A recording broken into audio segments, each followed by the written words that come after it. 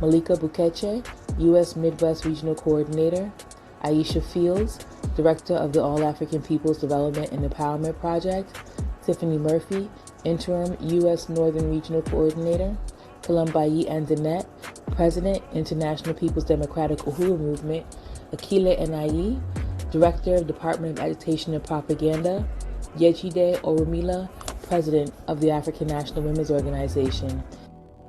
We'd also like to salute the women membership of the African People's Socialist Party and the leadership and members of the African National Women's Organization.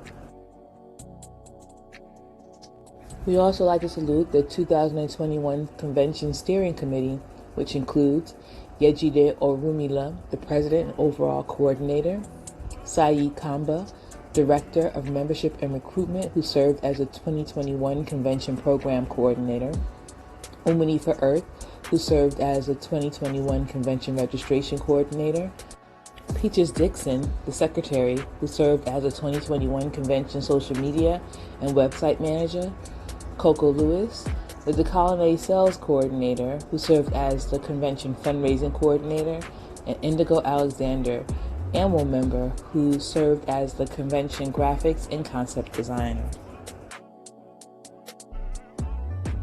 Dandara, the wife of Brazil's greatest African freedom fighter named Zumbi, who in the 1600s waged serious struggle against slavery. Dandara was a fierce and fearless warrior, leading armies into battles against the Portuguese and the Dutch for the total liberation of Africans in Brazil. Dandara co-founded a community much like the Maroons of Jamaica called the Kingdom of Palmares, where escaped Africans found safe haven. This self-sustaining community was not only protected by very dense vegetation, it was protected by well-thought-out strategies that involved Dandara. Palmares thrived for almost a century. Kempa Vita. Prior to the 17th century, the Kingdom of Congo was the most powerful and wealthiest region in Central Africa.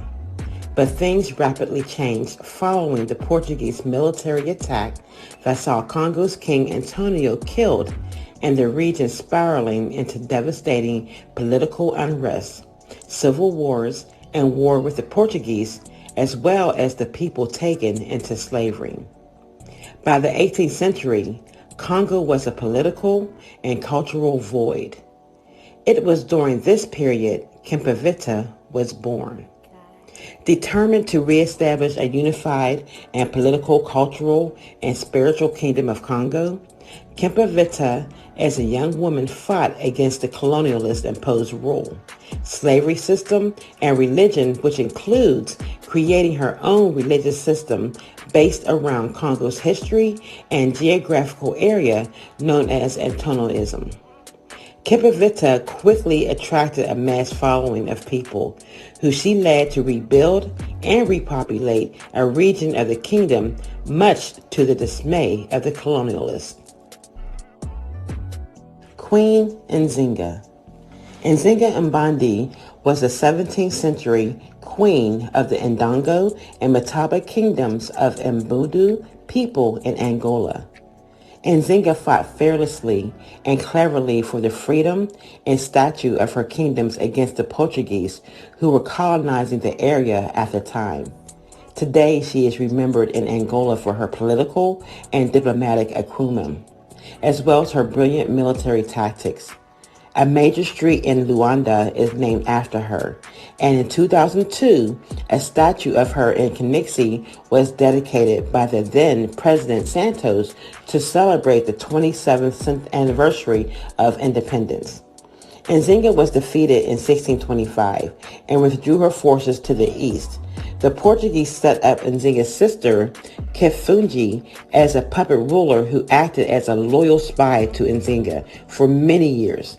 Nzinga was able to regroup and strengthen her base of power within the territory of Matamba in 1629.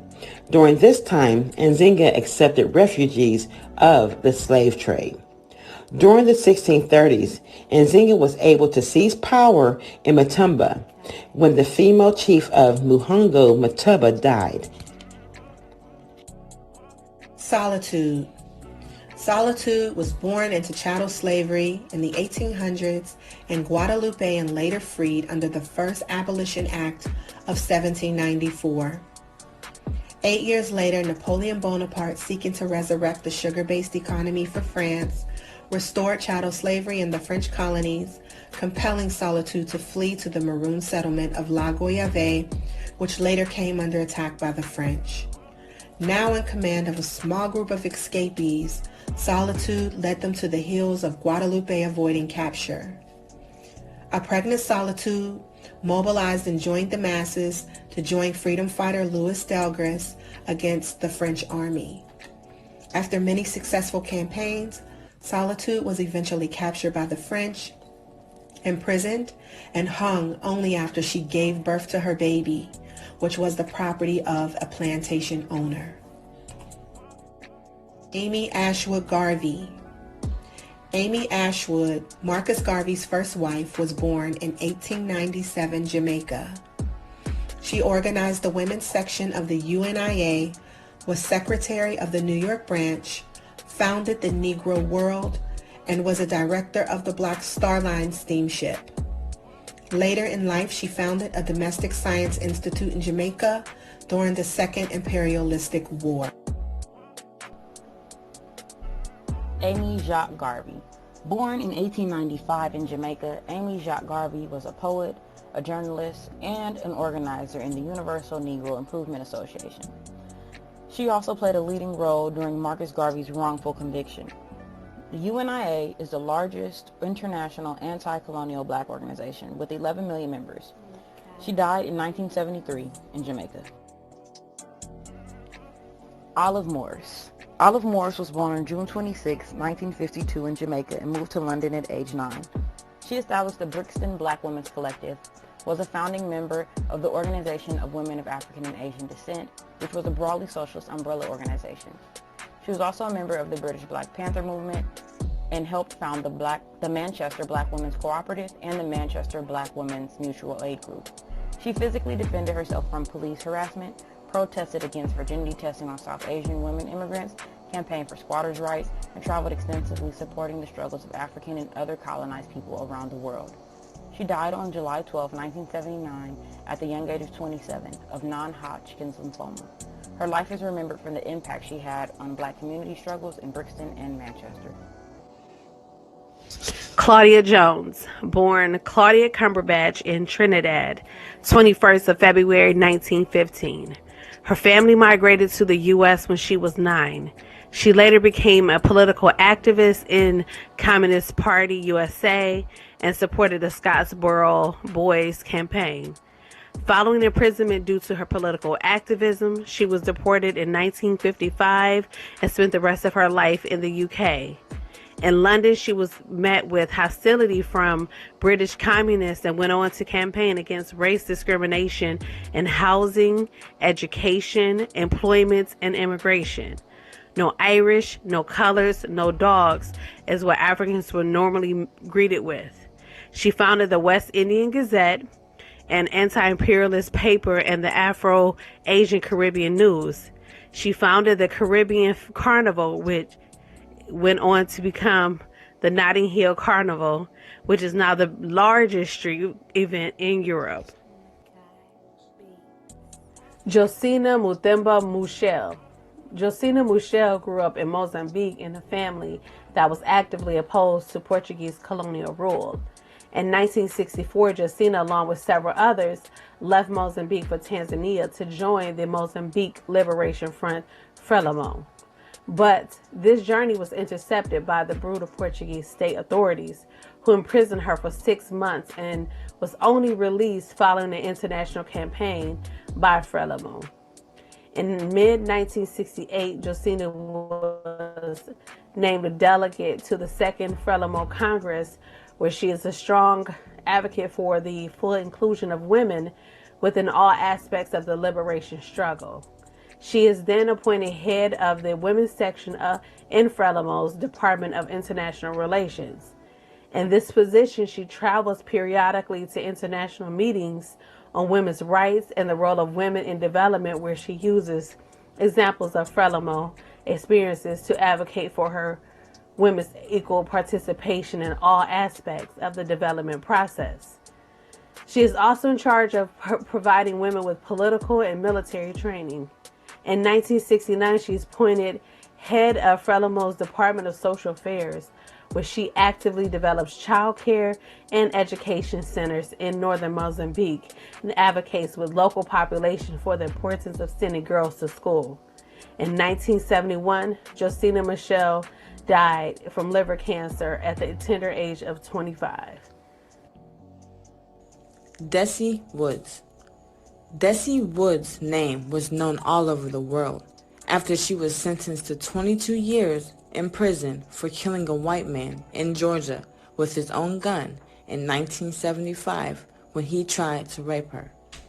The African People's Socialist Party built the National Committee that went on to free Desi Woods in 1981 as part of the legacy of ongoing struggle of African people for independence and liberation. She is remembered as a courageous African woman who was an example of African resistance. Assata Shakur. Assata Shakur was born on 16 July 1947 in New York City. She became politically active while at college and later joined the Black Panther Party, joining the Black Liberation Army. She was convicted for the 1977 killing of New Jersey State Trooper, although the state did not prove that she fired the shots. After her conviction, she was kept in solitary confinement, totally unbefitting any prisoner. In 1979, she escaped prison and has been living in Cuba, where she has political asylum. She continues to be heralded as a gallant freedom fighter for self-determination for African people. Nomzamo Winifred Zayawe Madikizela Mandela. Hailed as mother of South Africa, Winnie Madikizela Mandela's legacy as an anti-apartheid heroine ultimately was undermined even among some allies by her reputation as an iron-willed ideologue, ruthless in her pursuit of revolution and redress.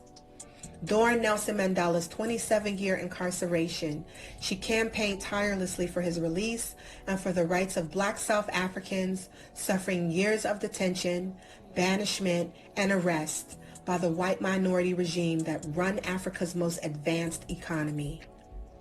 Her uncompromising methods in the long struggle against white rule and refusal to forgive contrasted sharply with the reconciliation espoused by her husband Nelson Mandela as he worked to forge a stable, pluralistic democracy from the racial division and oppression of apartheid.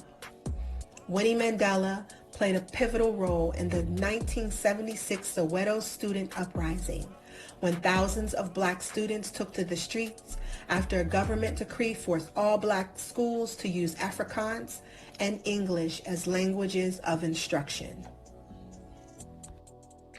Marielle Franco. As a Black woman and single mother from the favelas, Franco positioned herself as a representative and defender of poor Black women and people from the favelas. With over 46,500 votes, Franco was one of 51 people elected, receiving the fifth highest vote total out of more than 1,500 candidates. As a city council member, Franco fought against gender violence, for reproductive rights, and for the rights of favela residents. She chaired the Women's Defense Commission and formed part of a 4-person committee that monitored the federal intervention of Rio de Janeiro. On March 13, 2018, Franco spoke out on Twitter against the police violence of Rio de Janeiro. The next day, Franco attended a roundtable discussion titled Young Black Women Moving, Power Structures. Less than 2 hours after leaving the round table, she and her driver, Anderson Pedro Gomez, was fatally shot by 2 men who were driving another car.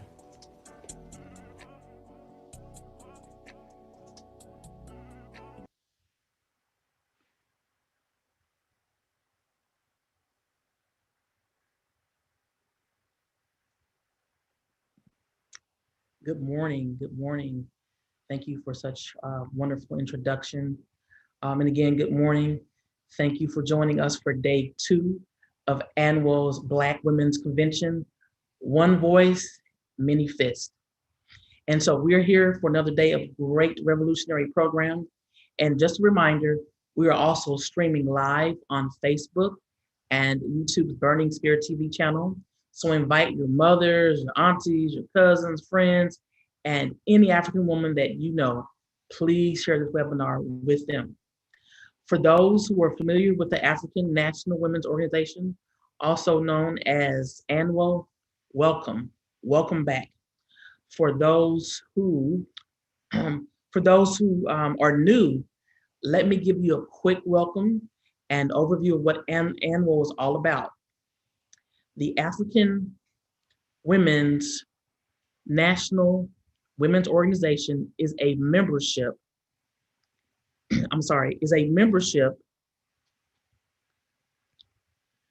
organization that consists of African women who recognize our responsibility to organize with each other across borders to address and overturn our special oppression. Our vision is to see African women embrace, to embrace our vision to see African women embrace or placed as leaders in the struggle to end colonial oppression of African people worldwide. Our mission is to bring African women into political life and to empower us economically, socially, and politically. We aim to forward the interests of African people internationally through our programs aimed particularly at the advancement of African women. Ultimately, our goal is to liberate African women and men from the customs and practices that serve to only keep us oppressed. Now, we would like to recognize our pledges from yesterday. We appreciate everyone who helped us reach $1,425. We want to thank the following donors and sponsors. $100, Yesterday, Aramila. $100, our chairman, Omali Yeshitela. $100, Impedum. $100, Saeed Kamba. $50, Kristen Fortham. $100, Leah Feifeld. $100, Vachelle Dixon Trader. $20, Paula Rubin. $50, Penny Hess. $25, Dr. X Williams. $20, Diane Tournay. $50, Brother Diop Ologabla. $50, Demetria Hester. $50, Catherine Kitty Riley. $100, Matun Inyobe. $35, Indigo Alexander. $100, Lisa Watson. $50, APSC. $10, MQ. And membership, $60, Ona Zane Yeshatella. And $120, Iviana Villanueva. So once again, we want to thank each and every one for their contributions. ANWO continues to thrive and win because of supporters like you. We only have to raise $2,575 to meet our 2-day goal of $4,000. So please continue to donate as we continue this powerful program at anwouguru.org/donate. Once again, that's anwouguru.org/donate. Now, before we jump into the program, I'd like to do some live stream housekeeping. If you are viewing this program on Zoom, you can interact with our moderator in the chat. You can use the Q&A functions to ask questions during the panel discussions. Now, if you're viewing on Facebook and YouTube, you can interact with our moderators in the comments and ask your questions there as well. ANWO aims to be the most powerful African women's organization in the world, and we get there through membership and action. This convention is our way of showing you what it means to be part of a revolutionary organization, and our goal is for you to join us in the struggle for liberation. So yes, this is a recruitment event. If at any point during the convention you would like to join ANWO, visit anwouhuru.org/join. I'll repeat that again, anwouhuru.org/join. Again, this convention is also a fundraising event. We've decided to make this event free in order for it to be economically accessible to as many people as possible, which means we need your help in reaching our fundraising goal of $4,000. At this very moment, we are at $1,425, so we still need your support to reach this goal. To make a donation, visit anwouhuru.org/donate. Once again, anwouhuru.org/donate. Now, thank you also to our sponsors, Decolonize Hair and Body, IndieEverything.com, Saving Our Babies Arts and Cultural Center, Burning Spear Media, and Movement for Family Power. Now, our first experience for day 2 of the convention is coming from the International People's Democratic Uhuru Movement, also known as INPDUM, Uzi Custom Apparel, as they do a live fashion show. Take it away.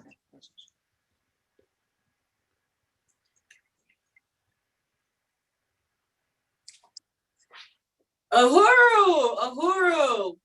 My name is Columbayi Antoinette, and I am the International People Democratic Uhuru International President. And from the Executive Committee and myself, we want to just really stand in complete solidarity with this amazing organization, AMWO.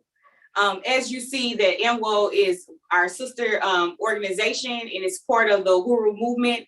And we stand in complete solidarity, and we understand that African women must lead. Just as Chairman Amali Yeshitela has laid out, you see women throughout our ranks of our party. It's not just something we say, it's something that we actually do. As myself, as a leader of this movement and a member of AMWO, yes, you can be a part of INPDUM and AMWO, and you should. If you're a woman, why not? And if you support African women and African women leadership, then why are you not supporting this organization? Well, let's get right into today's fashion show, and we are going to be showing you some Uzi pieces. So let's get into it. So Uzi is Uzi. Hold on. Okay. Uzi. I'm sorry. Uzi is our economic institution, a part of INPDUM. This is the way that we get off the treadmill of fundraising and actually build a contending and dual power by building Uzi, a custom clothing line that express revolutionary thoughts on fashion, just fashion forward, fly as hell, and revolutionary. And each one of these dollars help smash colonialism. So first model, we have Yafe. She's gonna come and just stand back for me. Okay, this is what Yafe is wearing. Is one of our custom Uzi t-shirts. This one, you could do it in a knot on the side, or you could do a knot right here, very fashion forward. This is a medium, and this is our Uzi white custom tee. So at the bottom, it says a thread of freedom. If you could just walk forward for me, just hold your head up, okay? And you see a thread of freedom right across. And Uzi, that's what it means, thread. And we say a thread of freedom. And these are some of our custom jeans. I'm so sorry you can't see them. I'll hold them up later. But we have revolutionary custom jeans that we do. So one thing about Uzi is we custom your clothes. Anything that you want to custom, we can do. So let me give you an example right here. These are our Marcus Garvey jeans. And what Marcus Garvey jeans are is bleach, our bleach jeans. So any pair of jeans that fit you really good, ladies, you know, finding a good pair of jeans that fit, you hate to let them go. So you put them in the laundry, got a little bleach on them, or they ripped or anything like that. Don't throw them away. Send them to get them custom with custom Uzi. So these are some Rock and Revival jeans, and they're bleach, and this is the Marcus Garvey cut. So, and this is a size 26, $25. Hopefully it's telling me. And we also have, these are, yes, plus size, we got you. You know, I especially wanted to get these in, so I want to show these. These are our Uzi, and these right here are Backyard Harriet Tubman. And the reason why they backyard Harriet Tubman is because they are ripped. So our ripped jeans are called backyard Harriet Tubman. You know what I'm saying? I bet you was fly. You know, we always be fly no matter what situation we in. So that's why these are called backyard Harriet Tubman. And these are $25 and they are a 17. So this is a size 17, ladies. Harriet Tubman jeans, $25. So let me show you some more of our custom t-shirts. This is a plus size t-shirt. It's Uzi. Our Uzi, you can say black and white Uzi. And this is a 2X, and this is $25. And the t-shirt that Yafe was wearing earlier, you can come Yafe and just stand right here for me. Look at that again. This also is a medium, $25. And this is a Uzi custom tee. Okay, so put it in the chat. Go ahead, y'all. You have to have your Uzi. So this is a purple Uzi thread of freedom custom tee. And this is a size medium.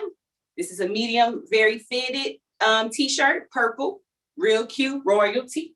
Yes. And we also got $25. All of our t-shirts that I'm showing you right now, just have it in your head. It's $25. This is in gold. Yes, I love it. These sleeves are folded. So I did a fold and then I did a stick. So they stay like that. It's really cute, you know, and it's a long. I want to let you know that it's longer than normal. And this is a large in gold, $25. And these are our crops, our crop tees.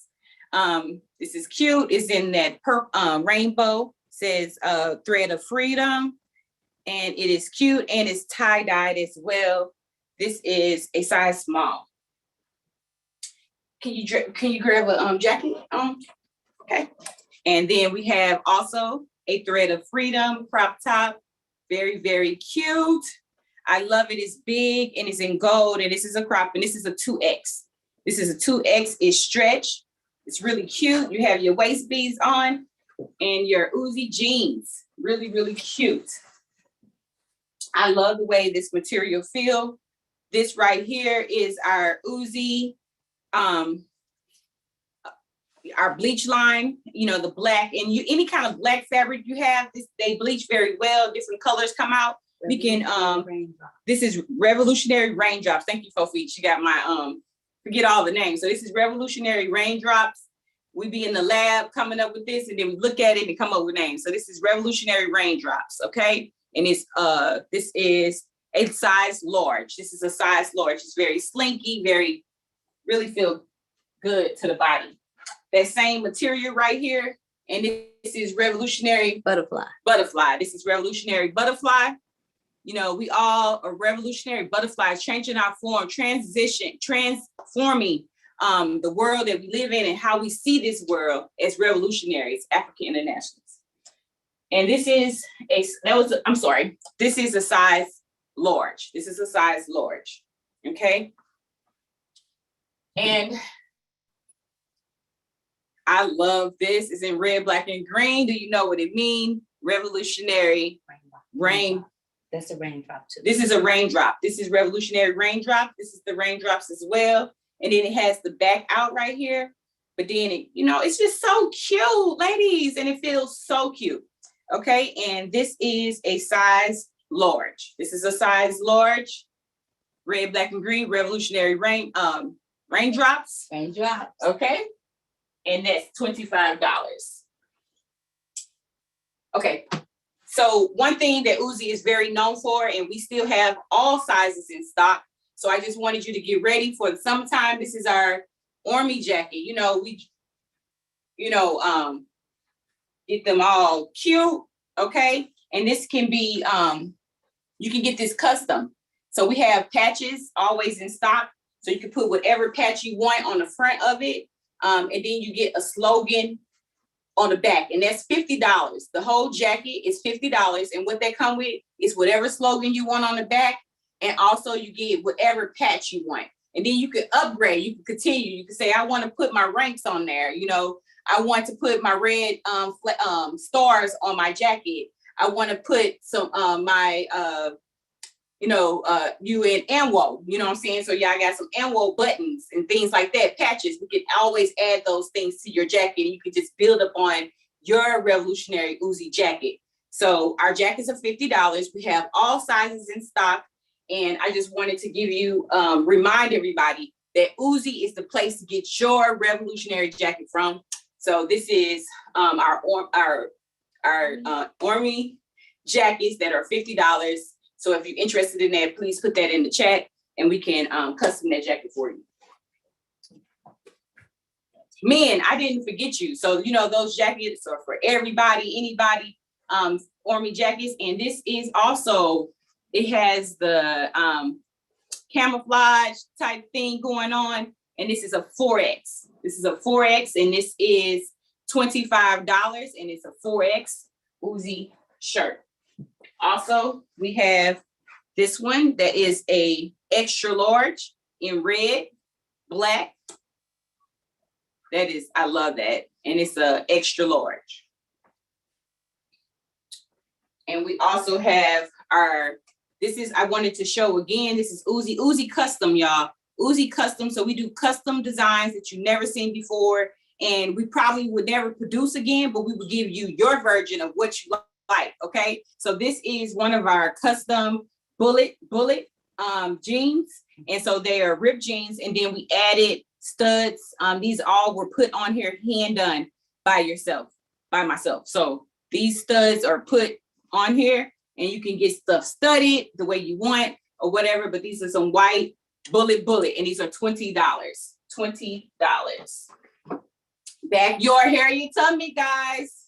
These are backyard hair your tummy. Got those deep cuts in it. Now you can always upgrade. That's why it's custom. We really want people to come and participate in like creating their own design. So what you can do with this is you can say, hey, can we add something in? I don't want all my legs out. I want to add African material inside there. I want to add red, black, and green inside there. And we can always do that. And we can work with one of our designers, myself, and we have other designers like Jordan Fly and other designers that's part of our team that want to work with you, where we are just really about custom and giving you your revolutionary, just for you. So these right here they start at $25. These are a size 32 in the waist. These are 32 in the waist. They start at $25. And then if you want them custom, we can talk about that and give you that price when we find out exactly what you like. We always have our Army hats. So this is one of our Army hats. This is a 7 1/4. All of your stock. We have other hats right now. I'm showing this one. This is $15. $15. Army hat. Our babies, get your baby. This is Revolutionary Butterfly with the red, black, and green. And this is a 6-7 for the kids, okay? Get the babies Revolutionary Fly as well. We got the story young. This is one of our bags. It has the red, black, and green patch on it. It's go across the shoulder. It's a great purse. This purse is $15. $15, red, black, and green purse. This is the last thing tonight. And I want to thank everybody for shopping and supporting Uzi. Remember, Revolutionary Fly Custom. Check out Uzi every Thursday at 12 o'clock Central Time on our Uzi Custom Facebook. And this is the end. I'm gonna end it right there, Robin. Thank you. I see you shutting me off. This right here is $25. This is a size medium and it has a hood. Thank you. Uhuru. Uhuru. Nice. I like everything. Great job, ladies. And thank you once again, Uzi, for the fashion show. We know someone has gotten some really unique clothing. And so we will now hear from our executive committee members, President Yejide and Sayi Kamba, as they talk about organizing with one fist. Uhuru. want to have the slide come up. Thank you. Thank you, Uzi, for that wonderful fashion show. It's this unique stuff. It's always nice to know that someone else doesn't have the same thing you have. So I really enjoyed that presentation.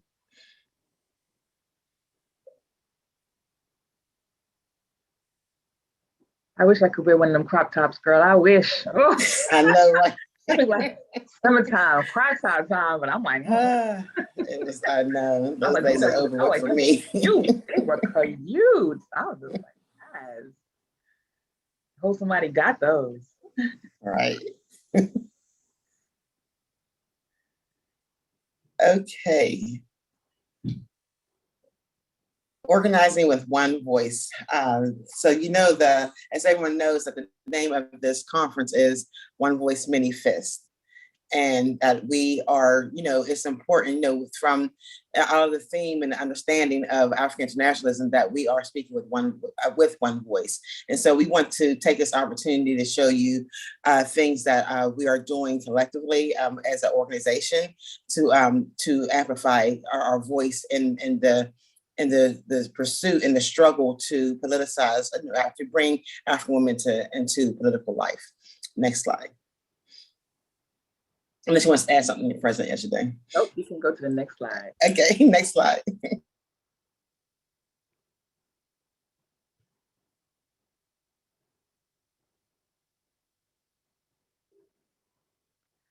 Looks like you might be frozen. So I'll go ahead and say something about this slide. So we are about international campaigns. All of the campaigns that AMWO takes on is not just limited to where most of us are, which is in the United States, but they can be taken on anywhere that you are and maybe even look different in different places. So our international new campaigns, we expect people to have one voice. So we're going to give you the tools to say, this is what's happening, and we have to support African women in our struggle to oppose the things that colonialism have thrown in our direction. So our membership, we need, when we organize with one voice, we need our membership and supporters to participate in our campaigns and actions. We plan to launch Black Star Alert for the arrest CPS cases. And we really want to focus moving forward on tangible, on the ground campaigns that center ending mass incarceration, and particularly looking at how it impacts African women in the United States, but also in other places in the world. And we always want you to be ready to activate and continue to move on these things, whether it's signing a petition or getting out in the streets or joining a protest. When we say we're about to organize around this in front of this place, we need y'all to come out and do it. And also, we organize our members to do the same too. And in previous years, we've organized international campaigns where we've all gone out on the same day and in front of buildings that represent significance to us as an organization and in front of people. And we are, we really want to continue that trajectory of international campaigning. Next slide. So our training, so we are internally as a member of this organization, we have been in the last year really focused on developing a skill set within and among our members, because some people come in and they don't know exactly what they can do or how they can help. And it's a skill-based exchange, but it also is being trained on how to organize as African women in a revolutionary organization, getting political education, et cetera. And so what we have on I'm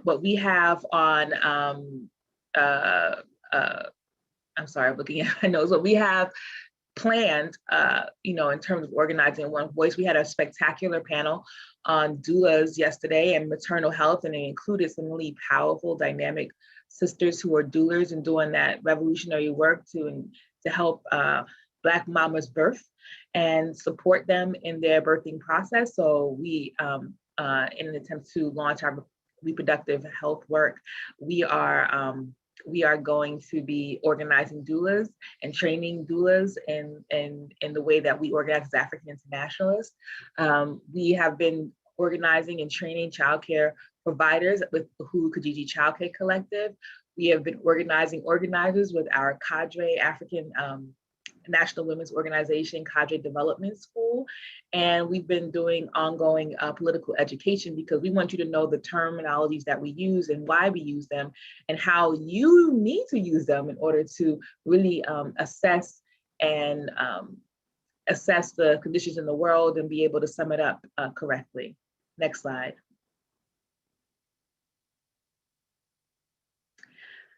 I guess click it, so I'll come on. So as African internationalists, we recognize that African people everywhere are struggling to reverse the verdict of imperialism that was born on the enslavement of African people and the theft of African labor resources and land by Europeans and North Americans.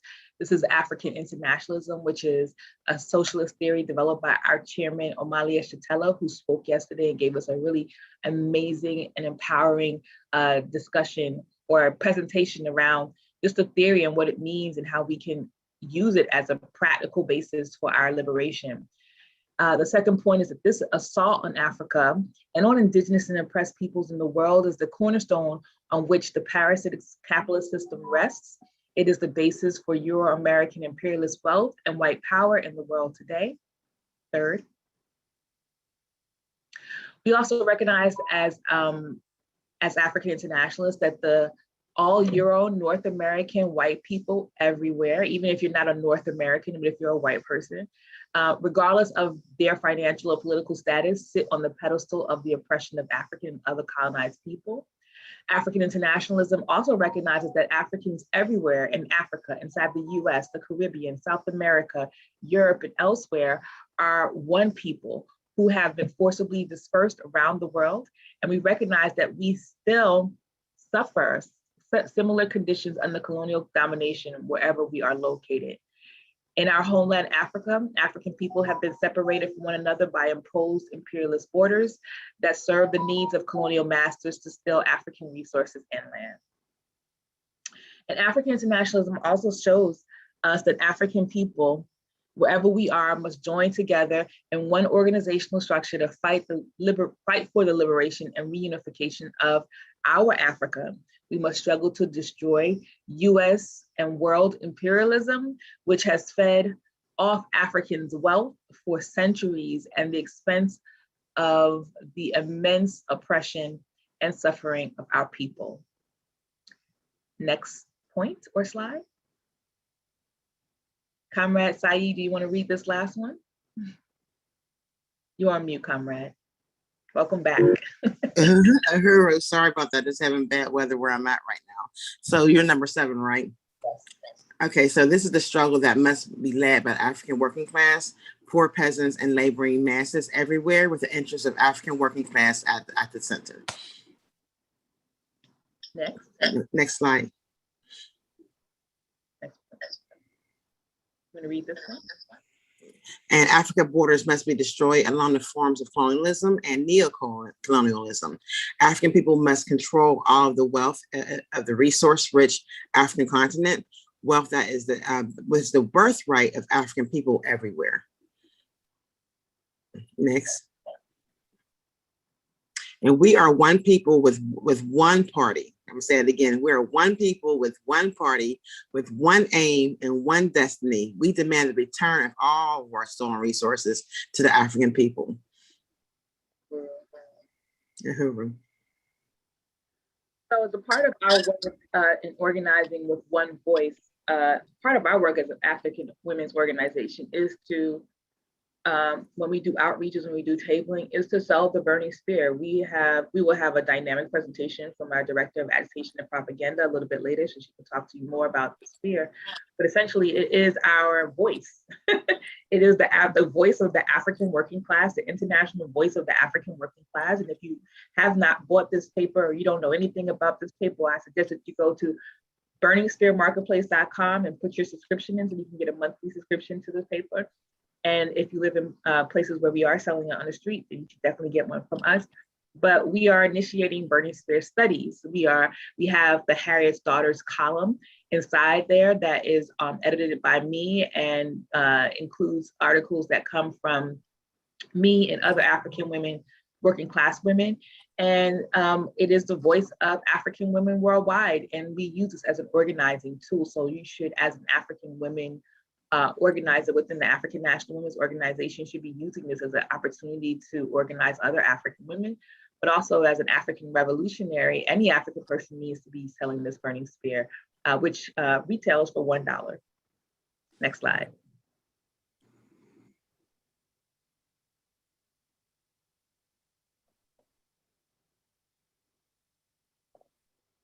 Next slide.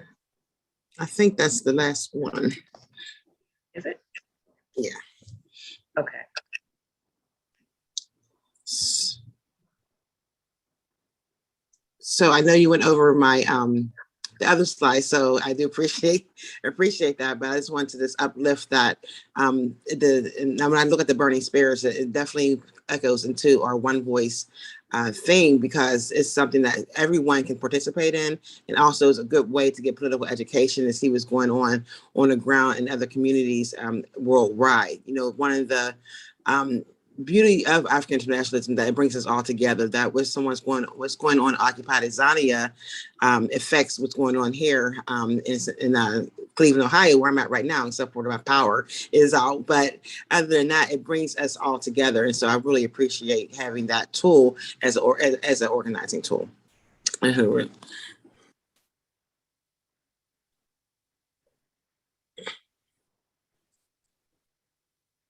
don't have anything to say. I just want to just really say that we need to all just organize with one voice, and African National Women's Organization is leading the way for African women. So you should join and continue to uplift the fact that people should join the African National Women's Organization. Uhuru. Any questions from the audience regarding that? And we have, you can put it in the chat in the Facebook, YouTube, and on the Zoom.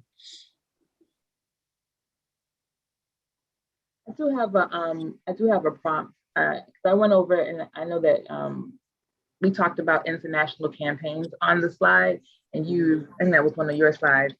Do you want to say more about that, Kamasayi, since you didn't have an opportunity to? Yes, I'm sorry to hear what you said, but thank you. What I was just saying earlier is that, you know, those international campaigns, I don't have the slide in front of me right now, but one of the things that I'm charged with membership and recruitment is to bring, you know, to really grow the organization. And so one of the things is on a global level. And so what I was saying earlier is that we have to begin to, our campaigns have to, if something's going on the ground here in the United States, we have to make our comrades in Africa and beyond to understand what those things are, so that we can bring that up. You know, there was the Black Star Alert, something that I have thought about when it comes to CPS, that is a emergency. That is something that's urgent when someone's child is taken from them. And so by bringing that awareness and saying, okay, putting a blast out, a text blast, or whether it's on our website saying, hey, everyone read, you know, Black Star Alert, a child has been kidnapped, that we begin to say, no, hell no, that's not necessary. That's not something that we're going to stand for. And the more that we have, the more people that we have uplifting that issue, the more winners we can make. We can magnify that awareness 10 times rather than just in your siloed city. You know, that's one of the tools of colonial domination, is to have these colonial borders where we don't relate to what's going on next door to us. Whereas African internationalism and having international campaigns helps to break down those barriers. So what's going on with you is affecting me. And so Black Star Alert would be one of those things where we say, hey, a child is missing and this is what we're going to do about it. So that's how I can, you know, envision and seeing these international campaigns. So it's no longer siloed, that we're actually lifting this up. And anyone who's in organizing knows that, you know, your power, either people power or money power. And we want to have both powers. You want to take both powers. And so we're doing that through our international campaigns. Uhuru. A question or a comment that came in from June Lewis. I didn't see the whole thing, but it looks like they said that they want to know about the campaigns that are happening there in the UK. And I'm glad that we have, yes, I'm so glad that we have this person watching from the UK, because we do have a presence in the UK, and we have organized in the UK. One of the issues that we organized around was the arrest CPS issue. which was the kidnapping of African children. We organized, I think, in London, and then it was, I think, Manchester as well. And, you know, we had different sisters who would reach out to our then organizers to talk about this issue of having their children kidnapped and not being able to claim custody of their children, which obviously is not an issue that is singular to the United States, because in most imperialist countries, they have some sort of child protective service that really marginalize and targets poor working class African communities in those places. So June, if you're interested, we can definitely link up with you and talk to you about what those continued issues are, and hopefully we can organize you to become a member of the African National Women's Organization so that we can establish more of a presence there in the UK. Uhuru, comrade, thank you. So yeah, that's how she heard about us. Uhuru. Yes, it's a powerful campaign because so many people, I mean, so many, you know, even African women or African parents get affected by CYS and so many different things, CPS, so many different factors, you know, cause people to either call CYS on you or anything, but it's such a harmful way to do, you know, for them to do that. You know, it's traumatic. They've been stealing our babies since slavery, and they continue to do that, and they put laws on top of that. So I think that's such a one of our most powerful campaigns for that very reason, because not many people talk about it. You know, people are like, you must have did something as a parent.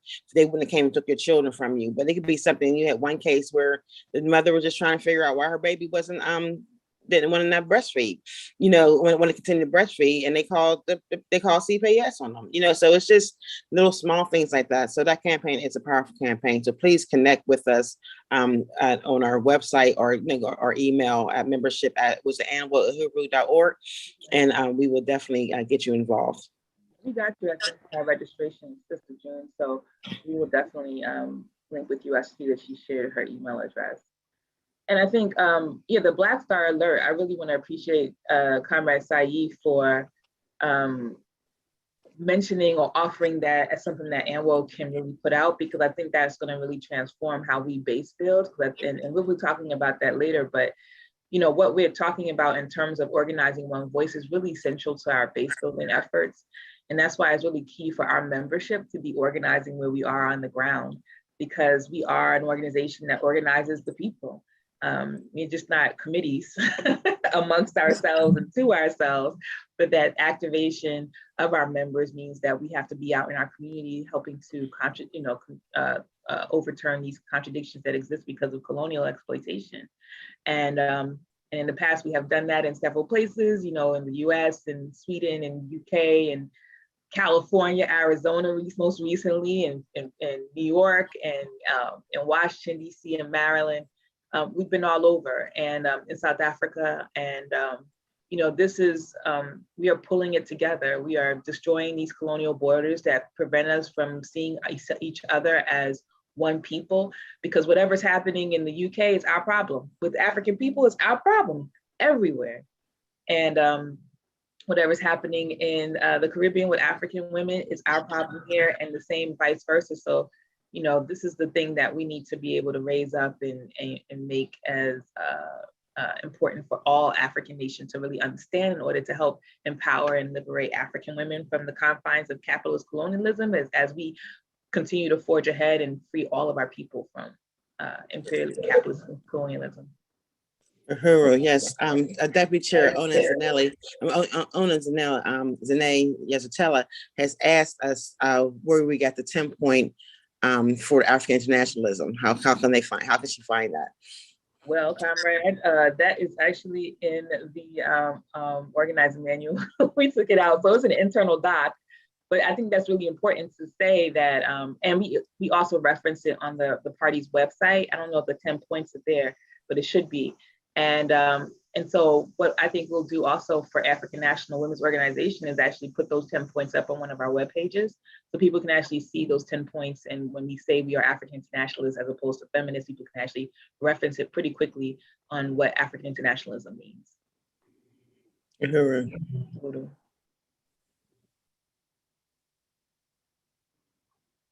Okay, any other questions or comments from Facebook, YouTube, any place else?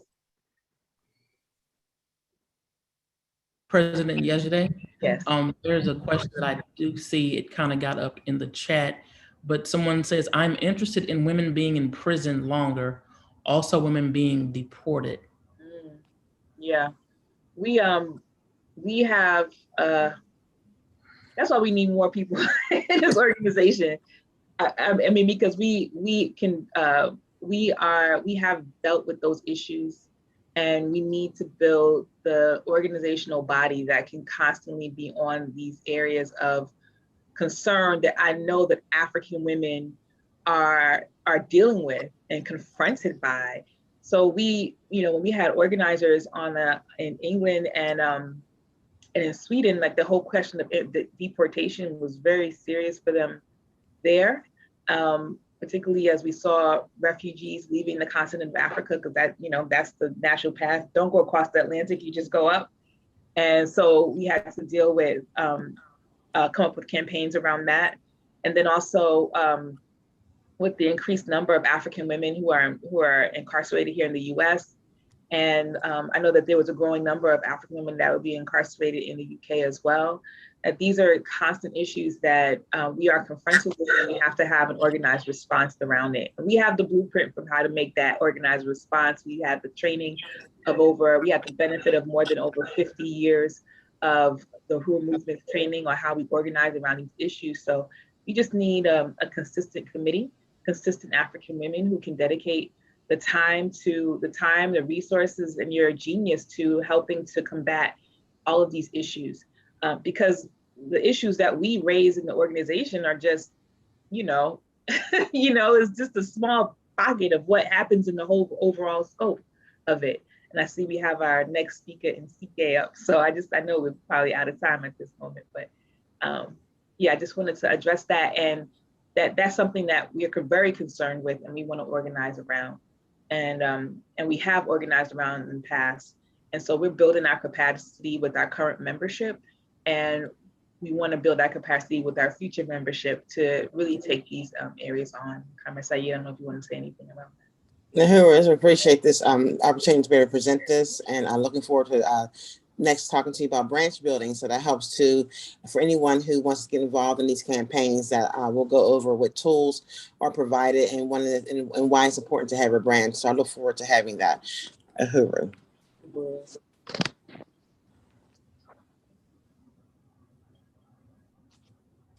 Thank you. Thank you both for enlightening us about the work that you're doing. We want to appreciate Sai and Yejide. And so now I am pleased to introduce our next panel, which includes our annual organizers in occupied Azania, also known as South Africa. Comrades Nsike, Uzo, and Connie Hutchison will present the conditions of African women in occupied Azania. Thank you, ladies.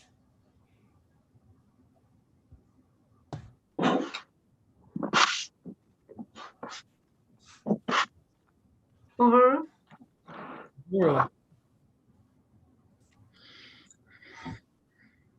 Uhuru, comrades. Uhuru, my name is Connie. I'm sorry that I cannot show my face. My name is Connie Hutchison, and I'm from Occupied Azania, and I'm with Sister Nontikerelo. She can just introduce herself. I am Nontikerelo Wuzo, and I'm based in South Africa, Occupied Azania, and yeah.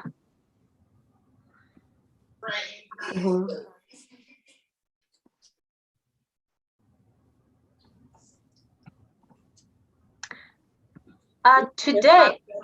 Your slides?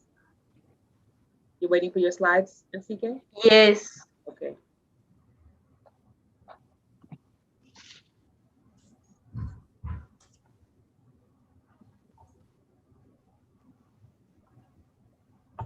Yeah. Okay. Now we are, Connie and I are going to be reporting on the status of the South African women, the women in occupied Azania, currently at this moment. Can you please go to the next slide? Okay, so we're going to be discussing how COVID-19 has affected the status, has affected the South African women in terms of the job losses and retrenchment that came with it, and their rise in gender-based violence, because there has been like an increase in the cases, the reported cases of gender-based violence after the introduction of lockdown, COVID-19, after it was after discovering that the country was flooded in by the virus. So the effect of COVID-19, earlier last year, we saw a rise in the gender-based violence against women. And this was shortly after the announcement of the national lockdown.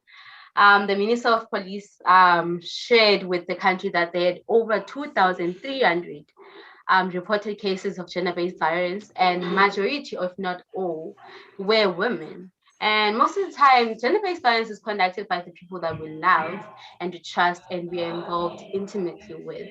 Now, the question is, there's always been a gender-based violence in our country, but why was there a rise shortly after COVID-19 was implemented, the lockdown was implemented? And this is because we cannot shy away from the fact that gender-based violence has always been there, but why was there a rise in cases after COVID? This is because the introduction of the lockdown came with the closing down of businesses and retrenchments and job losses for a lot of families. And now, what role does the society play in this? Now, society gives us roles and how we're meant to act and behave. And that is one of the reasons why it resulted in the violence against women, because the role of the man, according to society, is to provide for his family, right? And with the retrenchments and job losses, there is no source of income. Now, when there's no source of income, frustration takes over and the man starts to help, which is a weakness in the eyes of society. The frustration of losing their job, the frustration of supporting his family and being manly takes a toll on him, and he takes out his frustration on the weakest people we can see, and that is the wife, the girlfriend, and the kids. Now, here, the man is frustrated, yes, he's angry, yes, but then he's taking out his frustration on the wrong people. He's angry at the system, but because he feels like he cannot do anything about the system, he attacks his loved ones. And this is where patriarchy comes in. So whenever I go to one of my social accounts, the word patriarchy and misogyny always come up, and that is what Azanian women always like talk about and discuss. Men are trash trending. The anger and hurt is not being dismissed. I understand why African women feel so strongly about such issues, because the day does not go by without seeing pictures of missing African women murdered, and some are raped. And these are serious issues that we are faced with, and they are problematic. However, these hashtags can only do so much. They don't really solve the problem. Now, the health department. The health department, there was a case last year. Can you please go to the next slide? There was a case last year about a woman. She came up to the public that she was sterilized, and she found out 11 years later after giving birth that she was sterilized, and she had no idea. She gave birth when she was 17, and upon investigation, it was found there were 47 other women who also went through the same gruesome act. But then I'm like, that's the number that we know. We only know 47 women. We don't know, maybe others are not even aware that they were sterilized, you understand? And this act, the justification for this act to sterilize women taking out their womb after giving birth was because they stated that it was because they only did it to HIV positive women, which was crazy because first of all, you don't have the right to do that because these women, they were sterilized without their knowledge. And secondly, why would you sterilize women who are HIV positive? Why was it to reduce the mother to child infections? But whatever the reason was, those hospitals must account for what they did. That was a crime. It was a crime against humanity, and those women will never be able to have kids for the rest of their lives. They have to live with that. And imagine giving birth and then waking up with a bandage around your stomach, and when you ask what's going on and they can't give you a proper answer, just saying, Uti, you just gave birth through a cesarean, and you found out years later that actually they took out the whole uterus out and you'll never be able to have kids. It's crazy. Yeah. So what I would say about this issue is that we really should not be illiberal when dealing with this sort of stuff. We should always look at the root of the problem. The root of the problem is not patriarchy. The root of the problem is not misogyny. And the problem is definitely not men being trash. Patriarchy is foreign to the African continent. We all know that. And it only came about when colonialism occurred. Now, with all of these issues mentioned above, we can see Uti these branches, all of these issues, colonialism, patriarchy, misogyny, they are branches and tributaries of colonialism, and that is what we should be focusing on. That is the root of the problems that we are facing in Africa. And as soon as we acknowledge that, and as soon as we agree with you, yes, the reason why all of these things are happening is because Africa was colonized, not because Africa doesn't know what to do with itself, or we just, I don't know, uncivilized. It's just that we were colonized. And as soon as we acknowledge that, we'll be able to find ways to move forward. Okay.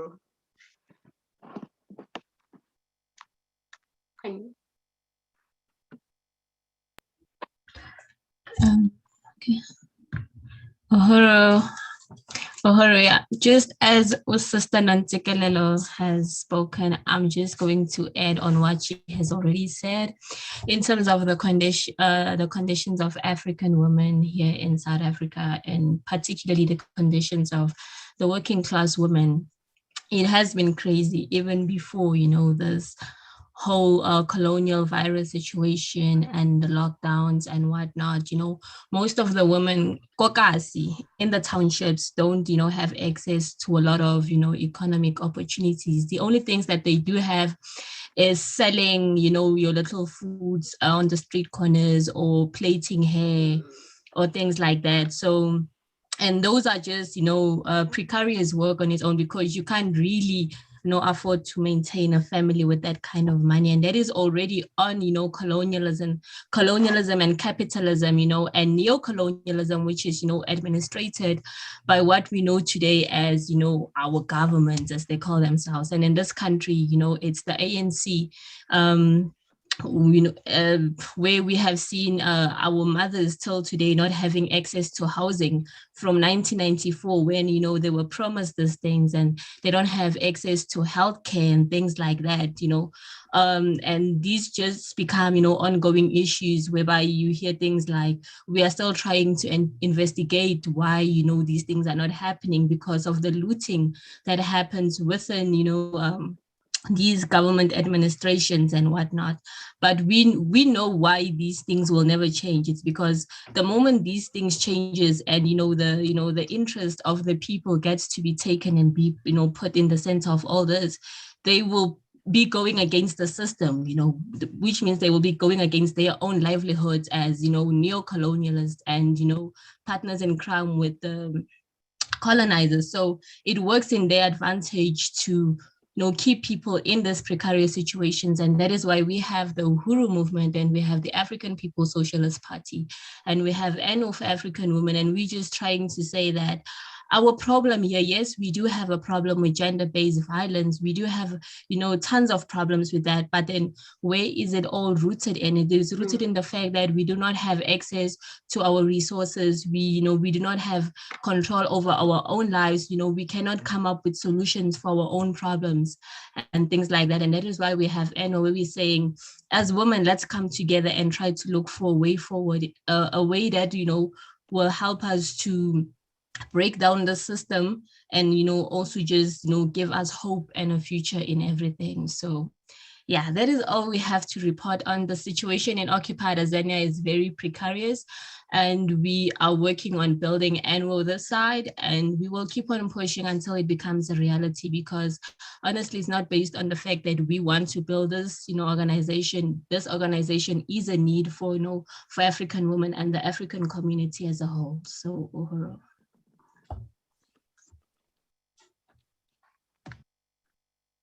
Uhuru, thank you so much for your report. Comrades, thank you for giving this very important report about our work to build NWO in occupied Azania.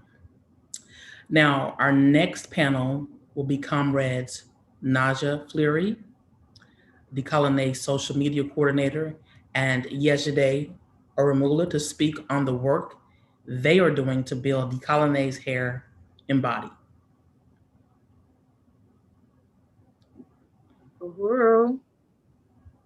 Uhuru. We still have the occupied. Okay.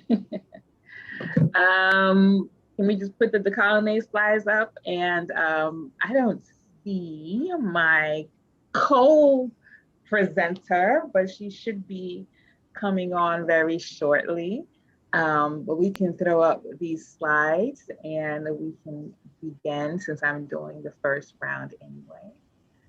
So the Colonnade's Hair and Body is our economic development response to funding the African National Women's Organization. And we are building a brand that supports women's economic life, but it also supports the political work of the African National Women's Organization. And so we want to tell you a little bit more about that. Next slide.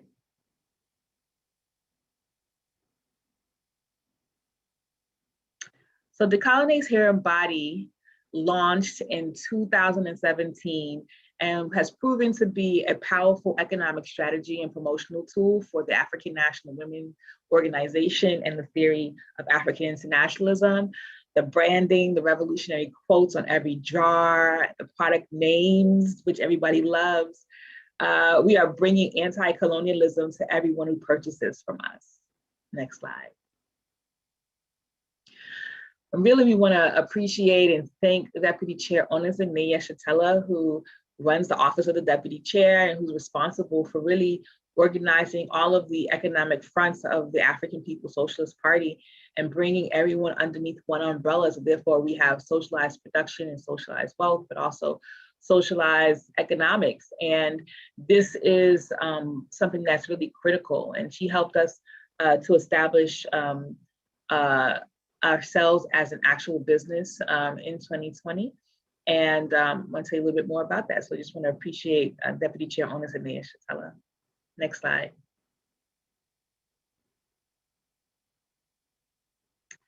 Did Naja come on yet?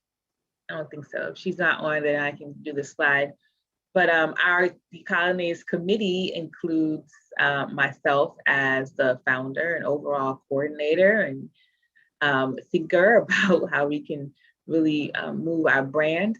And then we have Coco Lewis, who is retail coordinator for the Colonnades. And then we have Naja Fleury, who's our social media coordinator. So she is the power behind whether or not you see us on the Facebook or the Instagram. Naja is out here whizzing and wazzing with the post and making sure that we have a presence on the social media.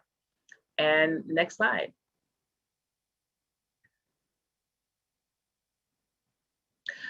So that's our committee as it currently stands, but we do have open positions.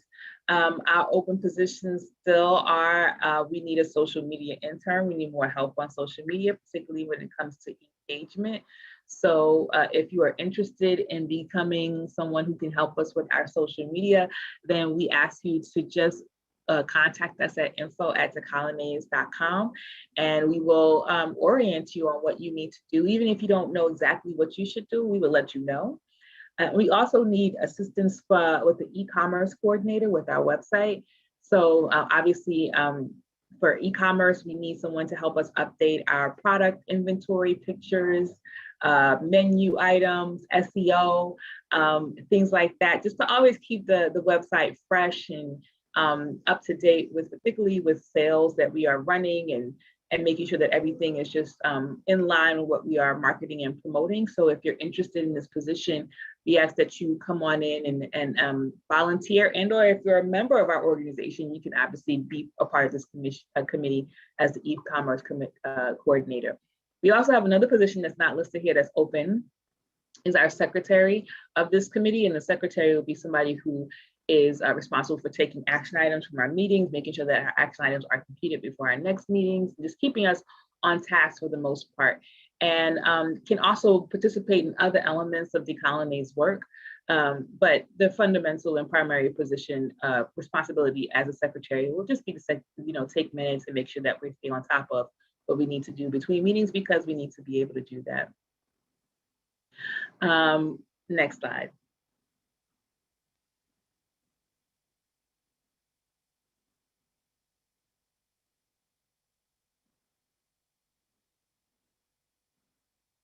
This should be a video, so we're going to go ahead and play the video.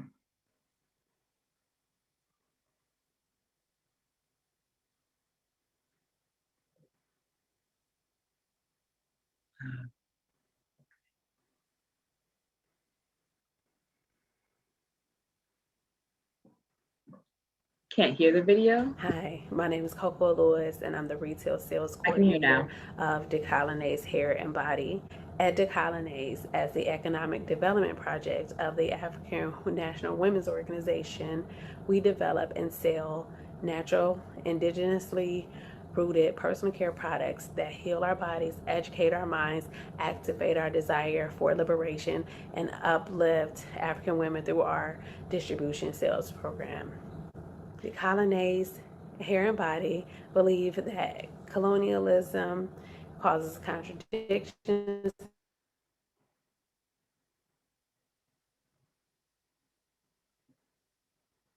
that negatively impact. Okay. I think there was some issues with that video, but I just want to raise up Coco Lewis, who just had her baby last week. So that's why she's not on today. But I believe she is watching, and just want to congratulate her on her first child, Masai. So we really are happy about that. And we know that she's using Decolonize on her belly and on Masai, and we appreciate that, because not only are we our committee members, but we also buy our brand, which helps us support our members, buy our brand, etc. So what we've accomplished in the year 2020 as we became an official business is that we became a subsidiary of Black Star Industries.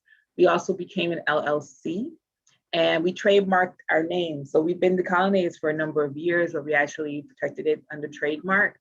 And we've learned how to apply for grants and grant writing assistance. And some of the grants that we've applied for have been focused on, Black grants that have focused on African women business owners and Black-led ownership grants and things like that. And we're going to continue to apply for them, because obviously we want to be more professionalized with our brand and production, even though I think we do a pretty good job already. But just to bump it up and have the capacity to move into a new space so that we can really encourage community to come in and, become a part of the socialized production process and socialized income process that we would really want to put down on the ground. And so the more money that we are able to win through grants and also through our sales, the better we'll be able to accomplish those goals. And then we also received infrastructure training, which produced our manager's manual, which we currently have. We have an inventory control feature, and we also gained several volunteers. I just want to appreciate our volunteers for working with us with the Decolonize brand. And then we've identified and distribution centers that we can be using to put out Decolonize. And overall, I think our professionalism has been increased through this process of working with Deputy Chair's office and coming under her leadership. Next slide. So our mission in Decolonize is to develop naturally indigenously rooted hair care and body products that heal and improve the condition of your hair and skin. So even though we have shea butters and we do a little spin on shea butters, but we also recognize that we want to make sure that we make really good products. We care about the products that we make. So it's not just us slapping just some oil and butters in a jar, but that we actually know what these things do and how they can help you. And we tell you that on the website. But if you ever have any questions at all, you can always just reach out. And we really want to focus on, and we really are focused, not want to, we are focused on indigenously created body and personal care practices that have been used by African and other indigenous people throughout their lifetimes and their years on the planet. And this cannot be overlooked in this, particularly as we are bombarded by all these other sorts of ways to look at ourselves. And I think that the way that the beauty industry looks like right now is really focused on, it's anti-you, and so what we aim to do with Decolonize is to raise up you and make sure that that we represent our people very hard, and that we represent and do justice to the ingredients and the recipes that we get from indigenous cultures, not only African, but we can get it from indigenous people of this land-based United States and in South America and in other places as well, that really highlight, what it means to be and use ingredients that grow from the earth and don't include all sorts of chemicals and harsh things that can cause damage to our skin. Next slide.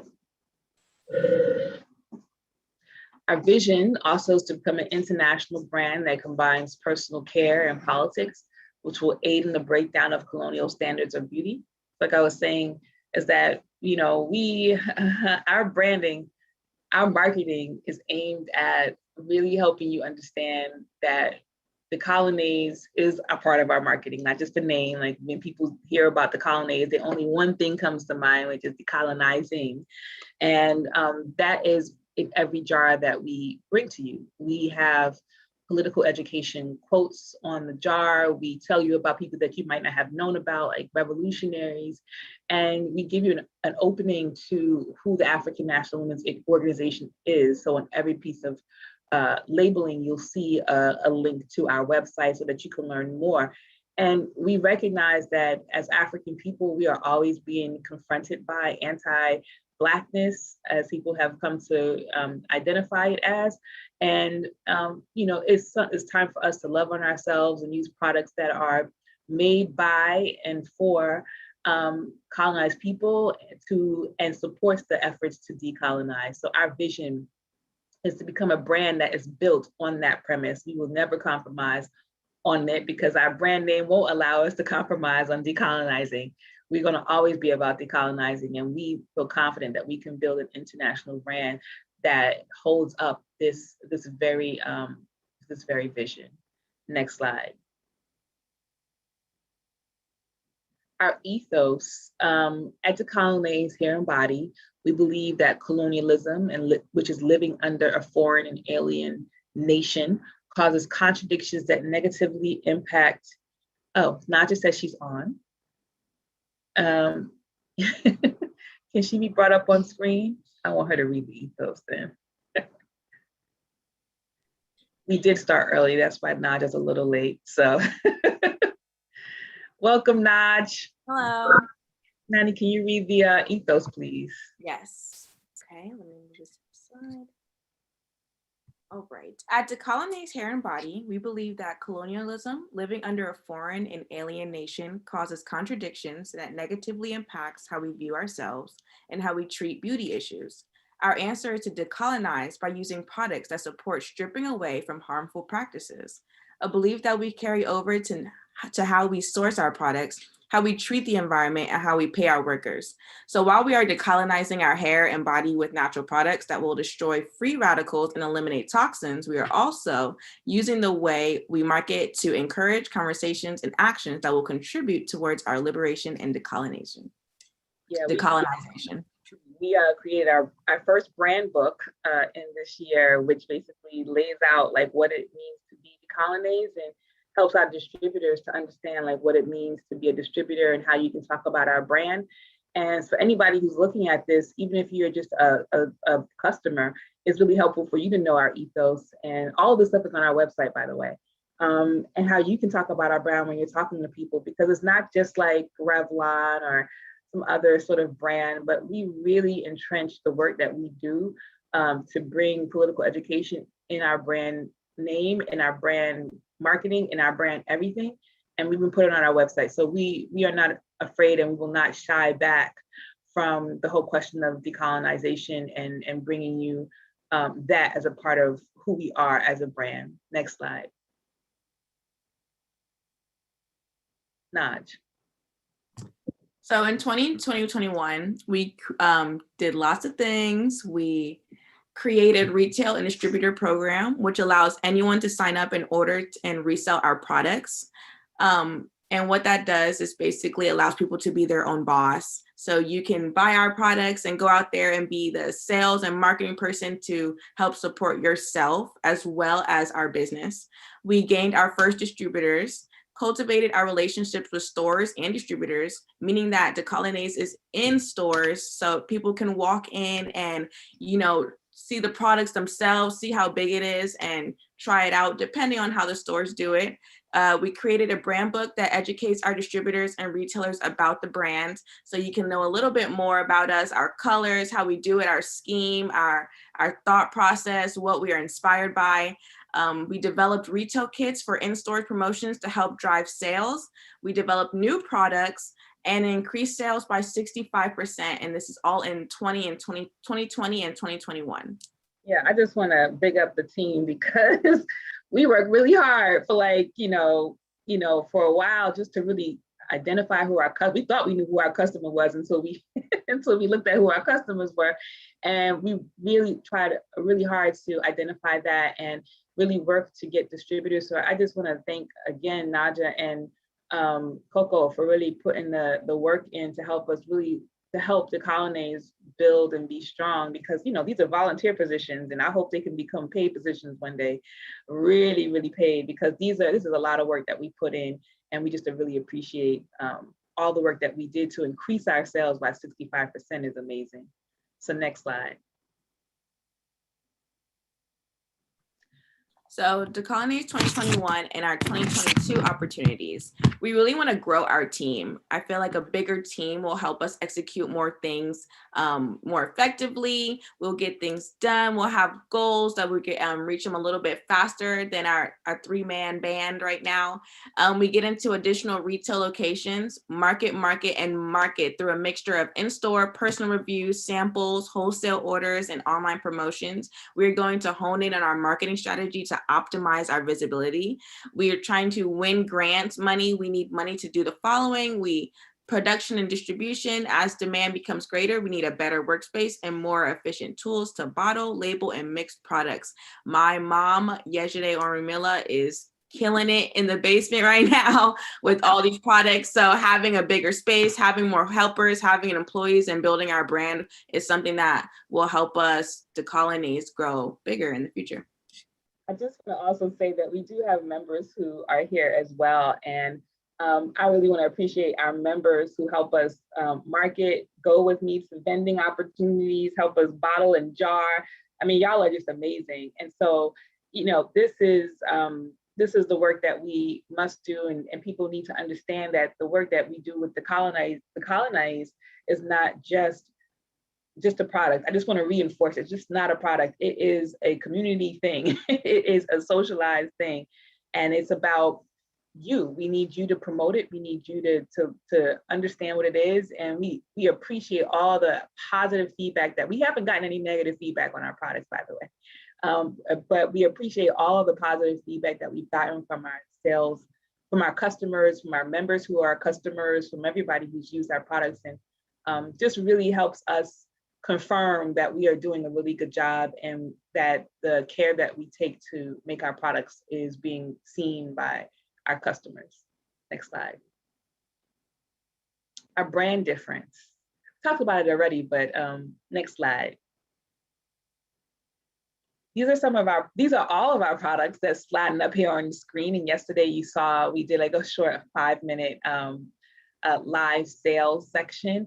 And so our products are really typical of who we are. We take care with our branding and packaging. So our labels are designed by myself, and I get them printed and sent back to us. But we focus on making sure that the quotes are on our labeling, that our pictures of our revolutionaries are on there. And our products itself are Liberation Hydrating Mist. It's OG Face and Body Scrub. It's Rebel Oil.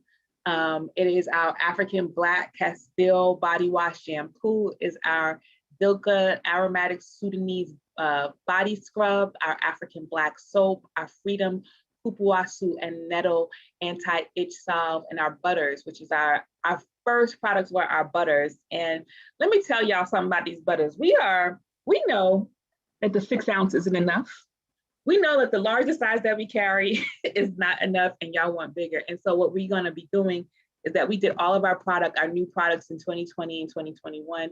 And what we're gonna be working in the future is getting our butters, particularly in larger jars, because we know that y'all got families and y'all got lots of ash that y'all need to cover up. And so our brand product difference is that we focus in on labeling, packaging, our product information, and just we are cornering the market on anti-colonial beauty products. And we continue to drive forward our quality and assurance and make sure that you get the best product ever.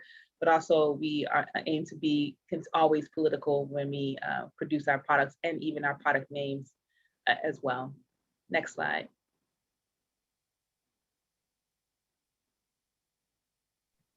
Political education. So we believe that you can get your political education with your personal care products. We strive to identify African and other colonized people throughout history who have contributed to the anti-colonial struggle. We include their quotes and images on almost every single product.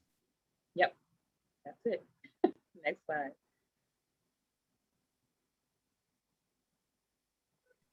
So imperialism is dying pudding. We uncompromisingly create names that inspire thoughts of free and socio-political climate.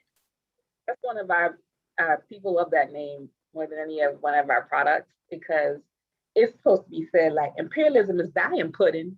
You know, didn't you know that is dying boo-boo? And we totally are working toward killing it and offing it forever off the face of the planet. And so when you slather on imperialism is dying pudding, as well as any of our other products, you should be thinking and relishing in the end of domestic colonialism and colonialism the world over. Next slide. So decolonize hair and body is part of our self-funding strategy. We believe in African self-determination. So our economic project member dues donation contributes to the leadership of the African Women's and the campaign of the African National Women's Organization. Yep. So here you even see myself and Comrade Coco. So we're not just pretty faces behind the colonnades, but we out here in these streets organizing. And so our members and organizers and supporters should be doing the same as well. But if you can't for some reason, then obviously your revolutionary work could be supporting African National Women's Organization through the colonnades, so that we can make that work happen as well. Next slide.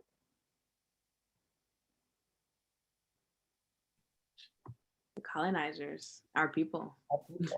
That's all. So the colonizers are people who want healthy hair and skin, people who want to use products free of chemicals, people who cherish culture, people who enjoy treating themselves, people who support change and social justice, and people who value women's leadership. Yep. And when Naja decolonizes her hair, she actually has an afro. In that picture. Go ahead, Kamala. Here we have one of our reviews from our supporters, our decolonizer. I just wanted to let you know that I'm very pleased with decolonize. I see a wave and outstretched curl for the very first time, and it feels and smells so good. Thank you. Thank you. Here's a picture of her. All right, and here we have a video that we're gonna play. Hi, my name is Sada, and as you can tell by my face, I have some stuff going on. What I have is called discoid lupus, and there are times when I'm out in the sun, my skin will burn. As you can see here, it gets really red in places that are exposed to the sun for an extended period of time. But I have a secret weapon.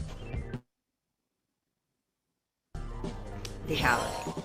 I use this on my skin now, and I no longer have to use steroid creams and ointments. I can just put this on, and it clears up. It takes care of all sunburn and any issue that I may have with my face. It prevents itching. It prevents my face from breaking out. And I actually have a whole regimen. First, I use the body scrub, you see? And I gently exfoliate. Then I'll use the hydrating mist. And after that comes the piece de resistance. This works so well on my skin, and I highly recommend it for anyone who has any condition, eczema, lupus, whatever your skin is hollering about, this will help you. So I recommend you go to the site as soon as possible and grab a jar. Take care. Bye-bye. Hi, my name is Sada. So here we have a few more reviews from our customers.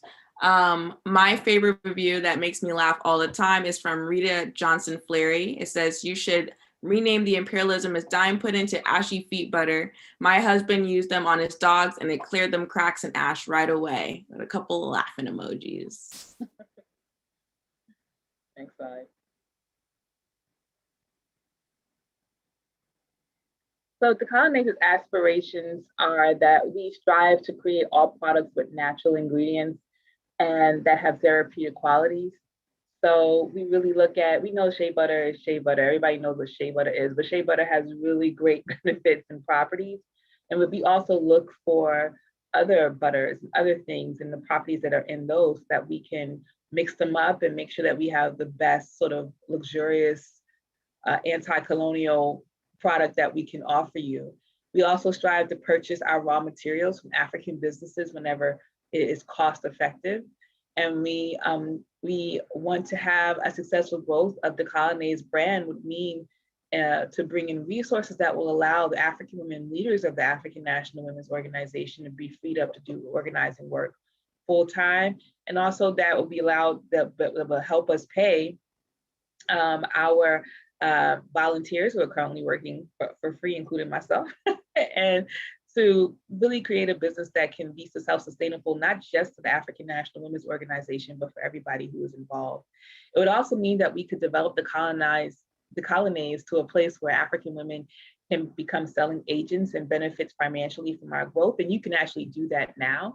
And in this way, we will follow in the footsteps of Annie Turnbull Malone, who is the predecessor to Madam C.J. Walker, who became the first woman millionaire in the United States by doing just that. Next slide.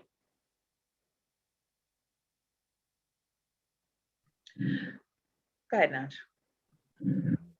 So how can you support yourself through Decolonize?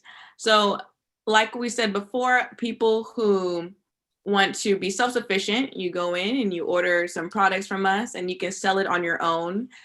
So we order and sell Decolonize as a fundraiser, purchase more than 15 items and get 50% off, and purchase products today and do a review or post about it on social media. Yeah, so on our website, at the very bottom of our page is a distributor link. You go to that and you sign up to become a distributor, and it might ask you some questions around what your sales or EIN number is. You don't need to have that in order to become a distributor. You can skip over that. It's not a requirement.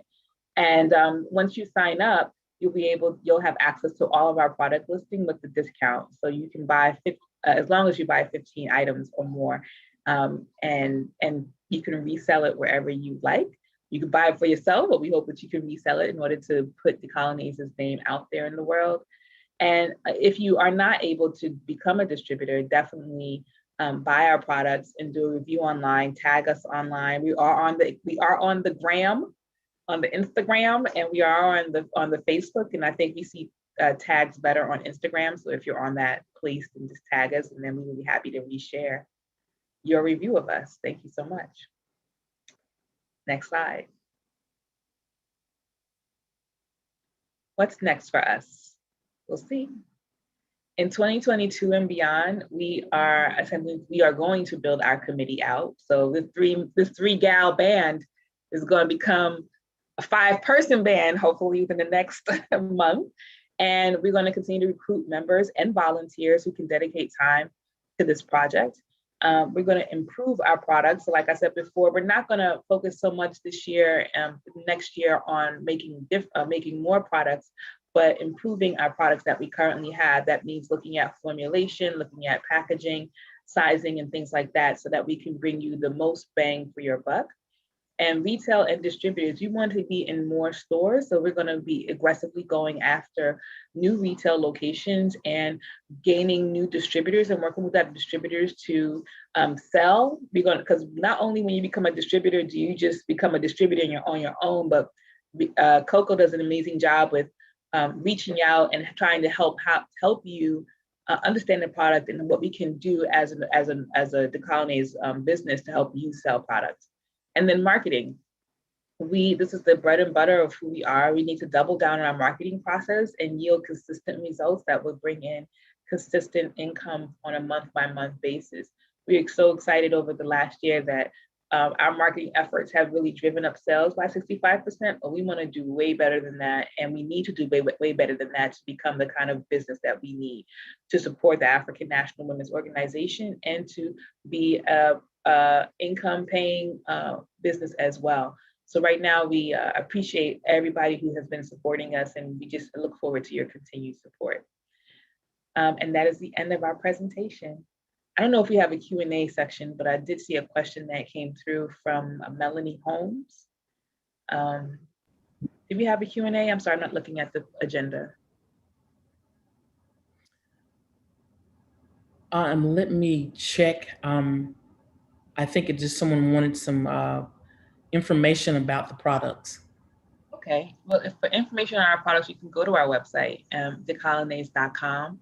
And I didn't say that at all during this whole thing, but go to decolonize.com to purchase from us. We do ship internationally. We do not regulate what the shipping and postal people charge for shipping. So that's something, if we could change it and make it lower, we would. But that's why it's important to be a distributor, because you get more for your money, and then you can get more at one time if you're buying internationally. And I think also Melanie's question was, do you have to be a member in order to work with Decolonize? And the answer is no. Naja is not a member, unfortunately, but she has been working with the team for over a year. And we have had volunteers that we've gotten through LinkedIn and through other ways as well, that has helped throughout the process with marketing and creating inventory. So if you have a skill set that you want to contribute to Decolonize, we welcome anyone, male, female, whatever, to this committee to help us drive and move the work forward. Thank you, comrade. Thank you so much. I want to appreciate Decolonize. Thank you, comrades Yejide and Naja. And as you guys can see, by the end of this convention, we're all going to be just dripping with this wonderful decolonize ointment and all the products they have. So thank you so much, comrades. Thank you. And next, we have a special award ceremony. And to convene this segment, Comrade Saeed will be joined by President Yejide.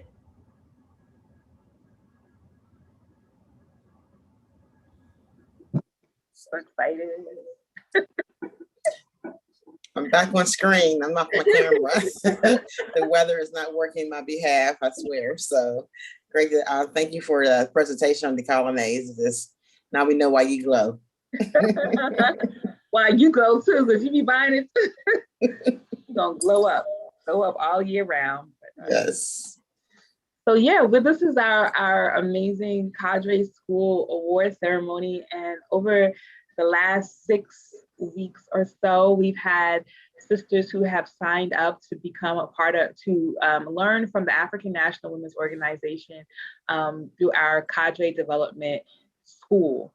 And these sisters have completed homework assignments. They have attended every single session. They have really shown us that they really want to deepen their relationship with the African National Women's Organization. Not all of them are members, but they have gone through this process. And so we really just want to appreciate them during this, our annual convention. And there's more that they get beyond just this virtual award ceremony. And we'll talk about that if we have a little bit of time. But if you can put the slides up, I just want to start to appreciate our comrades. This is the 2021 Spring Summer Cadre Development School graduates. First slide.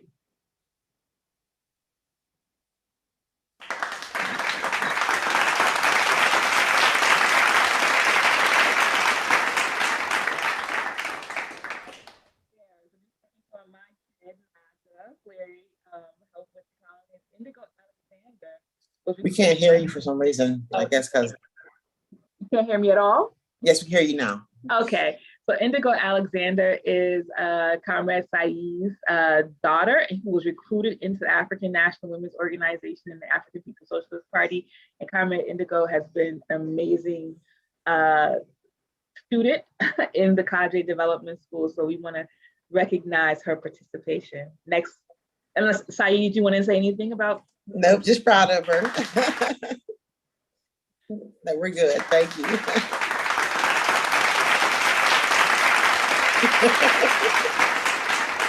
Next slide. Next slide.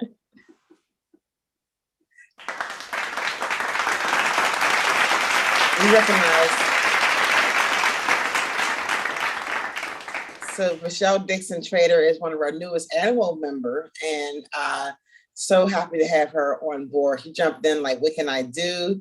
Where can I be? And I'm down for it. And we just want to duplicate Michelle 50 times and for her participants. So Michelle Dixon Trader, we appreciate you for this and hard work. Your hard work is well recognized, and you deserve everything. And we continue to work to build with you in the future with Antelope. Next slide.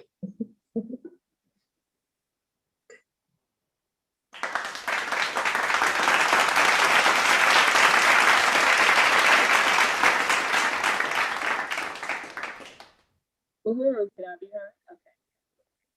Yeah? Good. You can hear me? I can hear you. Okay. So our next awardee is Nonsikelelo Puso, who you just saw from Occupy Tanzania. He has jumped in with all foots and hands to make sure that we can drive and move forward Occupy Tanzania.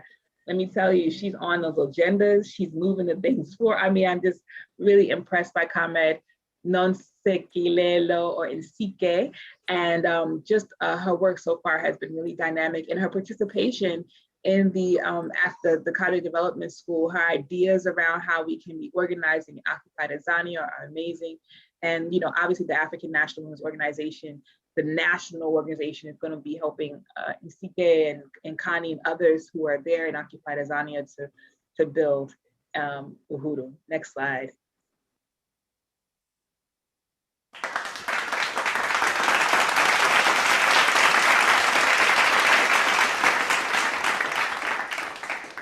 And her Robin Harris is a very special person to me and has woke up hit at 8 o'clock in the morning sessions and to make sure that she's there. She takes all the homework very seriously, and I'll say very seriously. She treats it like it's a science project. So all your hard work has earned you the certificate, and we really appreciate your participation in being a cadre with ANWO. Next.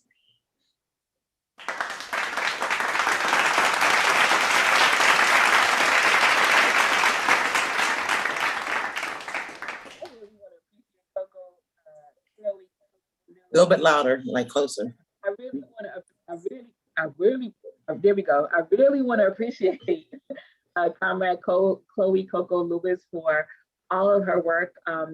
She was in her last stages of pregnancy in the last couple of weeks. She's been in and out of the hospital, but you know what? She wake up at 8 o'clock in the morning and she's on cadre school and submitting her homework and really intent around making sure that she is on point with this. And she has just been an amazing comrade over the last year working with the colonies, but you know, she took the extra step. She said, I want to do more than that. I want to be in this cadre school, and she signed up. So as a reminder, people have to sign up. You just don't get put in here because you're in ANWO. You have to want to be in this cadre school. So I just really want to say that, you know, in addition to all of her duties, she said, I want to do the cadre school too. So I appreciate Chloe Coco Lewis. Next slide. Oh, I gotta do this one. She can't do this one.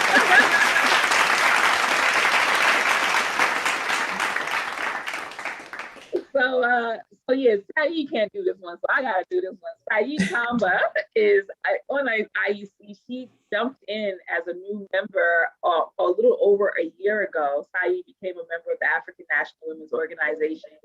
And through her sponsorship process, she became a member of the executive committee. And this comrade has taken on things from all over the movement. And I just, you know, became a member of the African People's Socialist Party. But she said, I want to do, even though I'm in the IEC, I want to be a part of cadre school too. So she's a student and she's been submitting her homework. And Saeed Kamba, I mean, just like everything else that she does is really amazing. And I just want to appreciate my comrade in arms. Next slide.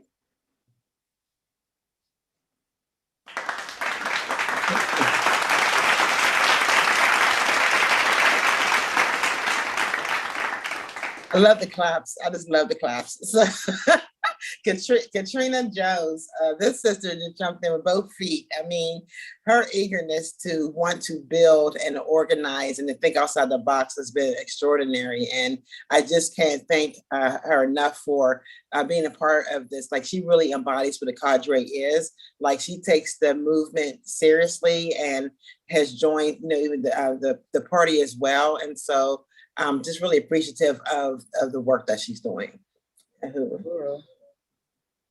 The next slide. So these are our comrades who are I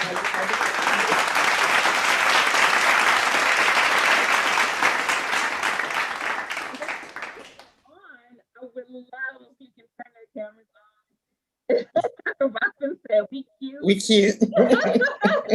If they're on, I would love for them to be on screen with us so that we can appreciate them in real live time.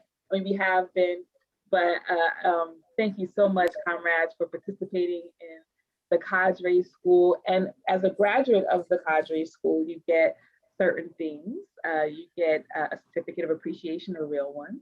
You actually get some badges and medallions from the African National Women's Organization, and a little beret as well. So, and teas if you are a member as well. So we are really looking forward to it. And more than just the emblems and things that you show on yourself, that we also are going to be helping you build, because the homework assignments are tied to real work. So we look forward to working with you with putting down actionable things on the ground. So thank you so much. Are we not able to put them on screen? Okay. But I have a surprise. So if we can't get them on screen, let's move forward. Next slides. Next slides. It's just, okay. Yes. The Organizational Service Award. And this is what we do to appreciate our members, not just cadre school members, but our members who have really contributed to the African Nationalist Organization over the last year. Next slide.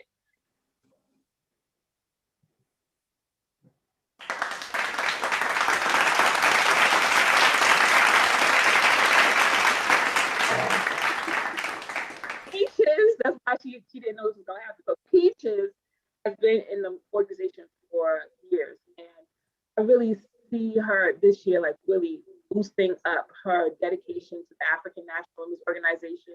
She gets the Organizational Service Award, and the Organizational Service Award is given to a comrade who has displayed exceptional involvement in the organization project outside of her own areas of work. A comrade who, not in the line of duty, but in a volunteer capacity, fosters or contributes to a valuable and successful program with the African National Women's Organization and the overall African liberation movement. And she has been involved, she has been the coordinator of the Harriet Starters Book Club. She has worked with the Colonies Hair and Body by going with me to different places throughout the Northern region. She is the AMWO DC branch secretary. She has been the secretary for the National Uhuru Kijiji Child Care Collective, and she is working AV right now for the AMWO convention, and she was responsible for our website and other work with the African Nationalist Organization conference. So I just really want to appreciate Comrade Peaches for all of her hard work this year.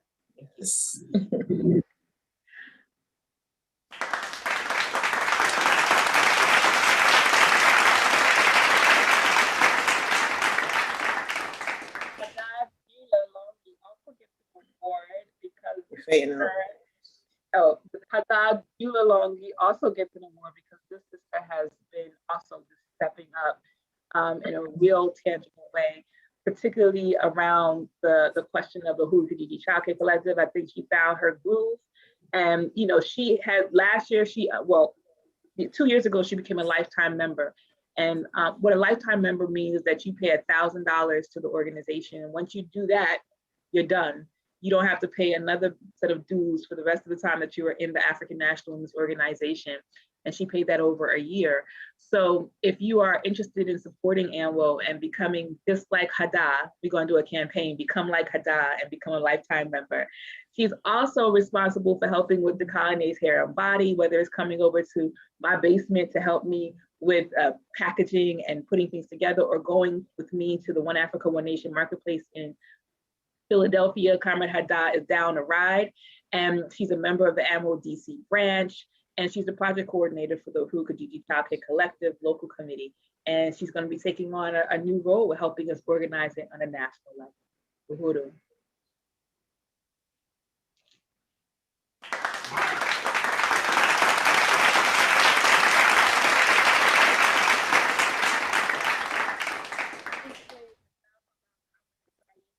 Hear you. Okay, we gotta wait until the we're off. Hold on. I know. I'm gonna keep talking to him. Gotta keep talking. There we go. The claps throw my audio off apparently, but I can't say enough about Comrade Saeed Kamba. I already said a lot about her, but Comrade Saeed has been a whirlwind, and she has jumped in with all of her feet and her hands and her head, and she has a lot on her plate. She is, I forgot your title at your job, but with that job, she is a high level, high demand, and she turns around and becomes membership and recruitment director for the African National Women's Organization, which is a huge task that has helped us over the year get really organized. She is the Black is Back Coalition for Social Justice, Peace, and Reparations, representing AMWO, and she's also their membership coordinator. She is on the One Africa, One Nation Marketplace Philadelphia project coordinator, even though she's no longer in the Northern region. She's like, I still want to do this.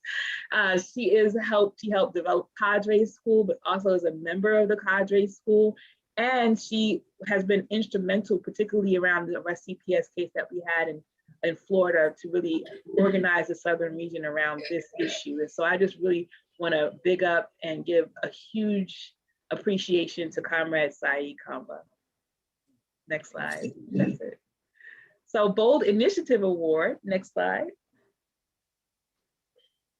Yes.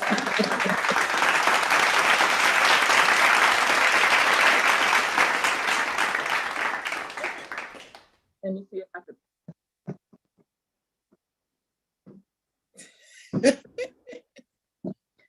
There you go. I'm just waiting for, there we go. I'm waiting for my audio. I just want to appreciate Comrade Nancy Kilelo.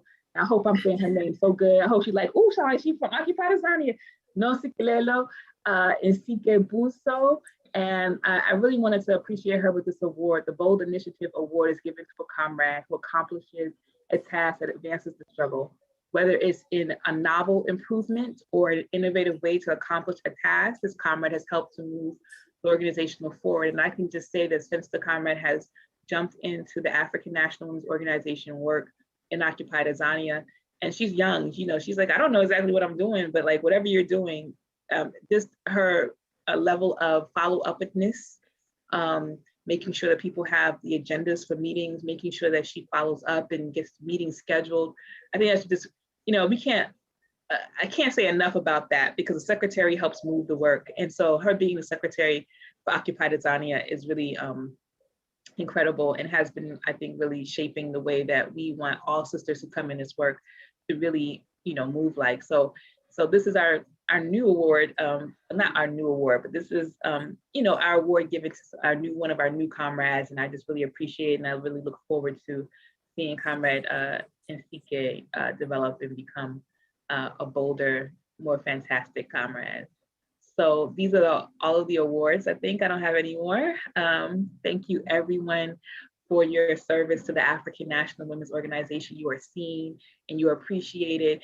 And there are more comrades that I'm sure that can be qualified for these awards throughout the years. And so we hope to get a new round of sisters that gets these awards for our next convention. So I just appreciate you. Thank you so much, Comrade Sayi, and everybody who has been awarded here today. Thank you.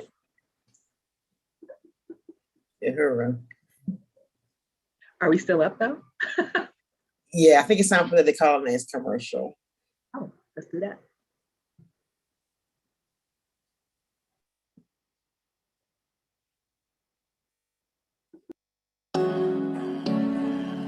Hi, my name is Yejide Orumila, and I want to introduce you today to a new product called Decolonize.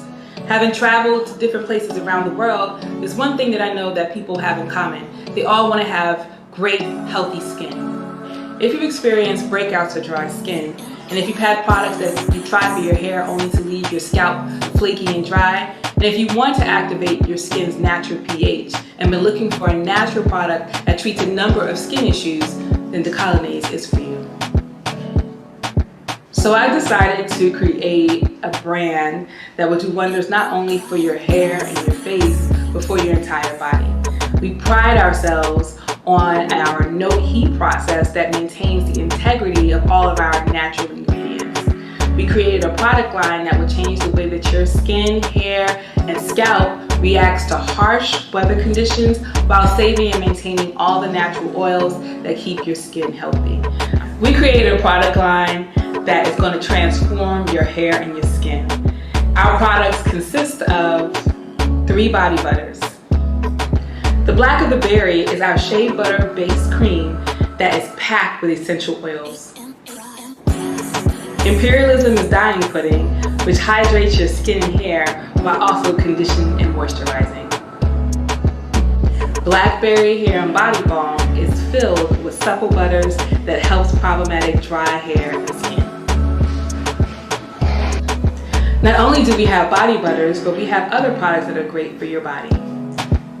Our OG face and body scrub uses activated charcoal and Ayurvedic powders that are aimed at detoxifying and strengthening your skin.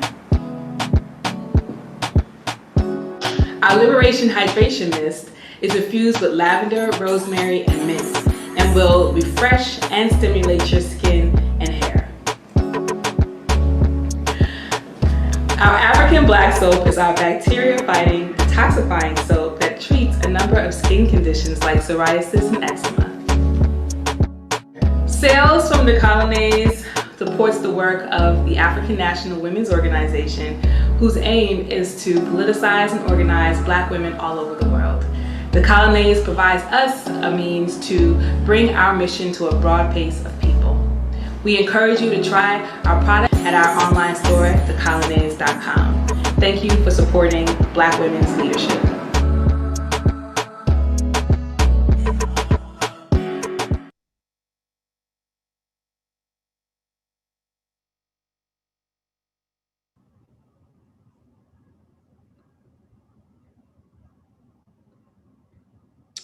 Thank you. Thank you for that.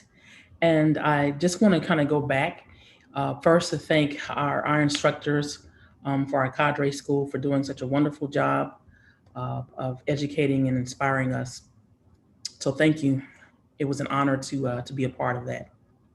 So also, I think I should say that, did you know that Decolonize was a sponsor of this convention? So they were.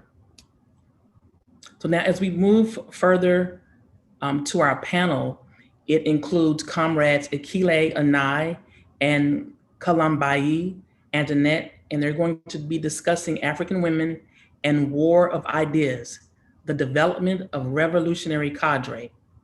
At the close of the panel, we will open it up for Q&A. So first is Akile. Akile Anai, known on the ballot is Aretha Akile Cannon, is the director of the African People's Socialist Party's Department of Agitation and Propaganda. She is 23 years old, making her the youngest to ever sit on the APSP's National Central Committee. Ms. Anai serves as editor-in-chief for the Burning Spear newspaper and political leadership for the APSP's radio and internet media outlet. She's been a political activist since graduating high school in 2015. She ran for city council in St. Petersburg, Florida in 2017 and 2019 on a reparations platform and was profiled by Ebony magazine as a millennial of change.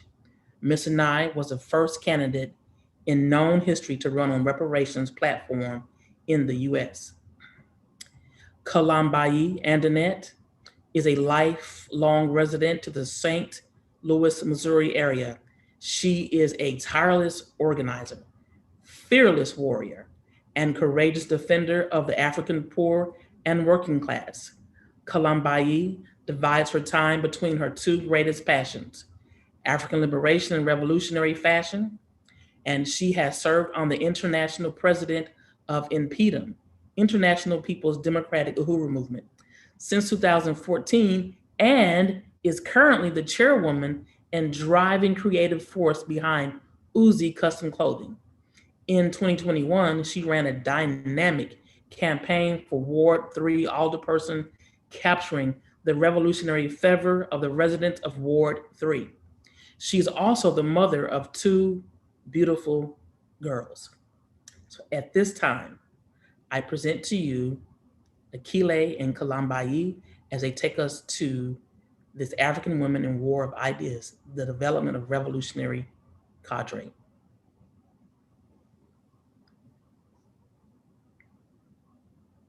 Uhuru. Uhuru. Uhuru. Uhuru. So are we just going in order, Robin? Yes. So. Okay. All right. Thank you. Thank you so much, Robin, for the introduction. Uhuru, salute to President Kalambayi, who I'm happy to be sharing the panel with, and want to salute the African National Women's Organization, President Yejide Odumila, for such an incredible annual convention.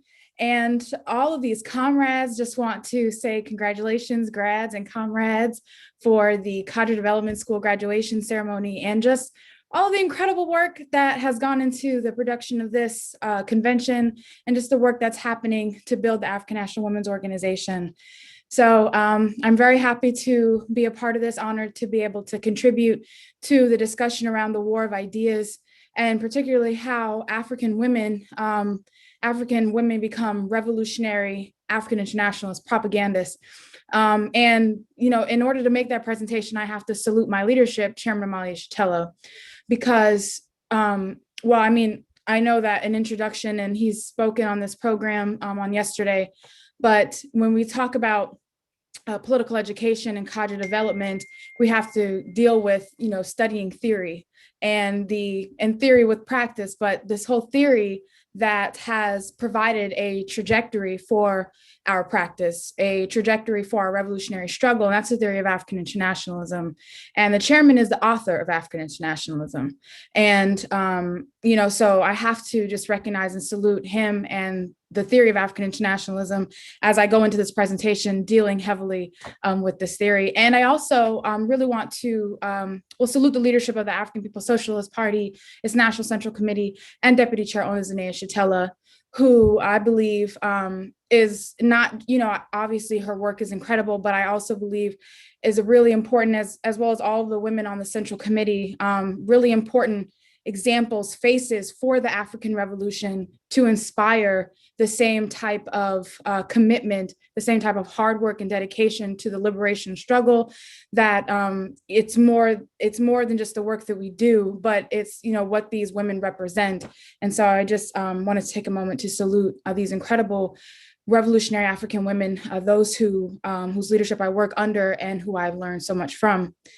So this question of the war of ideas, as mentioned, I'm the director of agitation and propaganda for the African People's Socialist Party, which deals mainly with the distribution, the packaging of the ideas and the theory of African internationalism, dealing with, and we have various institutions to make that possible.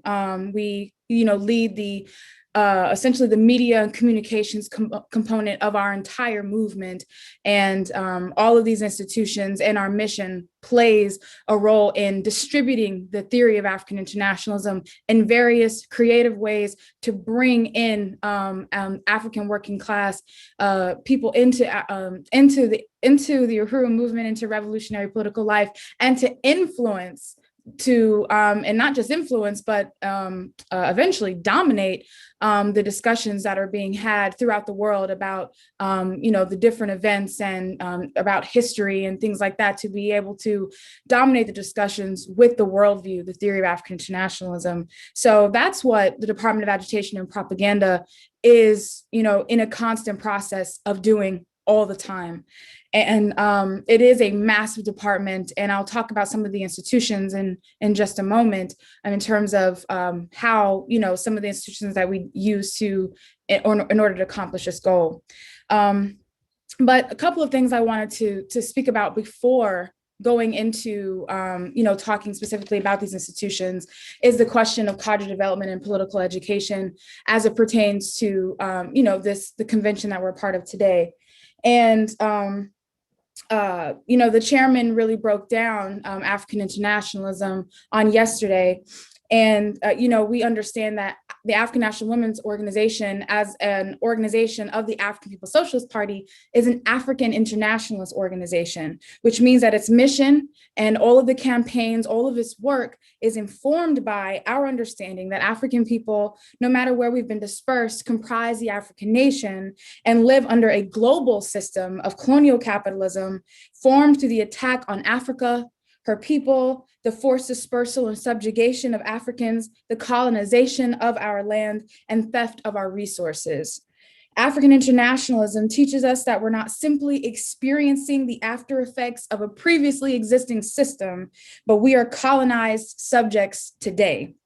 This is the basis for every issue that we experience as African women in this system. And we've seen some of the issues. I mean, when we were looking at the presentation from this comrades in occupied Azania, looking at these conditions, these contradictions that have been imposed on us, genocidal conditions that African women have to live under, and the special oppression that we live under is based in the understanding that Africans are colonized, we are colonized subjects, and that explains the conditions that we live under. And there have been many different explanations for our oppression and a lot of opportunist and politically backward ideas about the role of African women in society. But the role of every African under colonial capitalism is to become an African internationalist, revolutionary, to overthrow the system and the society that it's created that has been forged through the colonial enslavement of African people. So, any of these false ideas about what the role of African women is in the society, but the society is built through the colonial capitalism, through this global parasitic system. So we have to recognize our roles as destroying this system and creating a new society where African women and African men stand as equal partners in making and shaping our futures. And in terms of like a little personal testimony, I feel like my complete unity with the theory of African internationalism, the worldview of the African working class, really happened when I understood this question of the special oppression of African women from this position. Because as there are these explanations that are out there, I adopted some of those explanations to try to understand the world. And this was before I really understood African internationalism's explanation on this question of understanding the colonial question. And so, I gravitated before really coming to African internationalism, gravitated towards the different explanations that were out there. And, one of the most known explanations, one that was mentioned earlier, is this question of, patriarchy. But then when patriarchy on its own couldn't, explain the historic relationship and role of white women in our colonial oppression, or couldn't explain the oppression of African men who've not benefited from this, idea of patriarchy, that there had to be, then there came all of these isms and, sexism, and then there was misogynoir and, all of these different things that, began to, again, become explanations for the conditions that we experience as African women. And the answer of feminism had to also change its forms to speak to the various sectors of women who experience the world differently based on our relationship to colonialism. So African women, and African people as a whole, experiencing colonialism from the point of the colonized subject, can't deal with the question of feminism, can't unite with it on the level that it was developed from the viewpoint of the colonizer. And feminism is this theory that is developed, not even a real solution, but, this thing that comes into existence on the back of the anti-colonial struggle that African people were waging. And, then you had all these opportunists to, come in and, wage, to contribute to the counterinsurgency against our movement and contribute to the ideological assault on our movement and, thrusting forward this question of feminism to explain the special, not even to explain the special oppression of African women, because it can't possibly do that, but to try to lump women in, all together. We all, we're all sisters in this fight, and it liquidating the pedestal to which white women sit on top of African and other colonized women. So, feminism started taking different forms. It became intersectional feminism, Black womanism, all of these different things. And it because it couldn't suffice everyone who was, coming towards or being, influenced by that position. But African internationalism is clear and concise, and it's one theory. So there's not different versions of African internationalism that speak to, this sector of the population here. African internationalism is one theory, and that explains the whole colonial capitalist project and the objective conditions of African women that relates to that. And, Sai mentioned it, and that's the thing that I was hearing the whole time when we were talking about one voice, many fists. That one voice, I hear one theory, and informing our struggle, our fight, our many fists. And so when we, look at this question of, a question of theory and how African women have to be involved in the process of becoming African internationalist propagandists, that responsibility is on us. And, we know that requires African internationalist political education, because that helps to, that makes it so that we recognize that the conditions and problems we face come as a consequence of our oppression, and doesn't come as a consequence of, the immediate conditions that we face coming out, into our homes, coming out into our immediate communities, but it's a process of our overall oppression by this social system. And it provides clarity around the way forward, which doesn't include measures for African women to be recognized and offered acceptance by the colonizer and its ruling class, which is what feminism is. So feminism tells you, African woman, that you should aspire towards a piece of the bloody colonial pie that was, baked at your expense, at our expense. And and to be recognized by ruling class white men, for recognition of our important role. I mean, that's when you look at feminism. I mean, those are the only conclusions it could really take you to. And we're not struggling to be favorable to men, which feminism, without explicitly stating, aims to do, ironically. And African internationalism arms African women to become the liberators, the makers and shapers of the futures and destiny of our whole nation. That becomes our responsibility. And that is our role in the society that we are fighting to create.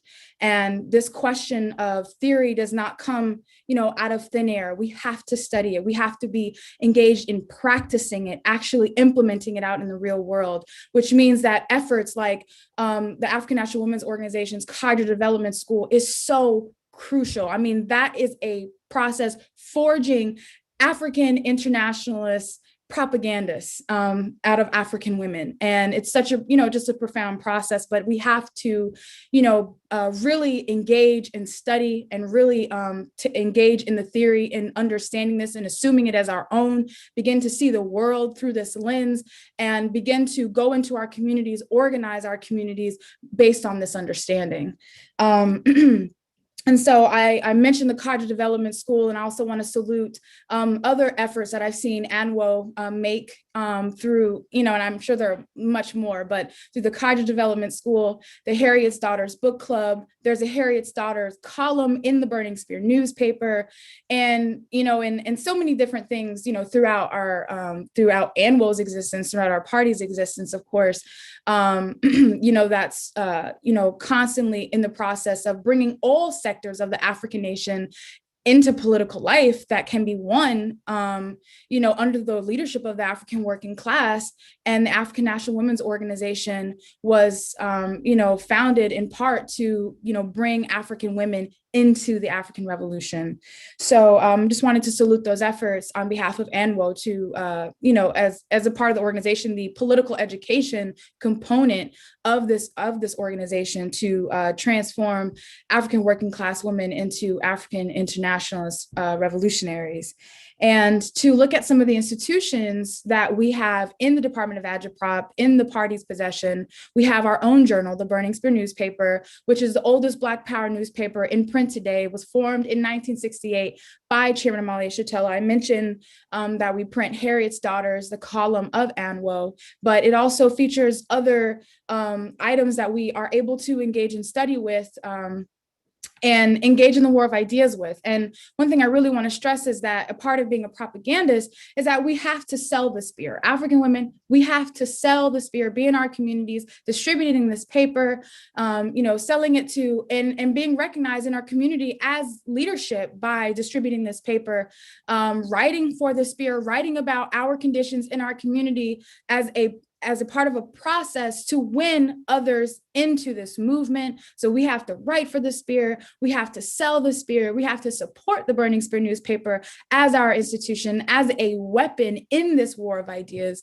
because everything we're talking about today, I mean, we come into this society, in this system, and every idea that we learn that, was not taught to us through with the theory of African internationalism is something that has been imposed on us by our colonial oppressors, the colonizer.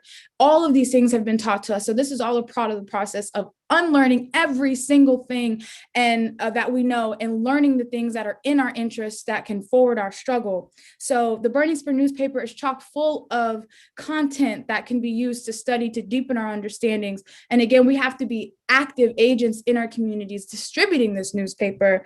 And, I really want to implore people to, again, support the paper, get your distributor bundles at burningspearmarketplace.com. If you didn't know how to sell the spear, where to get your bundles from, burningspearmarketplace.com, and you can become a subscriber to the Burning Spear, which means you can get a physical print subscription sent to your door, a digital copy sent to your email, or both at theburningspear.com/subscribe. You can also sponsor a prisoner, and the Sponsor a Prisoner program is really important. This is a program that we have, the Mafundi Lake Sponsor Prisoner program, named after political prisoner, now deceased political prisoner Mafundi Lake, was developed so that we can get the spear into the hands of our brothers and sisters locked up in these concentration camps called prisons for free. So when you contribute to the Sponsor Prisoner program, you ensure that our brothers and sisters behind those walls can get the spear at no cost to them. Also, Burning Spear Publications. So this is an institution that is also, long running, printing books, pamphlets, particularly books written by the chairman and other leaders of our movement. And these are really important pieces that can be used to study as well. And you can find those at burningspearmarketplace.com. And I have someone else who's going to help contribute to this overall presentation. But before I bring them up, I also want to really encourage people, because another institution, while we don't own this platform that we are trying to build and that we host, political education sessions on, is the Burning Spear TV YouTube. And right now we are, broadcasting to the Burning Spear TV on YouTube, and people should subscribe. People should like this broadcast, share it. So subscribe to the Burning Spear TV, because we host Omali Taught Me Sunday Studies, which is live political education sessions with Chairman Omali Yeshitela every Sunday at 8 a.m. Eastern. And you can find on our channel all of the past Omali Taught Me Sunday Studies and different political education sessions, different live events by the chairman, and different events from throughout the entire Uhuru movement.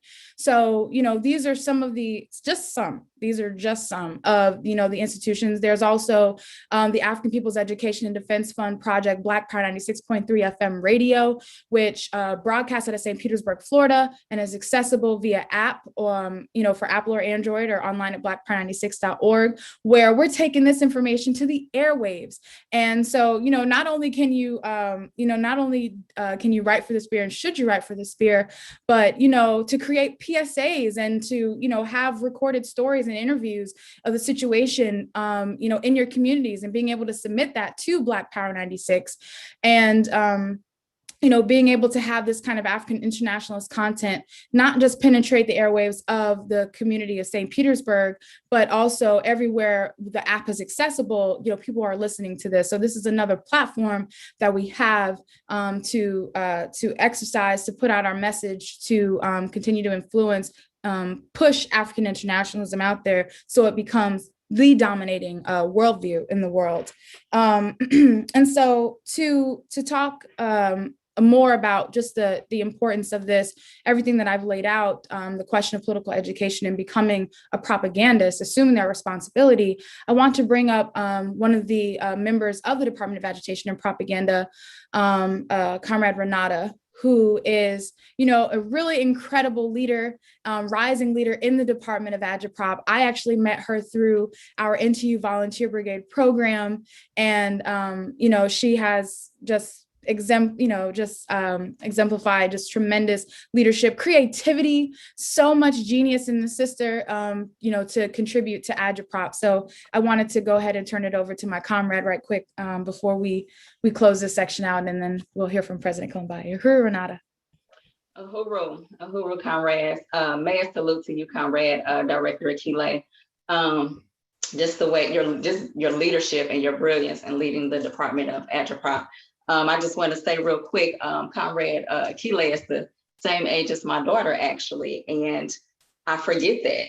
Her brilliance and just the way that she is just so profound in what she does, and let that be a testament to the work that any age, can do in the advancement of our African liberation. But I just want to start by just acknowledging my comrade or my leadership, Comrade Chairman Omali Yeshitela, who leads the African nation in this revolution for African liberation with remarkable strength and perseverance. Chairman Omali has equipped us with the most profound scientific theory and practice of African internationalism, which is the way forward to define and defeat colonialism. Also to Comrade Deputy Chair Onizane Shatella, whose vision for what a thriving and prosperous Africa and African people everywhere looks like is seen throughout the economic structuring happening globally with our organization and African communities. Deputy Chair Onizane is weaving together the African people worldwide through economically showing us the way forward, not only for us to be able to produce, but to sustain our future. And quickly, I want to also salute the president of ANWO, Comrade Yejide Orumila, for providing this platform for us today and leading the organization for African women to speak out our shared experiences that we may come out of isolation and speak power to our struggles over our families and to provide us with the correct response to achieve the liberation that we seek. Please do not confuse us with a feminist movement. We are strong, brilliant African women taking power over our own lives and over the future of our youth. Now, to speak to the work I do specifically in the Department of Agitation and Propaganda, also known as Agitprop. Agitprop develops and equips party members and mass organizations with the correct tools and methods to ensure the success of this revolution through arming ourselves and the African community, both national and international, with political education through the study of the theory of African internationalism. As Comrade Director Akile has mentioned, the Burning Spear newspaper as one example. The Burning Spear newspaper is a worldwide key distribution of information and political power taking place in our world, the world of the African nation, untainted by white power and neo-colonialist views. We also produce strategic propaganda that calls out global imperialism and parasitic capitalism under the white ruling class and challenges the white lies promoted by the colonizer. The theory of African internationalism has deepened my understanding of what we faced as a whole nation globally and are facing still in the Black community and myself as an African woman specifically. Understanding the world as it really is and having the ability to identify all of the attacks against us is critical in order to win this war. We must hear beyond the noise of screaming for justice and equality to become one beat with our enemies, who will never give a damn about us outside of their prosperity from our labor. We must see beneath the layers of all of the political propaganda, lies, and BS media and entertainment platforms thrown at us to weaken our struggle and finding effective solutions to eradicate this parasitic capitalist lifestyle as we see today. The life of the colonizer lives and thrives at the expense of the underdeveloped Black community we see today. We must defeat these colonial attacks on the Black community once and for all.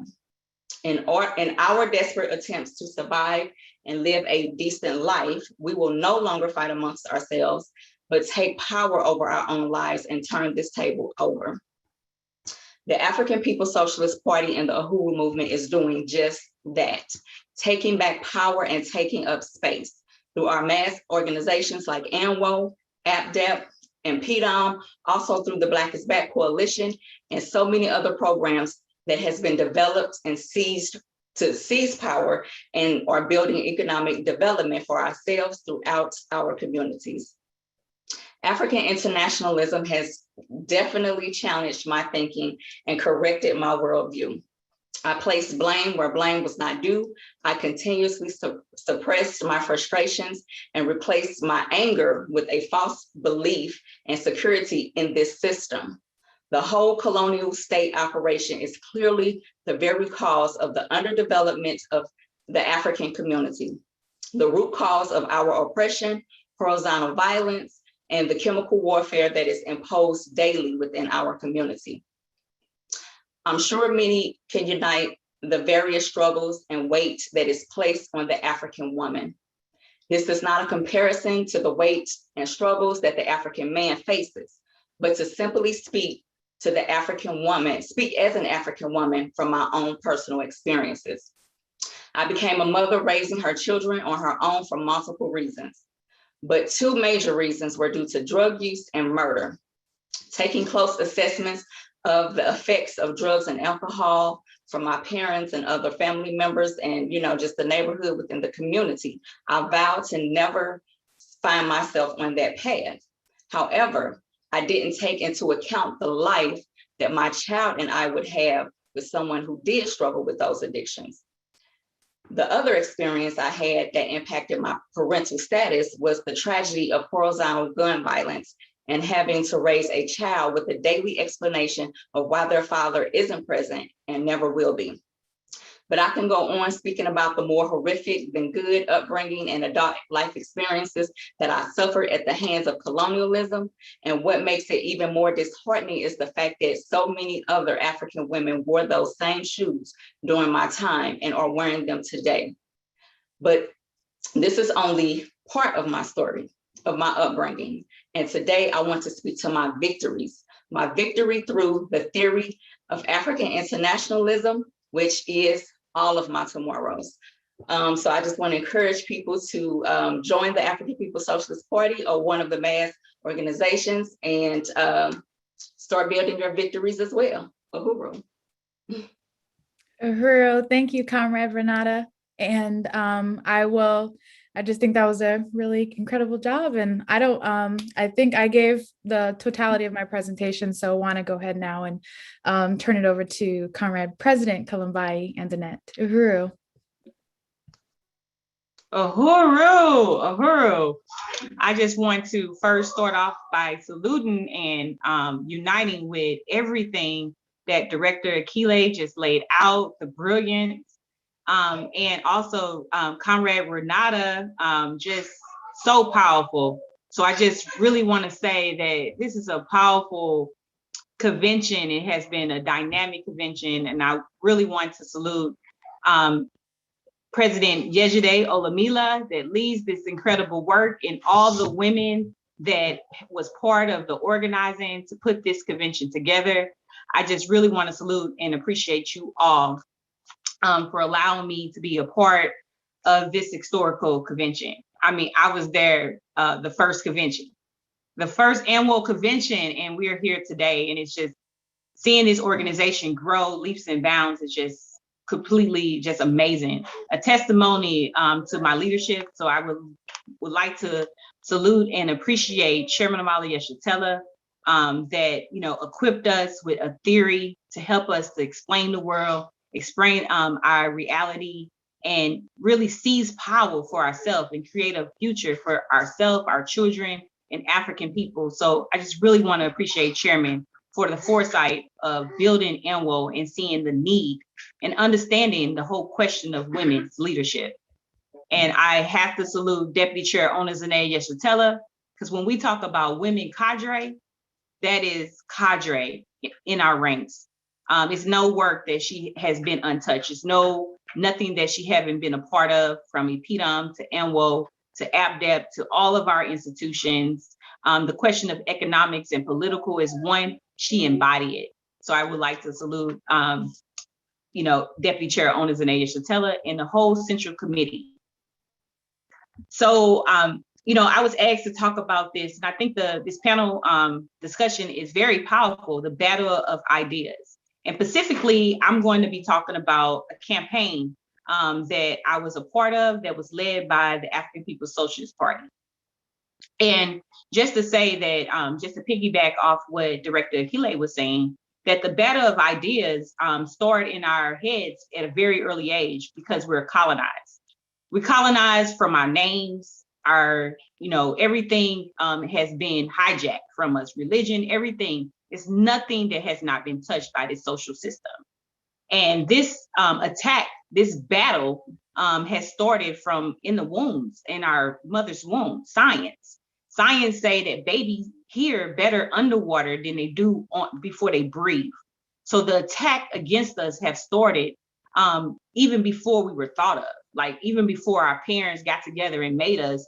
It was a battle that happened 600 years ago when Europeans, white people, went and colonized the world and stole our ancestors and brought us here. And so what we have now is a theory a theory that speaks to every aspect of our life.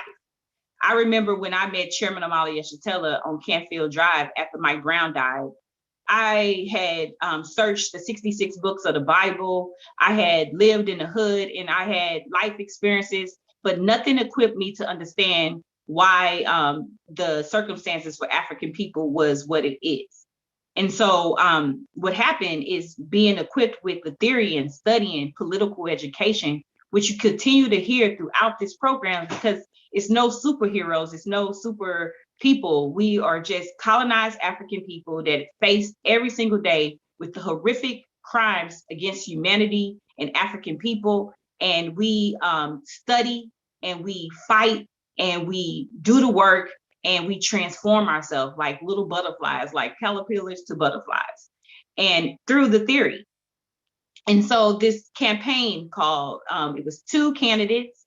I had the opportunity to run for office, and along the side of an amazing African man, Chachari Masimba, in our movement. So it was 2 candidates, 1 movement. And my campaign slogan was revolutionary times, revolutionary times, revolutionary solutions.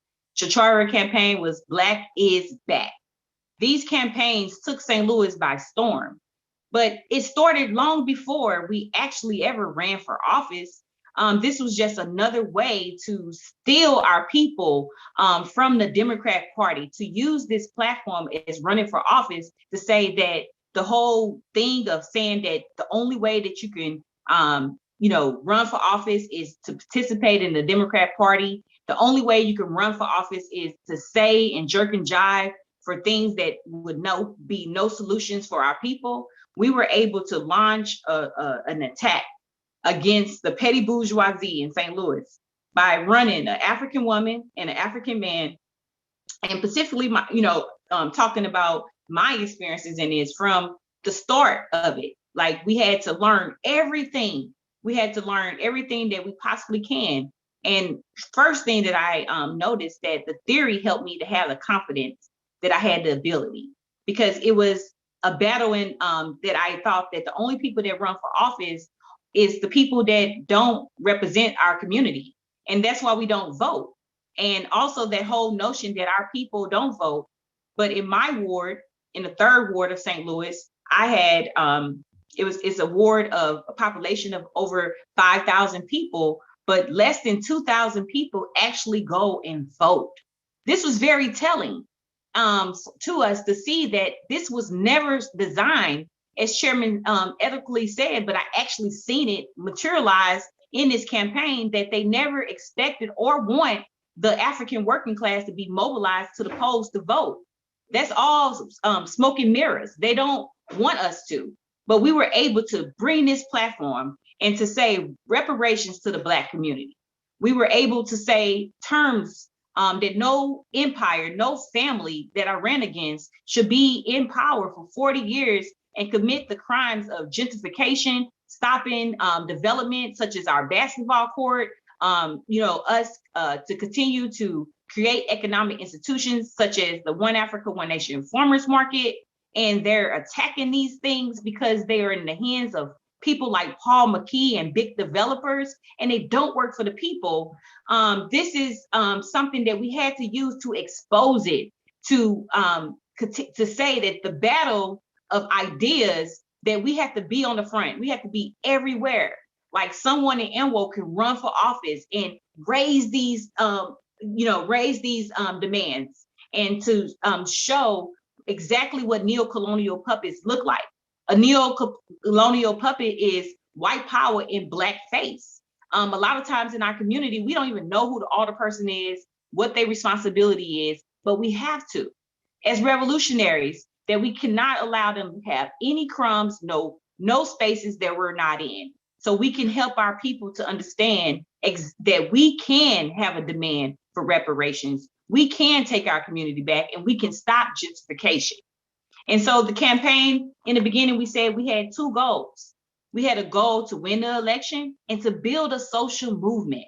And through this campaign and through this struggle that the African People's Socialist Party launched in St. Louis, we built a social movement, and we are continuing to build upon that social movement through these two campaigns. And evidence of us doing this, we see the people demanding, the mayor that is in office in St. Louis right now, we were on platforms with her where our movement put in the chat, because no one else asked the question, what about reparations to the Black community? Where she said, I stand for reparations in the Black community. And we see now that she's in office, her moving towards that. But the people demands and consciousness through this platform and through our demands and what we want just really, really, really knocked it out the park. It really helped the people to be able to say, we deserve reparations, giving them the words, giving them the confidence that our community is good. Because propaganda from the bourgeoisie, from the news, tell us that only horizontal violence is the worst crime that's happening in our community. But horizontal crime and the crimes in our community, that is not the worst crime to our community. The worst crime to our community is the neo-colonial puppets that work with the big developers to continue to loot our community and make it extremely difficult and have no way for us to feed, clothe, and house ourselves. And so it was so important for us to intervene in these things and these discussions. And we have to, as an organization, do more of these things. So EPDM, AMWO, APDEP, we on the grounds everywhere. And if you are participating in this convention, you have to join organization. This is key, because these campaigns right now, they are still trying to figure out, how was it that we raised so much money? How was it that we were able to raise the demand like that? This African woman that don't even own her property, I got sued during this time. My comrade got sued. Everything, they dumped everything to stop us, but we kept moving forward because we built our own machine. We didn't have to use the Democrat machine. We built our own machine, a Uhuru machine, a freedom riot train that will go no matter what. And we built the apparatus and the know-how to launch this campaign so we can help the people see. And this was just really why theory is so important to guide our work. Theory and practice and study is key to everything that we do. And so, another thing that I wanted to say is that, after this campaign, everything that we promised the community, we have done.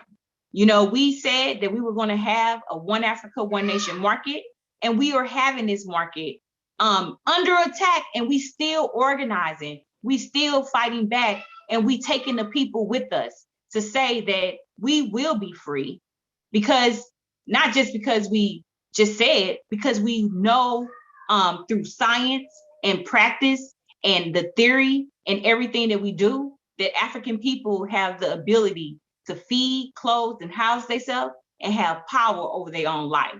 And so these things are accomplished through organization. And so the battle of ideas is key. It's very important. It's been a one-sided battle. And now the African working class have the African People's Socialist Party and have a theory that explains the world, not as we want it, but not just as we want to see it, but as it is, so we can change it. You don't want to bamboozle yourself and say you have something that you don't. And so it's important for us to know that we African people, we are a nation, that we're not fighting racism. We're not fighting racism, we're fighting colonialism. And these are the things that we were able to salt the earth in St. Louis to help them to understand what colonialism is. So we would never be fooled by neo-colonial puppets that is looting our community. They can't get away with it no more, because the African working class have cadre forces on the ground in St. Louis and everywhere we are. We have to be doing this kind of work to expose exactly the neo-colonial puppets and the bourgeoisie and the ruling class colonialism to seize power. So this campaign was tremendous. I grew as a person. I never thought that I would be able to do anything such. And my name was on the ballot. And it was on the ballot because of the work that we did together. So that's what I would like to contribute to this conversation. It's just been tremendous being a part. Uhuru, revolutionary times, revolutionary solution.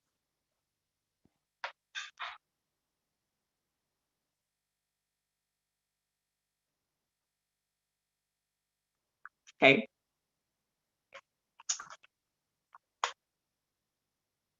Uhuru. Do I pass it back to Robin? Uhuru, Robin. Uhuru, thank you for that presentation. And we have a segment question, Q&A segment. And let me see if I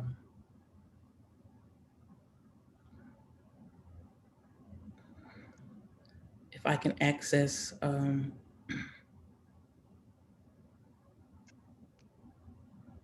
want to thank you for that presentation, though.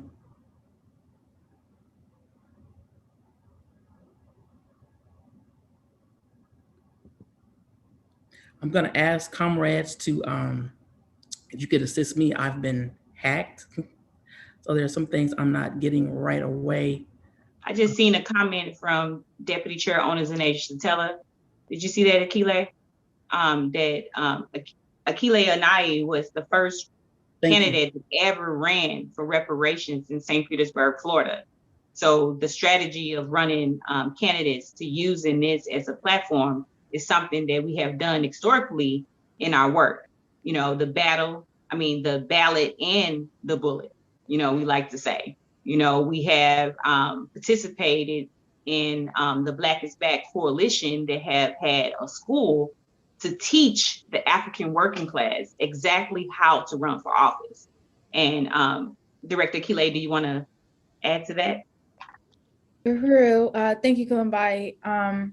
So Deputy Chair's question is, Director Kile, as the first candidate to run on a platform of reparations, what advice would you give other African women who are thinking of jumping into this arena?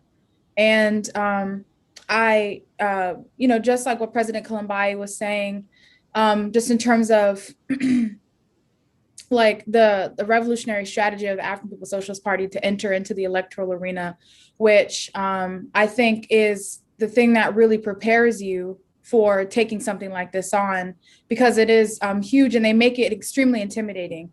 All of the loops and barriers that you have to jump through to, even get your name on the ballot. I know there were lots of struggles in St. Louis, regarding even that, struggles that I think, we're still going through, because, that this whole process is to lock everybody out and not just the people from voting, but from people from being able to participate in all aspects of this process.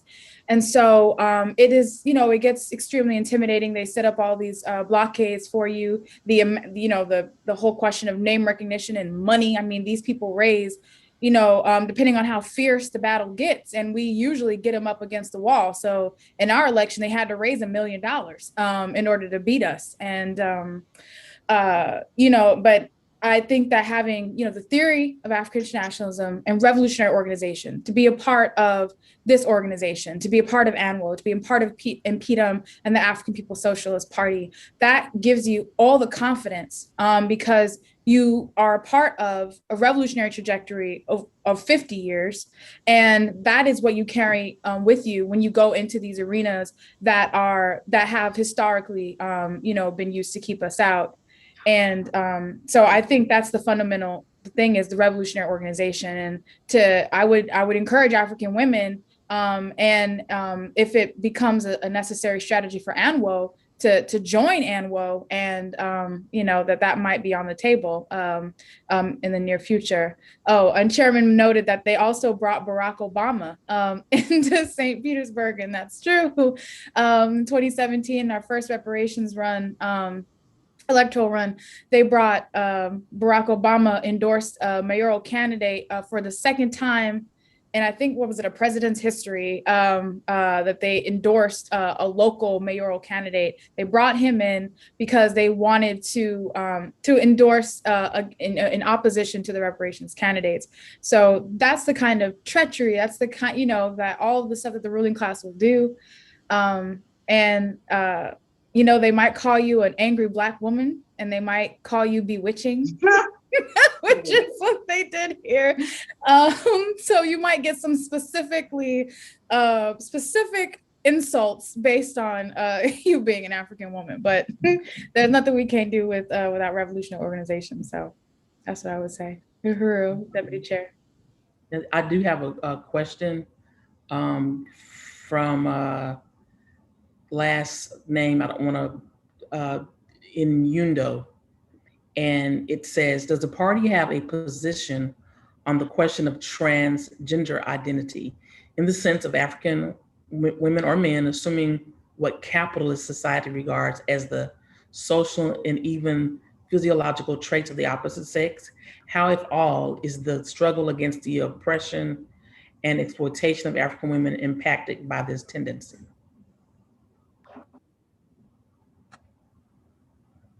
Well, I don't, Kalambai, did you want to speak to that? I'm confused by I wasn't really clear about everything, but one thing that I do want to say, regardless of what African, if you're an African woman, man, they, them, whatever you consider yourself, we're being murdered, we're being killed. This is genocide.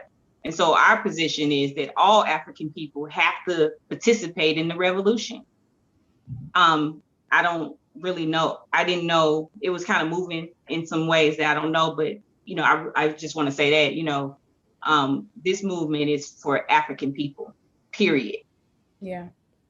Yeah, I unite. I'm not sure what the person was getting at with in terms of tendency and the of a situation for African women, but African people, we, like Kumbai is saying, are impacted by the system, all African people, including, the forces that work against us, the neo-colonial forces that we've talked about.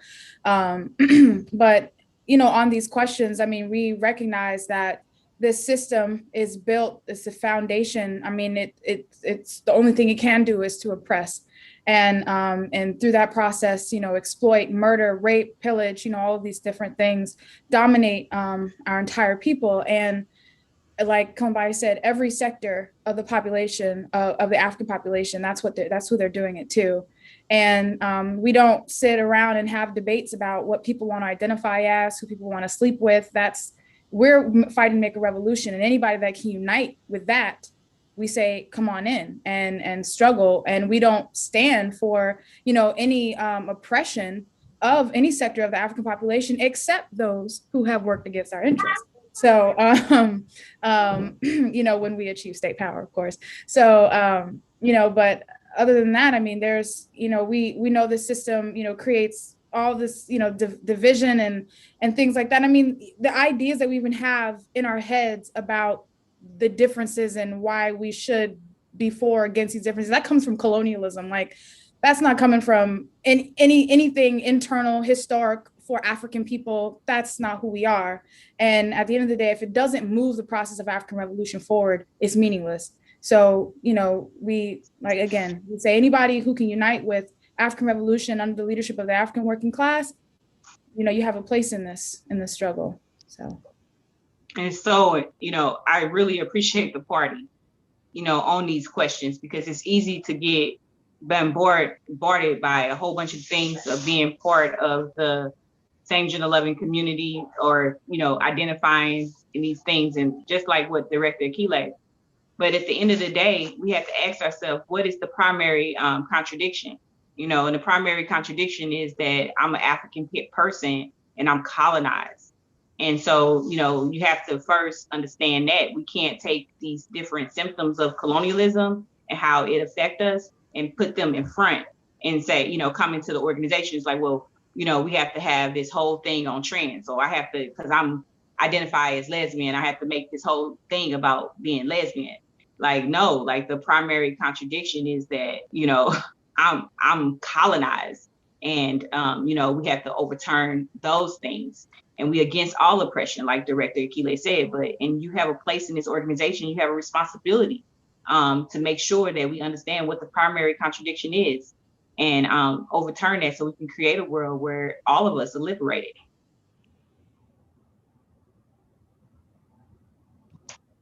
Okay, awesome. We do have some questions that are coming in. Here's one from Bonnie Richardson. Sister Kalambayi, what kind of local community organizations are supporting your mission? Oh, yes. So, from the campaign, before we was always we worked with other organizations. Zaki Baruti out of St.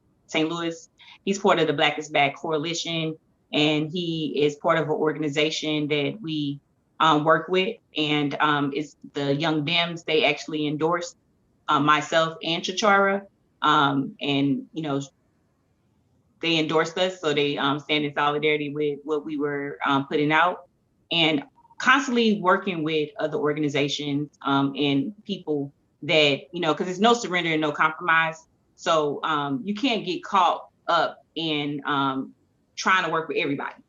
And the reason why I'm saying it is because we have a sharp line, and it's only one way, and the lines is being drawn in the sand. So we work with anybody that cannot sell out the long-term goal for the short-term interest. So, some people we can work with short-term, this is the goal, and we all unite, and it's not going to compromise the integrity of the African People's Socialist Party, saying that we have to be liberated and have power for ourselves, so we could work with any of those organizations. So, and we do. We do. We work with other organizations in St. Louis, and we work with people who are elected officials here in St. Louis that, is on the right side of the question for the people.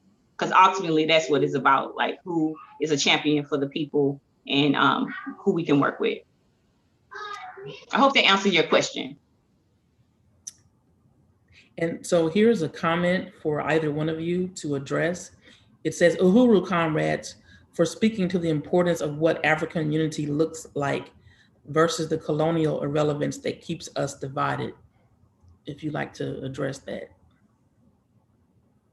Oh, that's very important. I'm happy that someone can see that this is African unity, because we have to define that. Because some people will say some liberal stuff where you just have to unite with everybody that's saying Black, or saying unite with everybody because that's just a nice thing to do, but we have to have some demands, and we have to have a stance on who we are and what we want, and creating unity around that, what I'm saying, and not just let unity drag us in every way.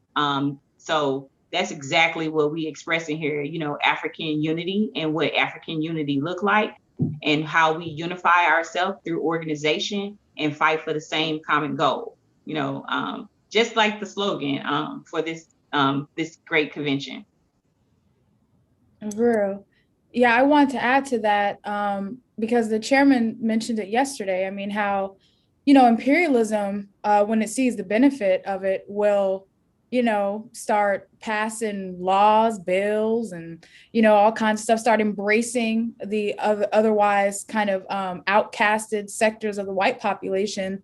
They'll start embracing them for the purposes of strengthening imperialism and strengthening their force.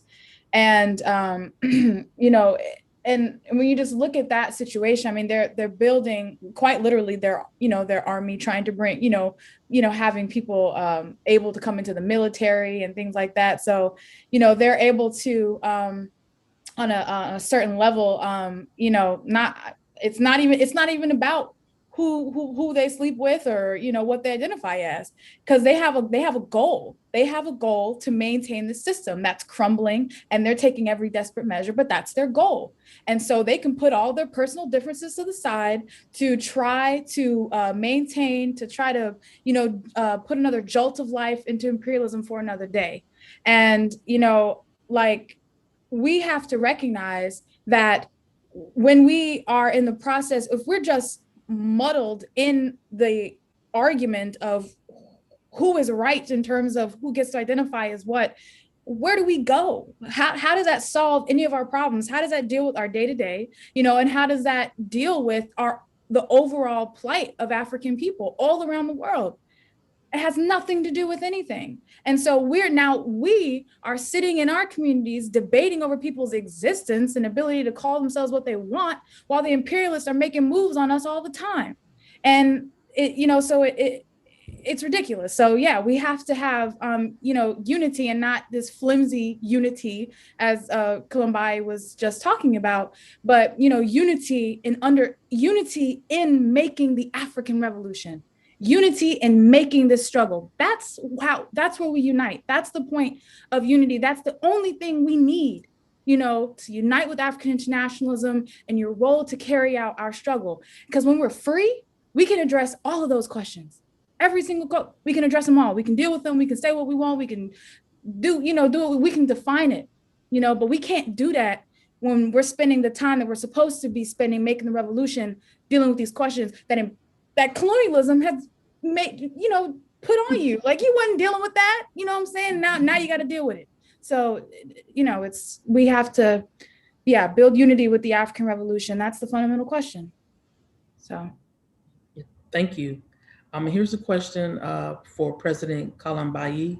This is from Deputy Chair Ona Yeshatela. She asks, can you speak how the community has embraced Uhuru and what has been done, what building has been done since running for office in the community of the North Side? Mm-hmm. Yeah, so much unity with the work.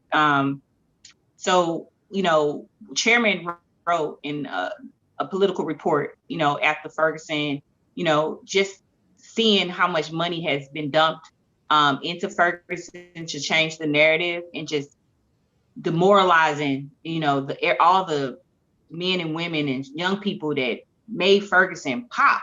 They changed the narrative to some stupid slogan, Black Lives Matter, taking the people nowhere when the people wasn't saying Black Lives Matter. So since then, Deputy Chair Ona Yeshatela came with that political report that Chairman wrote, highlighting it. I mean, literally, it was like a Bible that she was highlighting.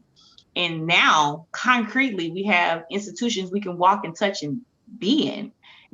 At 4101 West Florissant, it's our beautiful Quava Hall. This is a center where we have Sunday rallies before COVID, where we were able, the community could come in, know that they was going to get a warm meal afterwards and get political education. It was their rallies where we talked about, keeping the 28 wards, and we talked about stopping the NGA, when a lot of times the people in our community was not armed with understanding what these things was happening. They just knew that they were losing their homes. We also had different programs like, yoga, all different, all kind of events. I can't even start naming them because we had fashion shows. Literally, we had all kind of different kind of events for the community right there at 4101 West Florissant. The Black Power Blueprint is this tremendous, just amazing work. And from that, we have under Deputy Chair Ona Yeshatela's leadership, and on the ground, Shachara, Masimba, and Nze, and I shouldn't start naming, but all the people that's part of the Black Power Blueprint and the community unite with. We have the fourplex. We have a fourplex that is going to house men and women that, come home. How many family members, will benefit from this, where they will get an apartment, a place to live, which is huge. And then we have a Kijiji kitchen. Am I saying it right? Kijiji kitchen. I hope I am. Jiko. The Jiko kitchen, which is a kitchen where we would people would come and eat great, healthy food, because we would have a garden out back, and those inmates would actually be able to take classes and work at the job, get a job, and work and be able to have resources to help their families and have a place to stay. And also down the street, it's going to be a clinic for well women.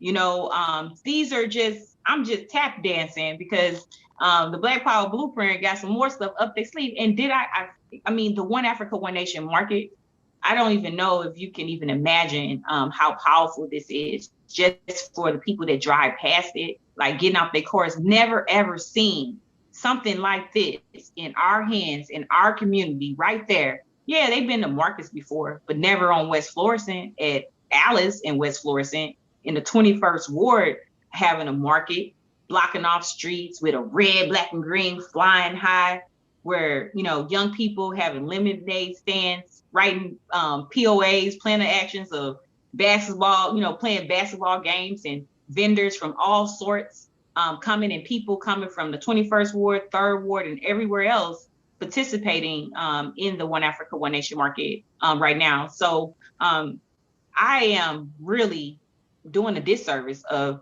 some of how St. Louis have embraced the Uhuru movement and appreciate from just that red, black, and green flag being on the grounds there. People would stop. We have met like radio hosts that are profound in St. Louis that drove past there and had to take a picture, and people defending the red, black, and green flag. It used to be at 4101 West Florissant. It used to be a place where streetwalkers and would turn tricks and you know, sleep in this building. And now they won't even drink alcohol in front of that building. They don't hang out right there because they said that is what our community is, and they protect it. They don't even want to stand there with a beer on that side of the corner. You don't throw your trash down on the ground right there. So we see that when the community have somebody, cadre, come and do the work and say, we love you, and this is how you fight back, and these are the conditions of why you in it, they respect that. And that's why we have full confidence when we put a basketball court at on College in West Florissant that it will be protected. They telling us the petty bourgeoisie say that a golf course is more important and the basketball court is not. And they claim that it's because of the crime. And science tell me that the community put a basketball court there, we are going to help the community to continue to say that these borders are false of the crimes that, you know, the 3rd Ward or the 21st Ward, that everywhere the red, black, and green flag is unity. And that's what we're going to bring for the young people, for communities to be able to play basketball tournaments and things like that for us to have for ourselves. So it's a lot of work happening in St. Louis and throughout the Uhuru movement. And the St. Louis have showed complete unity with the work of the Uhuru movement. The only pushback we have had is from the petty bourgeoisie that we constantly have to fight. Thank you. And here was a comment from the chairman. I'm sorry. Go ahead. Okay, a comment from the chairman that says African internationalism has elevated this discussion to a much higher level. It shows the significance of waging this war of ideas. Just a few years, even months ago, the so-called Black liberation movement was almost universal in opposition to sectors of our population being recognized as part of the movement. Wow. That was Yes. good, Uhuru. That's powerful. I don't know if you see this question, Robin, but I think it's important to raise this question up. It's from Idris Assay from in Sierra Leone. And they say, comrades, my worry is how we can bridge the gap between women of the working class and those that are in the top cadres at Uhuru. Comrades, what strategies are going to be put in place so that this consciousness will reach the women of the working class who cannot be opportune to follow up this or even understand the concept because of the high level of illiteracy which our forceful colonial masters took advantage of at Hoover. True. Well, I mean, I think that like the African National Women's Organization is an organization comprised of African working class women. and that every assault that the system has made on us, in every aspect of our lives, including the real situation of, illiteracy, things like that. I mean, that does not prevent African women, African working class women, from being participants in the struggle. And we've seen, we all come in with our contradictions. Like, we got all kinds of stuff coming in with colonialism, and the party is the advanced attachment of the African working class. I mean, that's what comprises these organizations. That's what explains our worldview.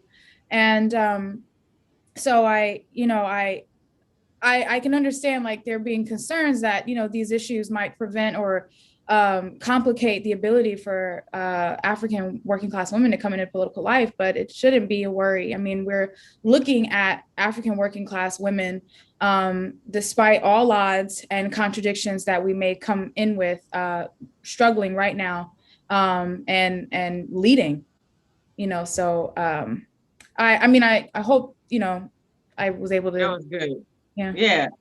Akila, I think that's good, really, really good. It's so true. Like, one of the things that when I was running for office, that the person I was running against, he thought he could embarrass me by saying things about that it's a real fact that I had issues with reading, but I'm in this movement and I'm a leader of this movement, and I participate in doing the work, and what happened to me in school, I understand that that's colonialism, and I don't have to feel bad about it, and I don't have to apologize about it, and I can overturn it. And I have comrades that, helped, with that ability to overturn it, to have confidence to be able to sharpen my reading. Like, I was 35 when I joined this movement without even driving license, had cars, and it just refused to take the test because I was afraid. I didn't have any confidence that I could pass it.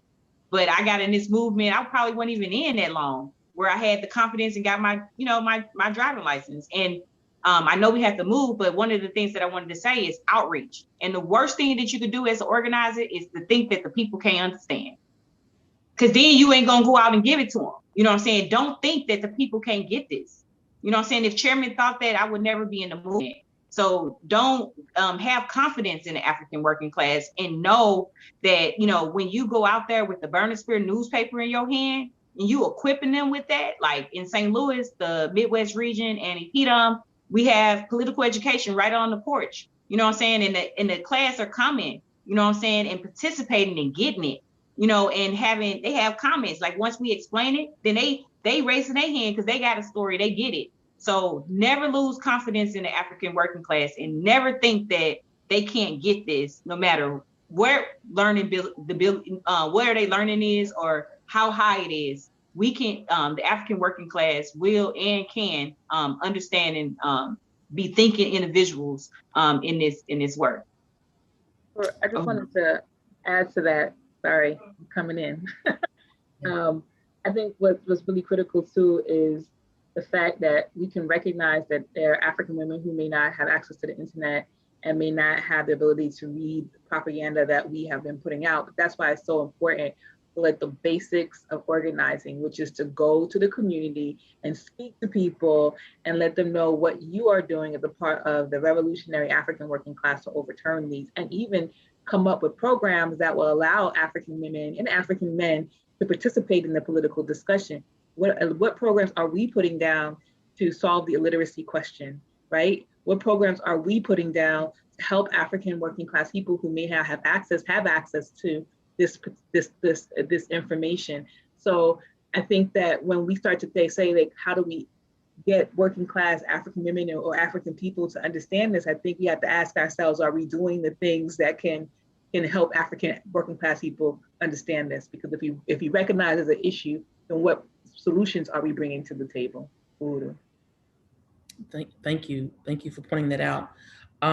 We have a comment and then a question. The comment is from Dennis Knowles. He says, in my book, Comrade Kalambayi, you are the third ward alderperson, just as it is with Comrade Tashawa Masimba, is the 21st ward alderperson Uhuru. And then the questions kind of yesterday kind of highlighted that it. Bonnie Richardson asked, "Is there a website for the St. Louis organization headquarters?" And I would also ask that they teach the class to teach folks to run for office be shared nationally. Uhuru. Yes, so we're an international organization, but Bonnie, it sounds like you might be in St. Louis, and you definitely need to hook up with the winners, the Uhuru movement, if you are. But so St. Louis, the Midwest region, you can go to, if somebody could put the link for the party in and just let them know that you're interested in the Midwest in St. Louis, and we will get back to you. Or the International People Democratic Uhuru Movement is a mass organization in ANWO, that their website is right there for you, but you can go to the International People Democratic Uhuru Movement on our website, and more information about us is right there. But we are an international organization, but our headquarters is here in St. Louis. And you could always stop by at 4101 West Florissant at the Uhuru House. You can come and see us. So I wanted to say that. And it seemed like you had another question she asked. Yeah, it looks like there's the national, about the running for office, if that could be shared as well. So that's Black is Back Coalition that have the electoral school that teaches individuals how to run for office, various moving different parts. It's great. I participate in every single one. And so you can go to the Black is Back Coalition, and I think that it'll be information there. But you definitely should plug into ANWO, this platform right here, and you will learn so much about our organization and all the various different things we're talking about, and, get your feet wet, get into the organization. But Bonnie, please find your way to, if you're in St. Louis, we would love to have you, and we would love for you to learn more about who we are. So if you put your information in there, I will personally reach out to, set up a orientation or something like that here in St. Louis. So I just wanted to extend that to you as well. Uhuru, and I just wanted to plug blackpowerblueprint.org, that website too, to see the projects of the Black Power Blueprint.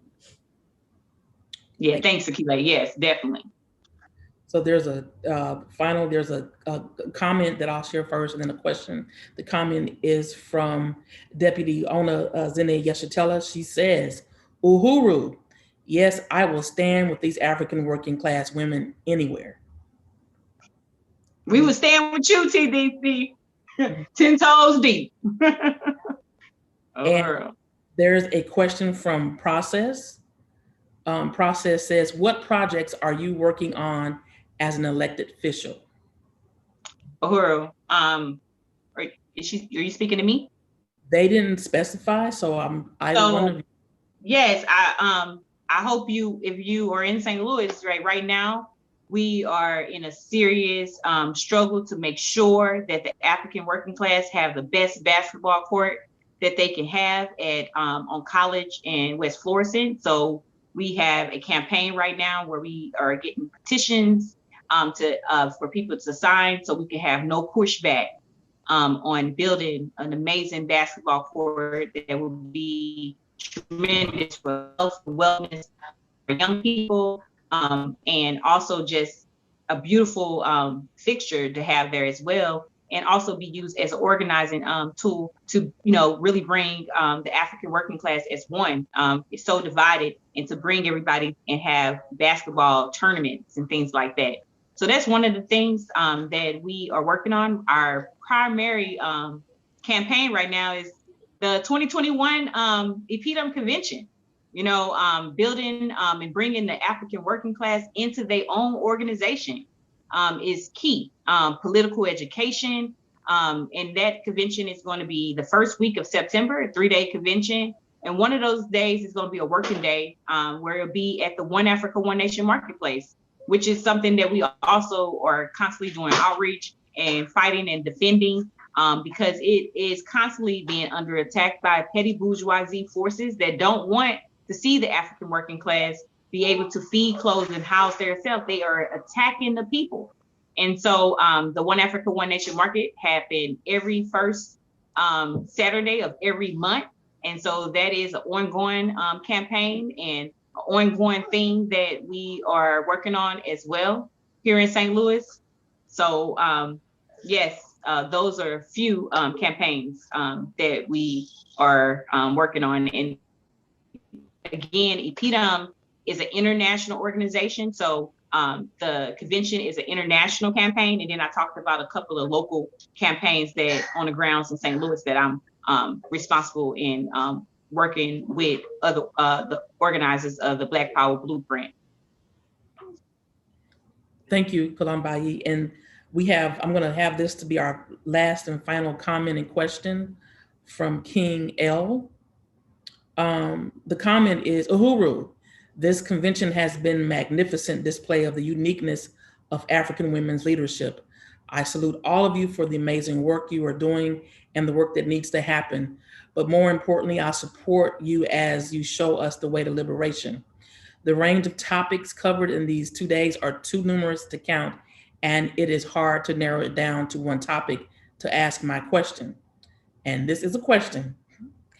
Does Annual, under the leadership of APSP and informed by African Internationalism, have a plan to create a contending institution that addresses the disproportionate role that the colonial so-called family courts play in creating, maintaining, and exacerbating a myriad of problems affecting the mother-father-children relationship in our communities?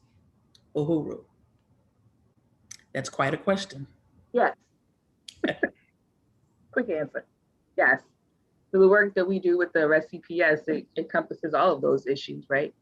And then the Uhuru Child Care Collective that's organized under the RSCPS is addressing that as well. So, and anyone, we invite, African women lead this effort, but like we invite African men, the whole entire African community to participate in building out strategy and participate in the on-the-ground outreach, all of the things that AMWO does. So yes, in short, yes, we do have a plan, the Dual and Contending Power project that addresses that and many other issues. All right, well, we want to thank you, comrades Kalambayi and Akile, for your contribution to deepening our understanding of cadre and the work you have done to bring revolution to the people in your roles that you have. And so we want to get into the nitty-gritty on the work to build branches that will be leading coming out of this convention. And I think this will be a good time to bring up Comrade Saeed, who has done an amazing job on launching and assisting to doing a lot of great work here in the state of Florida. So we'll hand it over right now at this moment to Comrade Saeed. You're muted. Uhuru, thank you, Robin. That was an excellent panel. So many good questions and information and how to deepen. So this next segment is the branch building. But before I begin, we have a short video for you, Uhuru.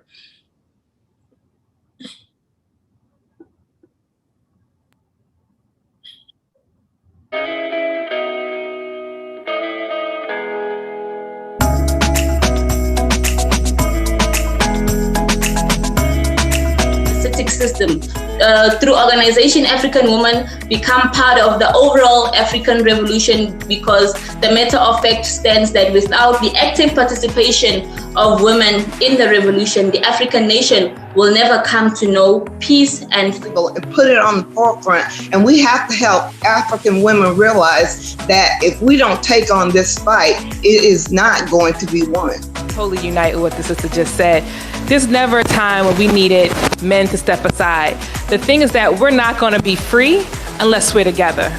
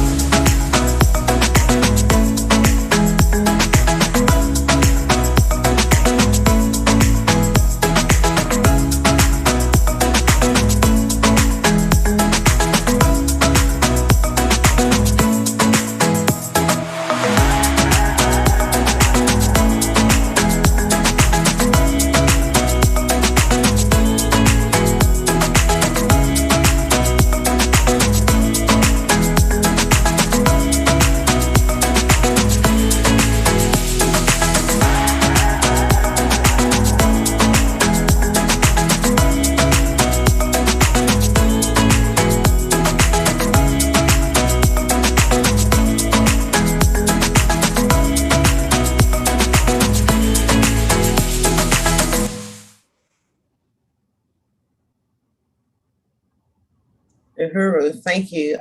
Again, I want to appreciate Comrade Indigo for putting that video together. You bring up the PowerPoint now. Everything that we have talked about today and yesterday, and we'll continue to talk about, is is super important. But the key to all this is for you to join to be a member of ANWO by going to anwouhuru.org/join. And then once you join, then what we want to do is build a branch. And so we have membership levels for everyone. So as I'm speaking, please continue to consider joining and join. And also please continue to donate. We have some donations in, and then we'll go through those in a moment, but I appreciate everyone who's continuing to help to build this important movement.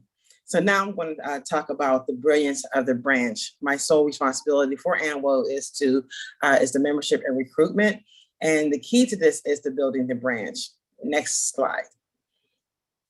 And in order to do that, you have to have organization. It's one thing to have a voice, and we all can, on some level, explain where oppression hits us, where colonialism affects us. But in order to be effective in combating colonialism, you have to have organization. And so the African National Women's Organization is a revolutionary mass organization comprised of African women, which was created by the African People's Socialist Party with the primary objective of winning African women into political life through organization. That is key, that we have to have organization so that we can move and effectively through this process of dismantling colonialism. Next slide, please. ANWO members come into political life for freedom. If you are looking for that liberation and that freedom, that's what attracts people to ANWO. And so we have to move past the idea of our freedom and begin to materialize our liberation. And we need to build dual and contending powers. Hence is where the branch can help to do that. The branch is the local communities door to this revolution. As I said inside the video, it's a revolution within a revolution. Having a branch is a physical entity, a physical presence in our local communities. And so in order to do that, we have to bring all the ideas we have, all the things that we're facing, and to build campaigns in an organized manner. Next video, next slide. In order to do that through branch building is the branch building manual. One thing I really appreciate about ANWO and the party overall is that there are tools for us to be successful in these campaigns. There are tools for us to be successful in building our branch. Right? We have a regional strategy. And so this is a part of the science, the process of building ANWO. So when a person becomes a member, and as the video has pointed out, we only need 3 people in your local area to start a branch. You need a president, you need a economic development or treasurer, and you need a secretary. So if you're a member and you're able to share this information by selling the spare, providing brochures that we have, these are different tools that we have to help you to win more people to this process. But the manual is a blueprint to the organization. It has teaches you how to train, how to table, how to do street outreach, how to conduct a meeting, how to have notes, how to do reports, how to build a plan of action. Those things are necessary. And when we talked about earlier, organization, we have to have these concrete things in order to move forward. We can, or else you'll just be a protest, or you'll just be, a sit-in. But what do we do after that? What do we do with the folks who have said, I'm interested in this? And we've seen this manifest in St. Louis, from the time of Ferguson and then until what we see now. We couldn't be where we are now in St. Louis if we didn't have this type of organization. So for ANWO, we want to build this power and globally. And then we're just not saying do it, we're showing you how to do it through the branch manual. Next slide. What is a branch? A branch is the local organizing structure that leads and carries out the work of the organization on a local level. The local area of the branch can be a city, And more than one branch can exist in a city. So there's a lot of large cities, there's rural cities. There is a place wherever you are where you could build a branch, and it can be multiple branches. The more that we have, the more that we can lift this one voice with many fists.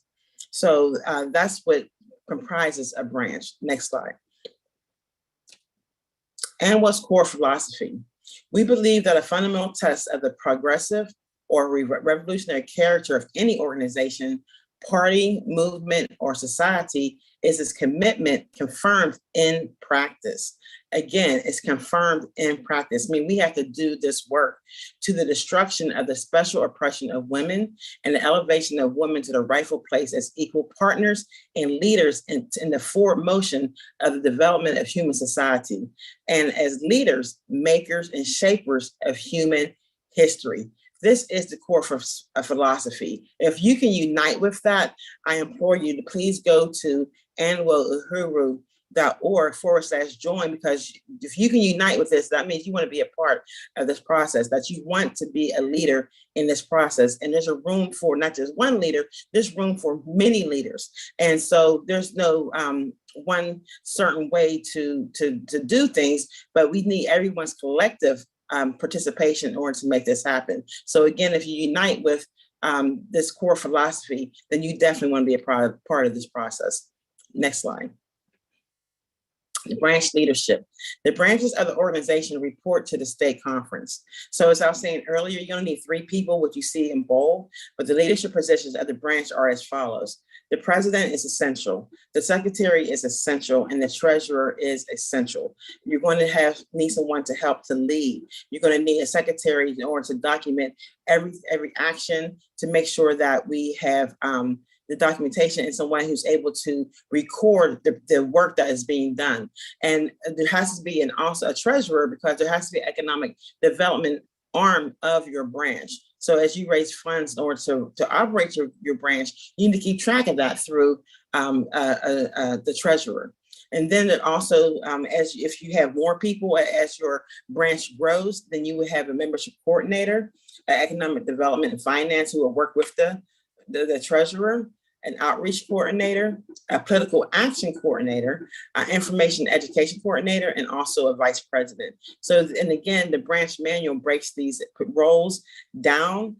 It's not that we just throw you in the fire and say, hey, just go ahead and figure it out, or throw you in this pool and say, go ahead and swim. That we give you the tools in order to be successful. Because if you're not successful, if the branch is not successful, then we're not successful as an organization. So having these different roles and responsibilities helps to move that work forward. So this is an example of what that leadership looks like. So once you have determined that you have 3 people in your area, you would fill out an application saying that you want to build a branch, and then it goes to the IEC, and we determine that whether that's going to be a branch, it can be a branch or not. But once that determination is made, then you would vote on who would play these roles: the president, the secretary, the treasurer, and so forth.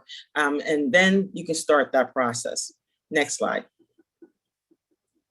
What leadership means. It's a regional, from our regional strategy. It means being responsible for all aspects of the work under your leadership. Always keeping an overview of the direction of the work needs to go, and what the long range as well as the immediate range goals are. Having goals are so important. Having something to reach for is so important. Whether you have a 3-year goal, a 1-year goal, 5-year goal around your branch, you have something to achieve, but that is your starting point where your goals are. And so as a leader, you're making sure that you are as leaders, you're making sure that we stay in that trajectory of our goals, and we're able to revisit it in case we need to update the goals, or whether we need to revise the goals and see if they're realistic or not. But there always needs to be something that you're going to reach for through these goals.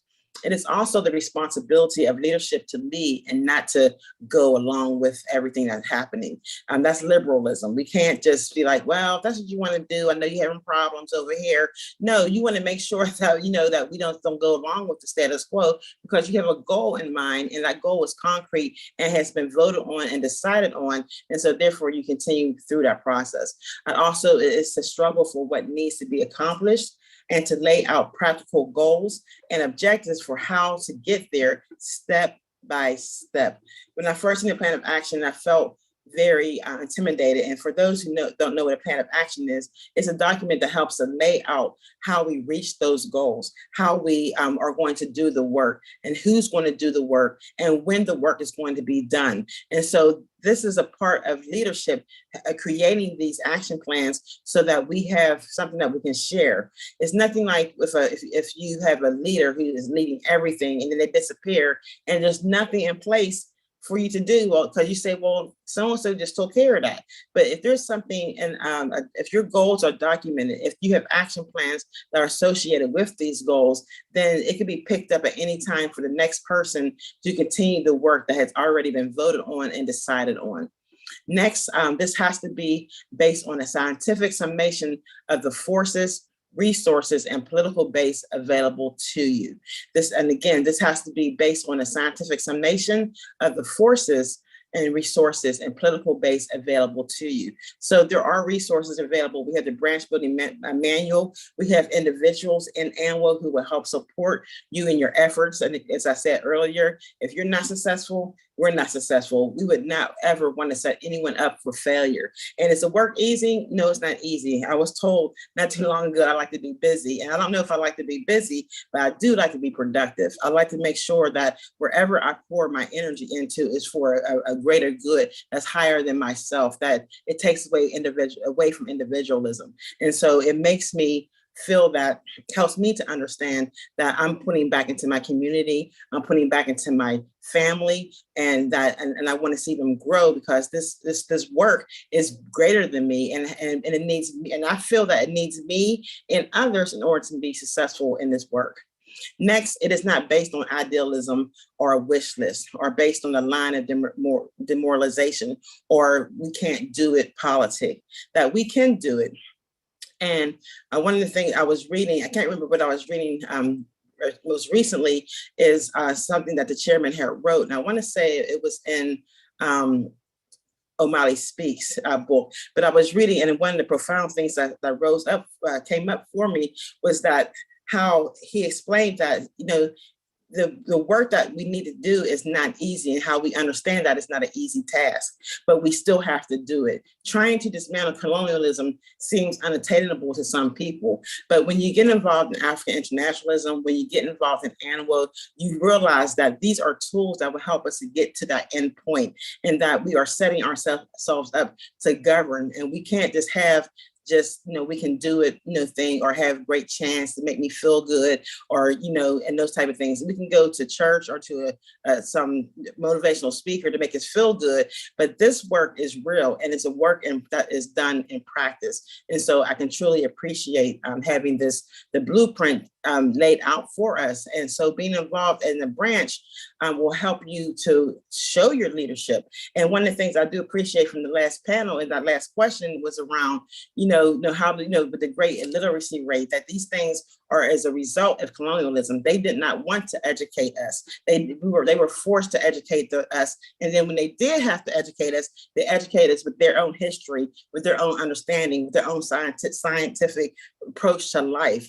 And so it has created us as African people to be a complex people, but we have to be willing to be able to overcome those contradictions. And also this process in ANWO and the party helps us to overcome those contradictions. I always tell people that, I don't have a college degree. I have a high school degree, but I have the work experience. And so I know for myself, if I can do it, being a teenage mother and having 5 children and being out here in this world trying to make it, that I know that there's another comrade out here who can do the same thing. Don't let anyone tell you what you can't have because you don't have a certain set of numbers or letters behind your name. That this oppression doesn't care if you got a degree. Oppression doesn't care if you live in a beautiful house or you live in the projects. Oppression doesn't care. It's going to hit you no matter what. And the branch is the answer to that. People need to see on the ground a physical entity that they can come to help build and to have camaraderie with. Next slide, please. political education is key. And that's how I learned. That's how we all learn, is through our political education. Political education is an extremely important element in our formula for organizing. Study and political education help the people understand the deeper systemic causes of the contradictions that we face, that we should be able to answer those questions. Political education makes possible and will struggle to achieve our chief aim of winning the masses of African workers and our allies to the worldview of African internationalism to forward the African revolution. That's how we learn. And there's no one, if you know, even if you don't have ears to hear and eyes to see, there is a way to learn. And that's by sharing this information. That's by selling the burning spare so people can understand this. It goes by, you know, every meeting that we have it starts with a political education, because we understand that we all have the ability to learn. And once we learn, we just don't be a donkey with a book on our back. We have to practice what we learn. So if you learn something today, do it tomorrow, and then learn some more and do it the next day. That's what political education is about. And we offer those tools through branch building and being around people with like-mindedness who wants to build a process and build dual and contending powers, so that we can again begin to govern ourselves and be able to show the masses that work is obtainable. This is not something that's not reachable. Don't let anyone tell you, well, that's not ever going to happen, that you're wasting your energy. No, I work with, since I've been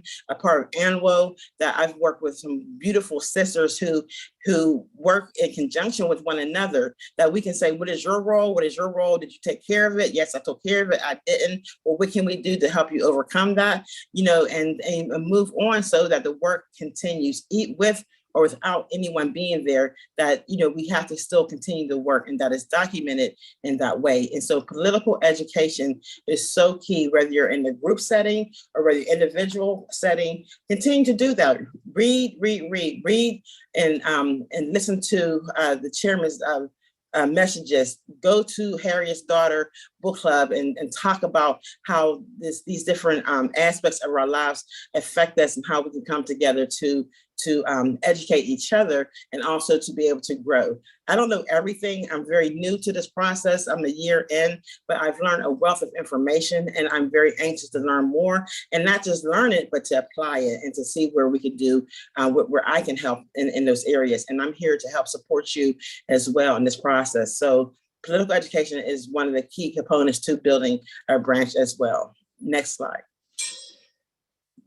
Political actions. So once we get our branch together and we voted on the leadership of the branch, and we have gotten our political education, then it's time to put that in work. Because one of the things I said at the beginning was that this is a theory of practice. African internationalism isn't something to be put into a encyclopedia and put on the shelf. It's a theory of practice. And so political actions it's critical that the branch engage in constant political action. It is through this work that the masses of African people can see the bold and compromising stance of ANWO in the defense of the interests of African people worldwide. Political actions give people confidence that they can win victories if they get organized and resist. And so one of the examples of political actions that I have experienced through ANWO is that, you know, we talked about it yesterday with Arrest CPS, is that the family will approach us and say, I know you have this campaign, and I'm having a situation with my child. What can you do to help support them? So what we do, we listen to the family, we document what's going on. We ask the family, what does this look like for you? What do you need to have happen? And once we collect that information and we explain to them what ANWO was about, then we create a process and a plan of action to say, this is how we want to achieve these things. And one of those things is to get the word out. Do we want to have a press conference? Do we want to bring, do we want to protest somewhere? Do we want to have a town hall meeting to discuss this important issue? These are political actions. Do we want a table to help recruit and share this information around? So that's the next step, because people, you have to be visible. You can't just, because then if you're not visible, you turn to this club. and you just come together to eat, eat sandwiches and drink tea and talk about all the woes of the world. But the political action takes it from the inside of the building or inside of your meeting place and brings it outside to the public, so you can outreach and connect with other organizations if necessary. You connect with other people and out in the world that who needs to hear this information, and that it raises your visibility. And when you raise your visibility, people begin to see that this is something that is obtainable and that this is work that we can do. And then you begin to win more people to the process through your political actions. Next slide. Kinds of political actions. You can have mass rallies, you can have town hall meetings, you can have demonstrations and marches, you can have tabling petitions, and also press conferences, as I said earlier. These are different kinds of, and there's a wealth of other ways that you can have political actions. You can do Twitter, if it's on social media, then you can do Twitter storms, which is just somebody amplifying a certain subject in a certain way. You can begin to have phone banking to call people to share with them the information that's necessary around that action. So, and again, it's all about raising the visibility of your branch and your local area for success. And again, if you're not successful, we're not successful, and where does that lead us? So these are different examples of political actions. Next slide. So what's next? First, you want to join ANWO by going to www.anwouhuru.org/join. That's the first step in the process. And once you join, you'll be invited to attend an orientation. The orientation takes about an hour and a half to 2 hours, depending how many people we have.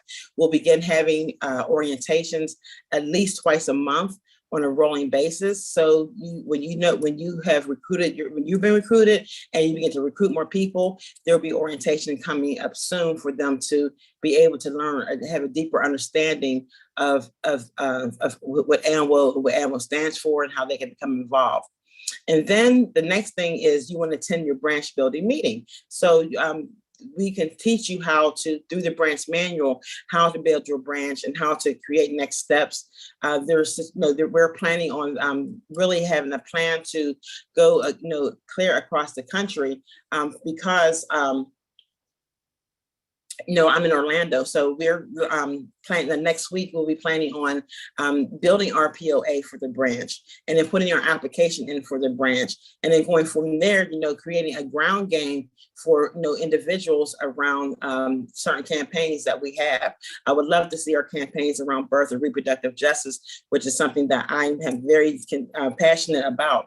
But you want to attend the branch building meeting so you understand the mechanics of building a branch for your success. And then after that, let's build together. Once you have your branch, that we can, other comrades or other areas of the country can come down to your local area to help you with your political actions, to help you build those campaigns. And there may be a campaign that may not be in our preview or things that we've talked about already, but may be important to that community, that really, because colonialism shows up in so many ways, on so many levels. So there may be something in particular in your certain area that we need to highlight, and we do that through bringing that together. And that's when we talk about the international campaign. That's what we mean when we say one voice, that we not only share this information, but through the reporting process of each branch and getting it to the IEC, we're able to communicate to all the branches and say, okay, we know this is Black Star Alert. We all need to be all hands on deck for this certain campaign. So the world knows that they're not just messing with one individual, they're messing with a whole entity, and that we want to be the most powerful entity there is on the face of this earth. So that's how you can join. So I hope that this was helpful to you. I hope that this has motivated you to want to build a branch, and as we move forward. Thank you, Uhuru. And I'll turn it right back to Robin, unless there's any questions.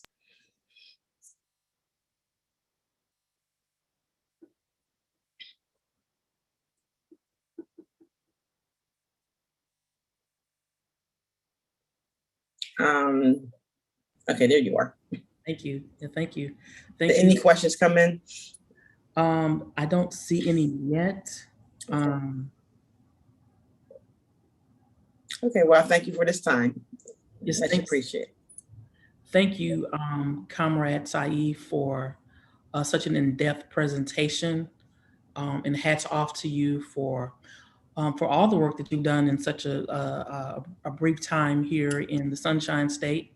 So we want to salute you, and thank you for your participation. And so at this time, we encourage all African women around the world, around the globe, to join ANWO by going to anwouhuru.org. That's ANWOUHURU.org. So it's going to be anwouhuru.org/join to initiate your membership. Let's get out and let's build these branches. And at this time, we're going to bring back to the mic. Is going to be Comrade Saeed, and at that time she'll be joined by Comrade President Yesterday as they both discuss the way forward for ANWO.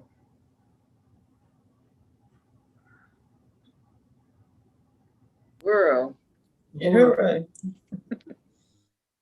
I'm excited about the way forward because, you know, that's what we always, the convention is the pinnacle, and then we're going to have to go from the top all the way up. You know, we're going to keep going because there's somewhere else we need to go beyond just the convention and organizing our folks.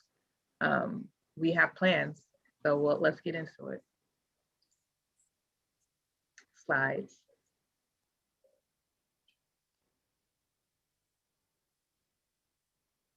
Many fists, plural, the way forward. Next slide. This one's mine, right? Yep. Okay, so Cadre Development School. We just seen the wonderful graduation. I will be offering this twice a year. So you'll have the opportunity to engage in new ANWO forces in the work, to recruit mass forces to the party. It's a tool to recruit mass forces to the party and to create a point platform for ANWO. We offer this twice a year. The Cadre School was really great for me to participate in.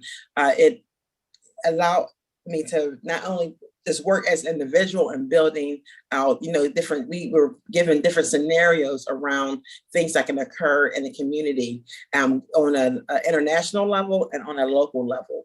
And we had to create a plan to see how we would combat that. We had one situation where a woman was involved in sex work and ended up getting arrested, and she was in Jamaica. And we had to think about how we would rally forces around to be able to combat that, you know. So that was a important thing. So the Cadre School is definitely makes you think and to put the African internationalism and theory into practice. And so we are, as we move forward, we'll continue to offer this twice a year. And so for those who are interested, please sign up and look out for that on our website. And keep in mind, you don't have to be a member of ANWO to participate in the Cadre Development School. It can just help you just be a great organizer on the ground and help you look at life a whole lot different than you do now once you go through that. So it's a transforming experience, and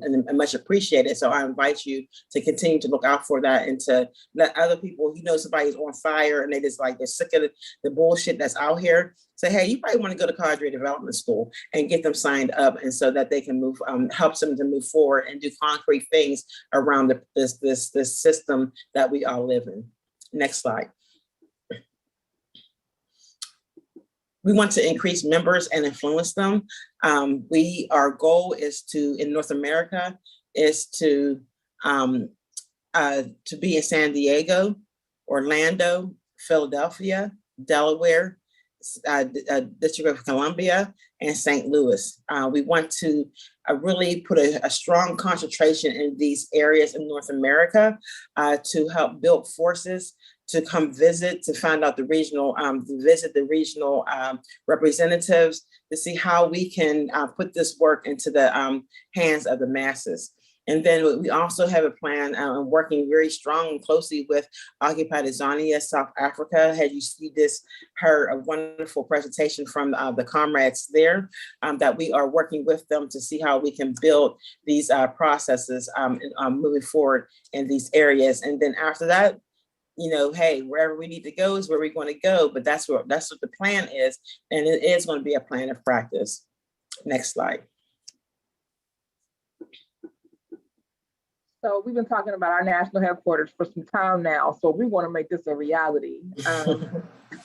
We got to make it a reality because the work that we are engaged in requires us to have a location. And so we are establishing a national headquarters that gives us a face so that people know where and who we are.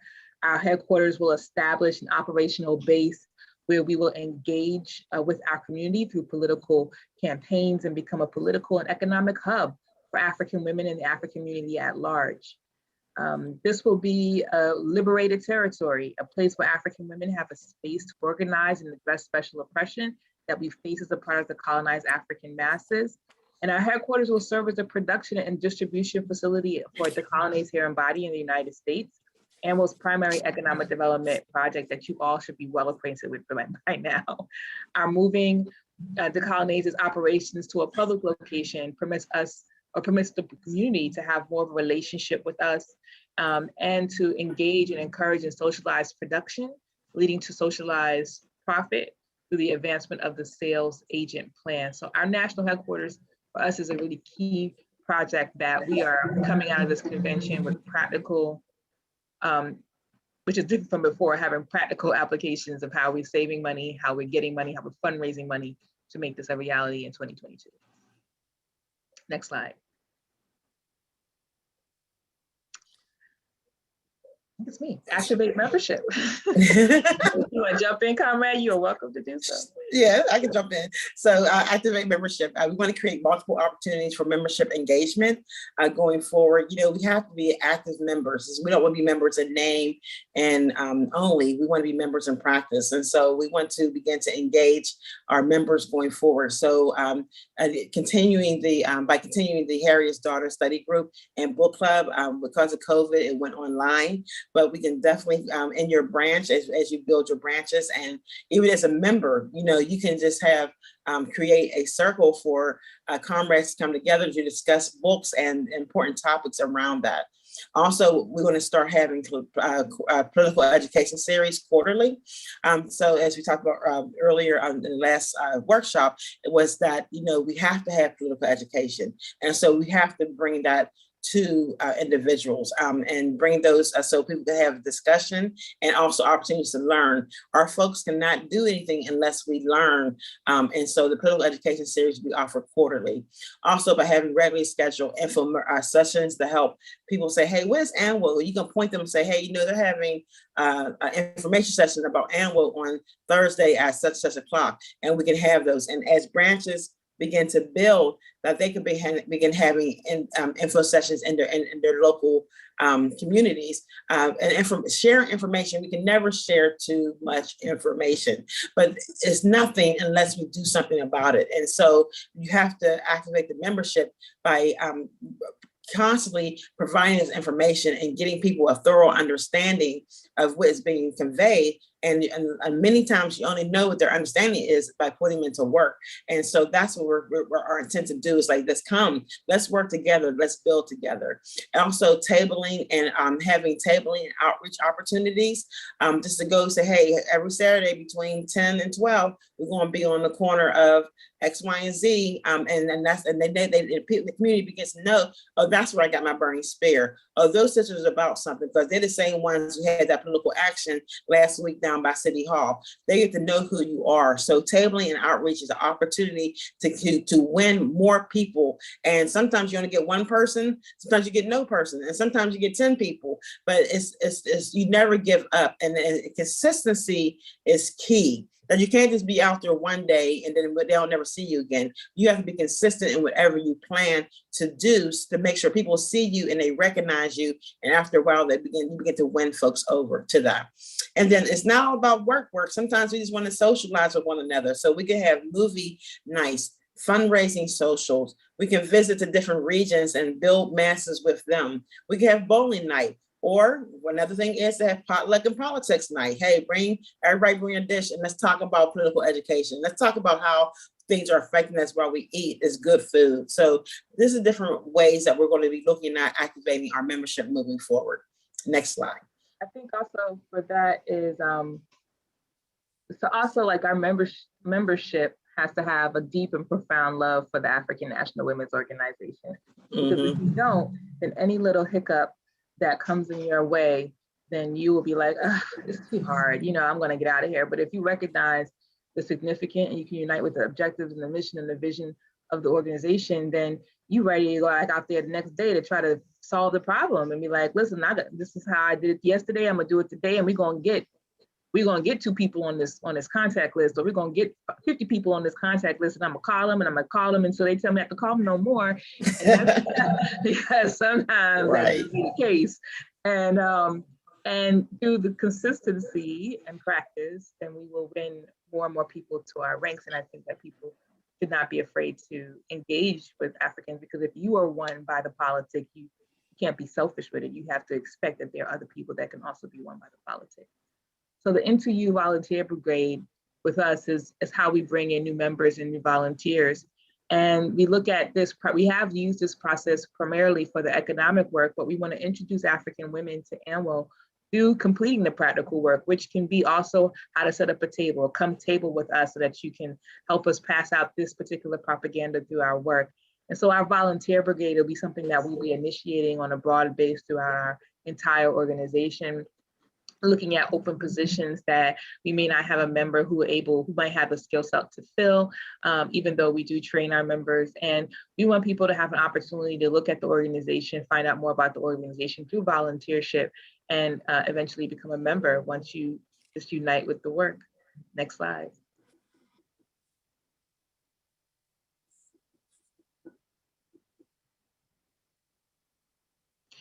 So we want to also diversify our economics. We are, right now, we have our primary economic development project, which is the Colonize Hair and Body. And that has been the bulk of our work, but we do have other aspects of our economics that we really want to highlight and bring forward. And a large part of our economic diversification will be around political education. So creating bags and posters and even boxes that support the economic development projects of the Uhuru movement, like from Zenzele Consignment, Uzi, and Uhuru Planet, and of course the Colonize itself. And we are even thinking about revolutionary greeting cards that we can, give out to our movement, or have our movement have the opportunity to buy from us. And we just look at all of the other elements that will allow for us to diversify our income. And because you see this chart here, we have, the Colonize is 35% of our income, and then we have dues, which is 25%. And although we're gonna work on that dues business, because that dues business got to get raised up. And then we have donations that represent 15% of our income, and then we really want to look at the whole. Can you just click it one more time? Click the screen. There we go. We want to highlight the 20% annual merch so that we can get more people to go to our shop on our annual page, which we currently have buttons on, so it's a plug. Go to anwohuru.org/shop. You can get some revolutionary buttons. You can look at some of the other things that we have for sale there, like our t-shirts, things that we already currently have, but we'll be looking at ways that we can diversify that and get more fresh items that you'll want to buy and support the organization through. Next slide. So political education for us is going to be one of the key components. I've been really thinking about this over the last, as we've been building this convention. And I think and I know with just listening to the Chairman of Sunday Studies and just the deepening understanding about modes of production and just the role of African women in that vein, and also just the whole question around feminism and us being African internationalists and how that differs, and why we believe that African internationalism is the way that will allow African people, African women to gain our freedom. So we have done already a lot of work around political education and have won a lot of new members based on people's understanding around African internationalism thus far. And so our conferences serve as a way that we do political education. We are, there's some, I didn't take out some of the dummy language, but because we don't believe in Jupiter is a gas, we do know that Jupiter is a gas giant, but and maybe Jupiter is our conference with no gas, but all hot, our foot on the gas, let's just say that. And then political education is also going to be a part of our funnel to really get people to unite with the African National Women's Organization and to bring in members and supporters and build our base and branches. Our work in the next year until our next convention, our next convention will be less than a year from now, but our work over the next, between now and the end of 2022 will be to really grow our membership, have people have a better understanding of our African internationalism and how it applies to African women and our ability to free ourselves from the grasp of capitalist colonialism. Next slide. The Regional Strategy, Putting Dual Power in Practice by Chairman Omala Yeshitela. Our struggle against colonial capitalism must be rooted in the actual colonized territories that we occupy. It must be rooted there. This is the essence of dual and contending power. The victory of our party comes as a consequence of our success in transforming every colonized African community into a conscious, active opponent of colonialism. We will take organization and ideological development to the heart of the African working class communities where the colonial contradictions are concentrated. The reality of our theory of dual power will be made more obvious in the regional strategy that we're implementing coming out of our 7th Congress. In the political report in the party's 2017 plenary, we began the discussion of the need for our regional work to function properly as a critical vehicle for the development of the party and implementation of our political agenda. I really appreciate that. Thank you, Chairman. Next slide. We started our annual, go ahead, Conrad. No, go ahead. We can both talk about this, but we started this annual kit a few years ago, and we encourage through the regional strategy for our regional representatives to get the annual kit for $20, and any other person, our membership also can. Dad.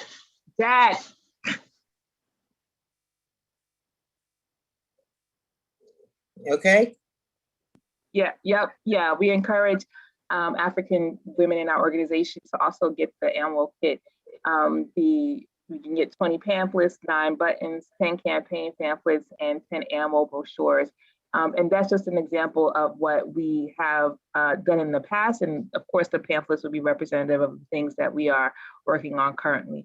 But yes, you can purchase this from, I think our website has the annual kit online, and you can also reach out to us through the info@annualuhuru.org, and our membership, of course, can reach out to us at membership@annualuhuru.org as well to get access to this annual kit. Did you want to say something about this, Comrade? No, so this is a starter kit to get you going, but there's other resources that you can have, and even using your own brilliance as a branch member and having a branch to say, okay, what other ways can we create propaganda to get to win more people to the process? That's all. So another slide. Oh, keep on clicking. That's why I do stuff with animation all the time. Forgot about the animations. I think that's the last one. The last slide, so yeah. Yes, so thank you all for this. Hopefully this was helpful in sense so you can see how we're, what the plan is for our membership and to recruit, to let you know that you're not by yourself. We're not just throwing you out there in the wolves and letting people eat you up, that we all in this together, and that I appreciate being a part of an organization that will provide leadership to everyone who wants to participate. Uhuru, any questions?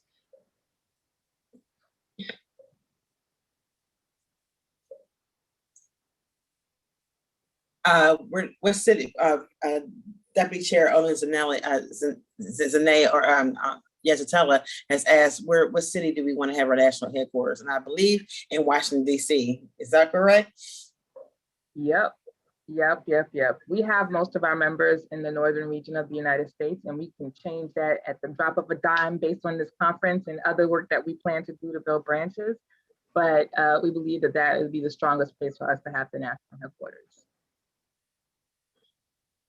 Okay, I'm looking to see that I don't see any questions coming through.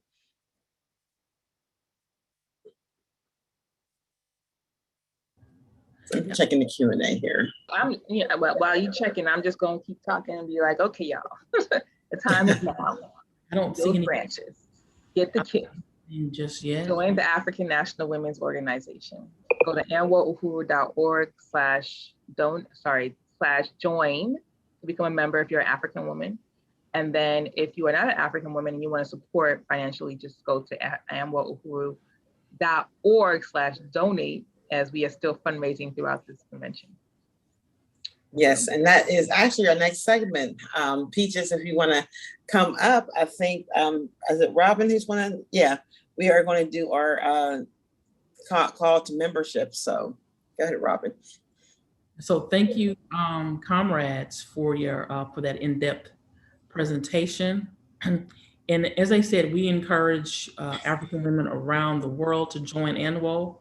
And you can do this by going to anwouhuru.org. It's ANWOUHURU. I like the way that chairman says it, Uhuru. It sounds very authentic. So anwouhuru.org/join to initiate your membership. And let's build these branches. And from this very in-depth presentation, you don't have to feel like you're alone. Just get started and help will come. So at this time, Comrade Saeed will be joined by, again, Comrade President Yejide to discuss the way forward. That's we're on the branch, we're on the membership to call. So Comrade Peaches is on, so. I'm having trouble with my screen right now. I got a lot of stuff going on, but thank you for that, for pointing that out for me. So thank you, Comrade Robert, appreciate that. So right now, this is the time for us to, we've been saying this all day to day and yesterday that, we really want this process and this conference to be a recruitment tool. And so that that we are here to help support. So this time, this portion of our program is about telling you about our membership, and Comrade Peaches is going to help us with the donations. But before we get into that, we are at $1,485. We have received a pledge of $50 from Michelle Odom.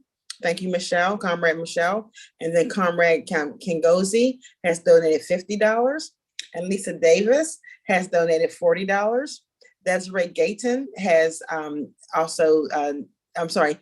Lisa Davis has pledged $40 and Desiree Gayton has given $10. So we're almost at our goal, but we're not quite there. So as we go through this next presentation, if you want to bring it up on the screen, I'll talk about the membership portion, and then Comrade Peaches will talk about the financial side of things. So we'll take turns and tag teaming each other in this process.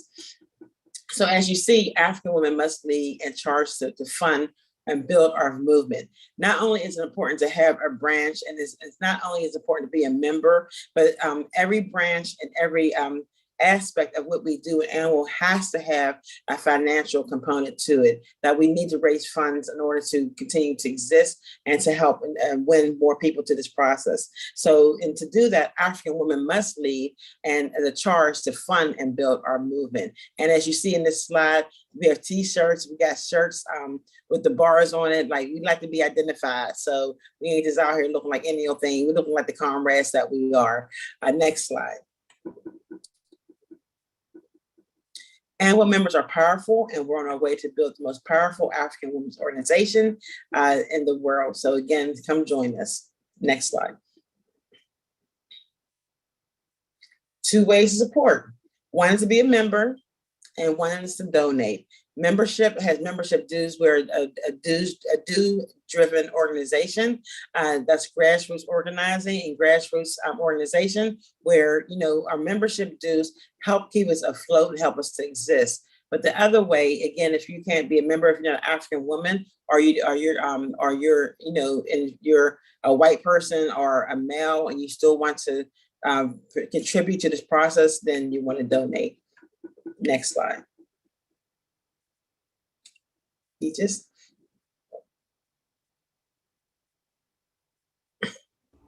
Uhuru. So today, or for the 2 days, we had a $2,000 goal a day, and our total is to make $4,000, to raise $4,000 for our convention for 2021.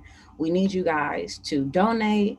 Also pay your membership dues as well, so that we can continue to put on our convention. We need to start having funds for our convention next year for 2022, as well as for our programs that we put on throughout the year as well. Next slide.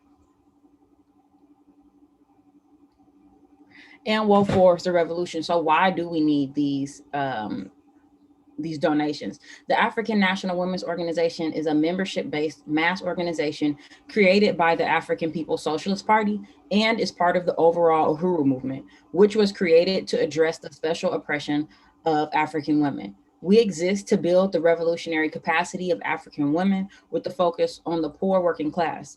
We do this with the understanding that for African women and people to be free, we need to have a worldwide revolution led by African poor working class. We are led by the political theory of African internationalism, which helps explain the world and our future in it. As the only anti-imperialist, anti-colonial revolutionary African women's organization, ANWO is leading on the everyday issues that impact the lives of African women. Next slide. And ANWO has a global plan, which is, again, why we need members and why we need donations to continue our work and to execute our global plan. We don't want to just be in one city in the States, or just in the States, or just over here. We have chapters throughout the US, as well as in the UK, South Africa as well, occupied Tanzania. And we want to continue to grow these chapters throughout different countries and different nations, and really build up the African working class women and bring us in front of the fight. Because in order to be free, we have to be a part of that fight. We have to lead that fight. Next slide, please. So how are we funded, right? The African National Women's Organization is a completely self-funded organization, mostly ran by volunteer members such as me, President Yejide, Saeed. We generate resources through our membership fee. So we all pay a membership fee. Through our economic development project, Decolonize. So you guys, please be sure to go to our website, get you some Decolonize today. And also through sustaining donors, which is why we're asking you to donate to help us continue to do our work. And these allow us to do the work we need to do to forward the revolution as part of the strategy of the African People's Socialist Party. So remember, no amount is too small, and you can make a one-time donation at anwohuru.org/donate to help us reach our convention goal. Next slide, please. And we got another donation of $84 from Hadal Langi. Thank you, Hadal. Uhuru, we really appreciate that. And so what is some of the work that we're talking about? Why do we need these donations? What's some of the work that ANWO is doing in our campaigns that we're kicking off? So one is Face Off, which is fighting against colonialism, empowering our felons and families. And we want to uplift and support our families that are impacted by incarceration. We also have Arrest CPS, which had a brilliant presentation yesterday explaining how African families are torn apart, and how African children are being taken from their parents, and wrongfully so. And also we have the Uhuru Kijiji Child Care Collective, where we want to offer community child cares and alternative solutions for child care, as opposed to just being offered by the state. Next slide, please. So membership. Go pass it on to Saeed. Okay, membership, and again, anwohuru.org /join. Before I go into this part, I want to thank Ona Zane Yeshitela for her $100 donation. Much appreciated. Next slide. Members and dues. As dues-based group, we rely on building our broad base of members for funding. We're not constantly chasing donations and grants. This provides freedom, which an organization can't have if it becomes dependent on funding from just a few major sources. And what membership dues are monies paid to support the everyday activities of that organization. This money is primarily used to support our annual meetings, pay for promotion and propaganda material, and help build ANWO by supporting active members who are engaged in building ANWO. So again, come to anwo.org, anwohuru.org/join. Next slide. Our membership growth, growing our membership base to mostly active, invested members so that we won't have to do extra fundraising to accomplish our goals. Please join and be a recurring donor. Join ANWO, but also you can become a recurring donor. If you are a member, you can still contribute and donate as well. So that we want to accomplish our goals of intense political education, provide opportunities for members to engage, as we talked about earlier, and also to be more visible. We definitely want to raise our visibility. Next slide. We have different membership levels.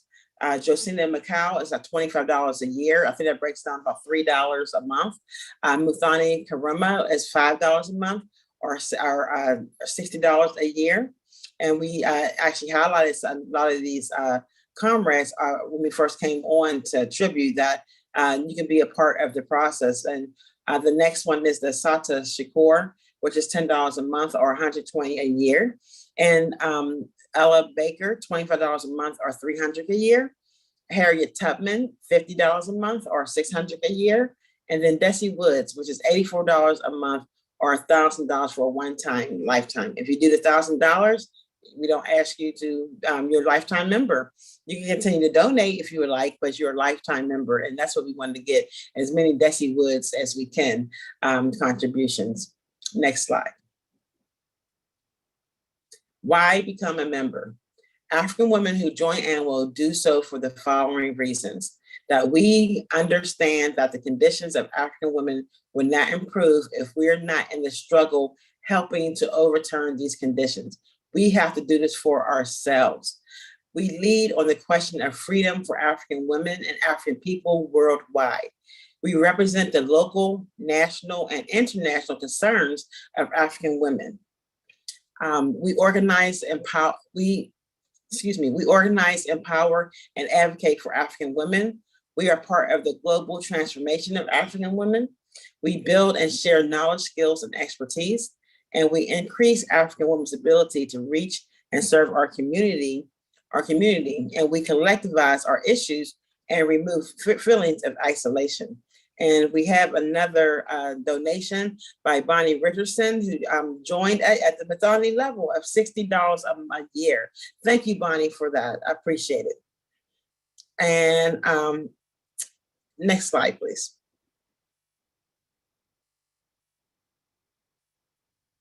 How to join ANWO. You have to be an African woman anywhere in the world. You have to unite with our principles of unity, which are all African people, no matter where we are located, are one people. At the end to the political and social oppression and economic exploitation of African women. Advocate for the absolute, unequivocal political, social, and economic equality of African women and men. And all who participate in ANWO's work do so under ANWO's leadership body in order to meet its organizational goals and objectives. And so you do that first by completing a membership application and just submitting your payment. And then after you do that, then as I said earlier, you do have orientation, and then we start to provide you with the tools, and we struggle with you as we win more people to this wonderful process. Next slide. This can be you, a green beret or a red beret. Next slide.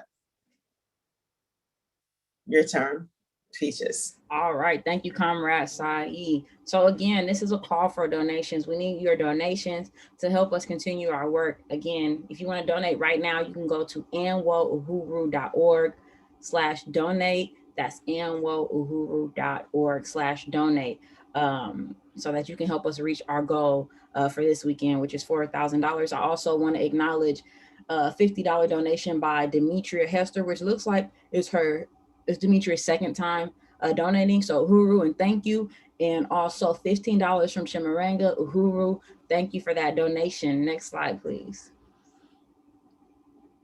Again, no amount is too small. You can make a one-time donation at anwohuru.org/donate.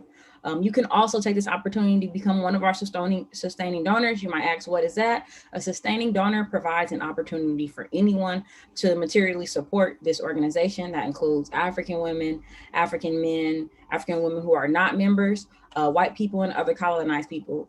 No donation is too small. So go ahead and donate today, anwouhuru.org/donate. Next slide, please. All right, so you can help us reach our goal today. Our goal for the weekend is 4,000. We're trying to do 2,000 a day. So please make sure to donate. No amount is too small. Your monthly contributions will help us meet our $4,000 goal as well. So you can become a sustaining donor and pick your sustaining donor level now, the ones that Saeed mentioned just a few slides ago. Next slide, please. All right, a little bit more about ANWO. We are a revolutionary voice that counters colonialism and the petty boo feminist movement for true African women empowerment through African internationalism. African women must lead and must be counterparts to African liberation. And donating resources to ANWO allows us to do the work necessary. As mentioned before, we have a ReciPS, the Uhuru Kijiji Child Care Collective, as well as the Decolonize Hair and Body. So after you donate, be sure to go to Decolonize and go ahead and get you some body butter, some face scrubs, some little mist, and keep you decolonized and keep you all right. Next slide, please. How can you become a sustaining donor? So we have a few different levels for you. $5 a month for the Ya Asantewa level. That's just $5 a month. And I know you guys can do that. So you can sign up right now, anwohuru.org/donate.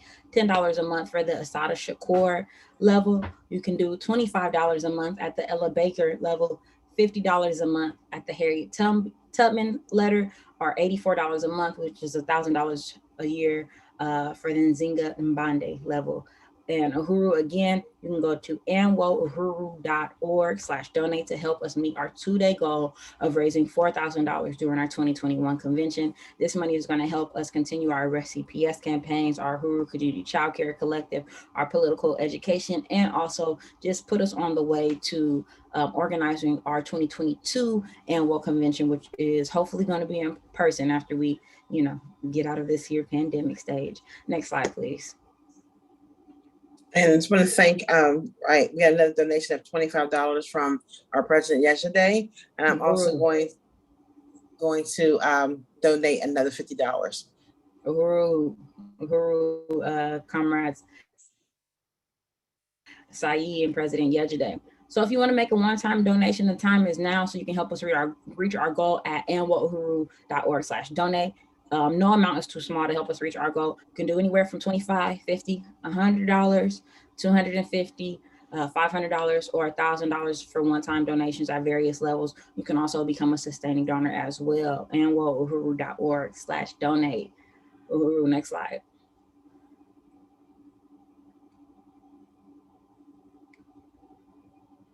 All right, and you also can get some gifts with some donations if you're giving your donation now in memory of our convention that's taking place right now. So for $15, you can get the convention bracelet.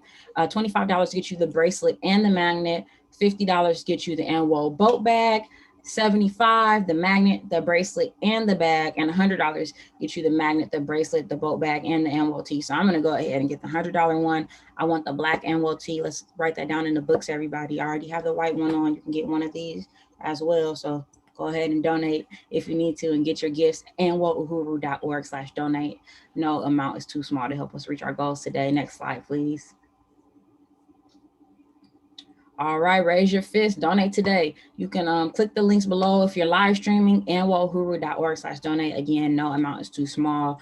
We would love your support to help us continue our work, to help us put on our convention next year as well. That's anwohuru.org. Donate. You can pay your membership dues. You can join. You can donate. And you can also become a sustaining donor or do a one-time donation. We would truly appreciate all of your donations. Uhuru. Uhuru. And we got another $50 from Moti Atkins. We're getting very close to our goal. We're not quite there yet. So we still want to ask you for that now. Right now we're at $1,969. So everyone raise your fist because we're getting there, but we're not there yet. So if you would please really consider donating so we can get closer to our goal, that would be awesome. We have, we mentioned Demetria Hester, Chirminga Salemba Bayo has also donated $15. We mentioned President yesterday, $25.50 for me, and then Moti Atkins. Any other donations coming in?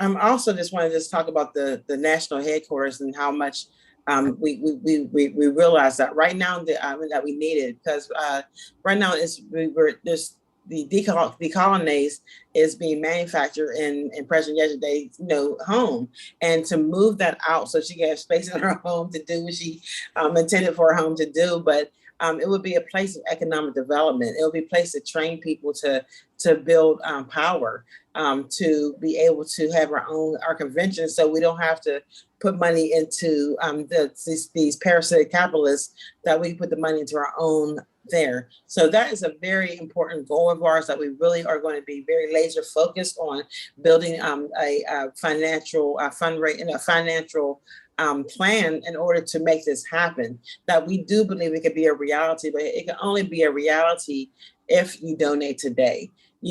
Just overall, I'm just really impressed with the party overall and the mass organization that it has, that to show that, not only do we talk about this, but we our theory and practice. We have, Huru pies, the Huru flea market, the farmers market, the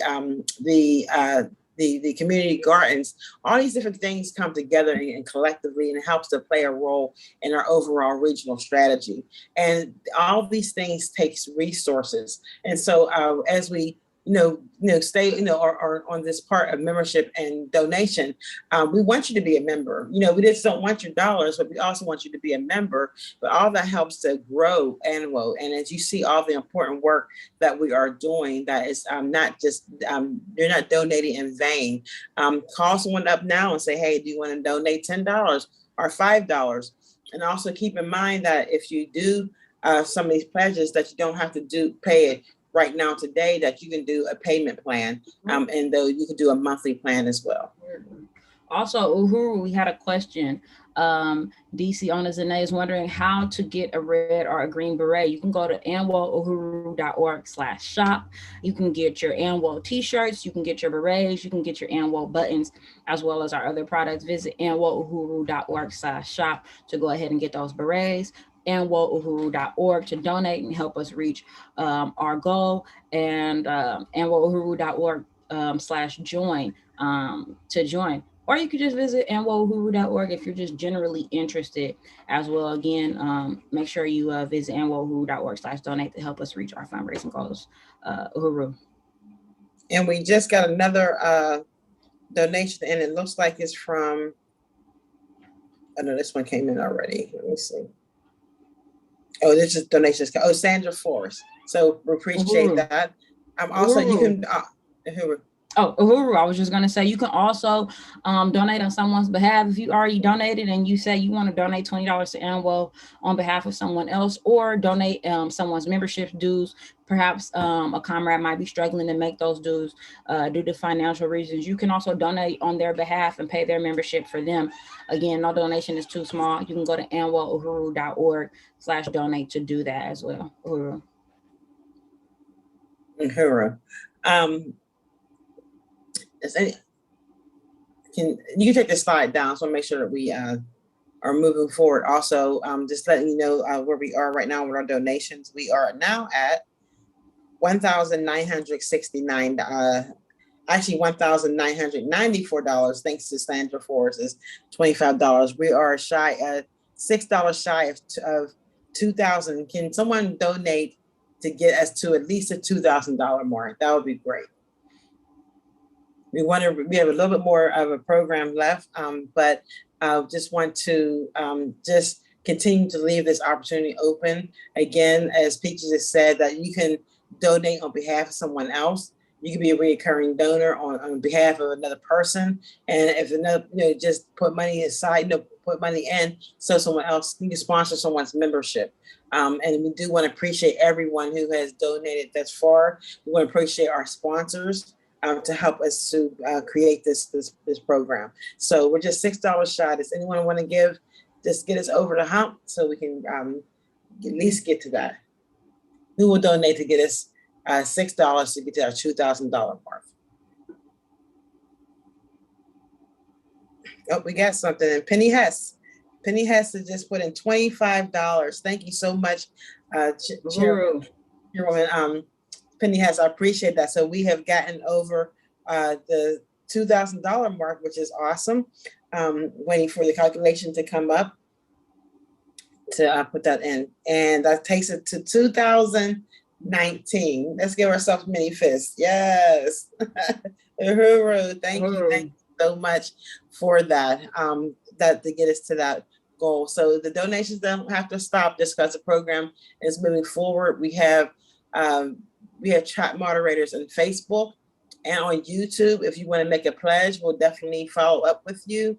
And if you're on Zoom, continue to contribute. But I can't tell you how much appreciation we have for everyone who believes in this movement, for everyone who believes in the role that ANWO plays in this process, and that we're here because people like you who believe in investing and getting return on their investment. So much appreciated. And we got another $25 from Mckinge.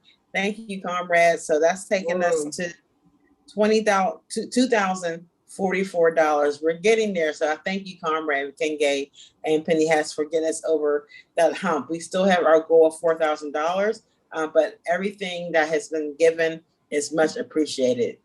Thank you. Uhuru, continue to donate today. You can support the revolutionary work that ANWO is doing by going to anwouhuru.org/donate. Uhuru. Uhuru. Now we're going to turn it back to Robin, who will take us to, actually, I think it's my turn, actually. So not you, Robin, sorry about that. So we're encouraging everyone, every African woman in the world to join today at www.anwouhuru.org/join. If you're not an African woman and you still want to support and make a donation, then go to anwouhuru.org/donate. There's something that everyone who can do something about that. There's something that everyone can do to help contribute to this organization and this important work to bring African women to political life. So now it is my pleasure to introduce Chairman Omali Yeshitela. He is the chairman of the African People's Socialist Party and commissioned the creation of ANWO. The chairman developed the political theory of African internationalism that understands the world through the eyes of the African working class.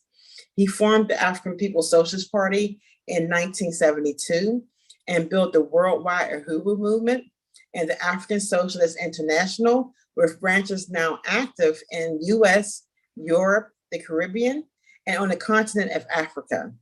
Chairman Yeshitela's African People's Socialist Party created the African National Women's Organization as a vehicle for African women to contend against the special oppression faced under modern colonialism.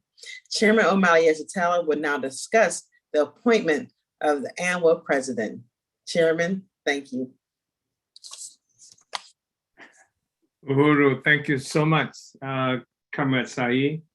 And I'd also like to express my appreciation to the entire leadership body of the African National Women's Organization, especially those of you who organized this process, and especially those of you who played a role in carrying out this convention on today and yesterday.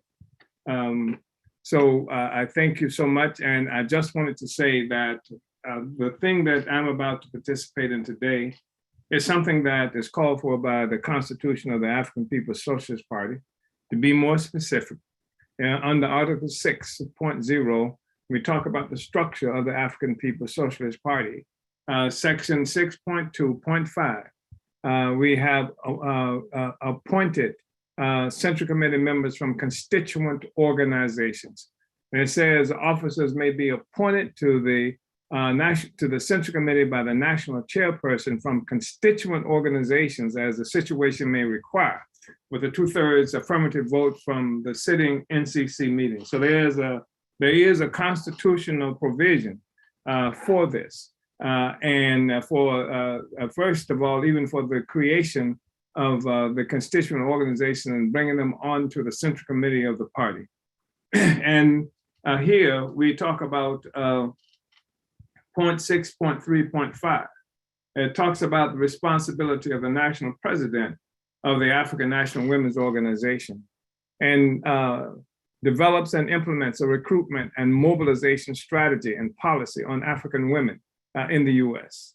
The director of the president will build the African National Women's Organization as an instrument for the mass mobilization of African women for pursuit of their interests as oppressed subjects of domestic colonialism.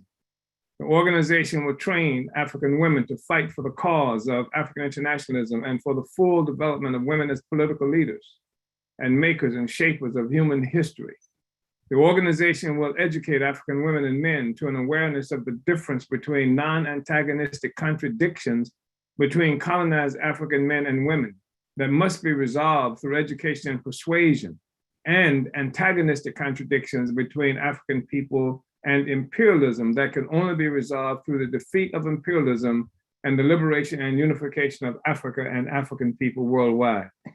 The organization will initiate educational campaigns within the ranks of the African People's Socialist Party and its constituent organizations on the history of African women in the resistance to all forms of imperialism, and provide leadership in the struggle against retrograde and colonialist attitudes that undermine the leadership and dignity of African women.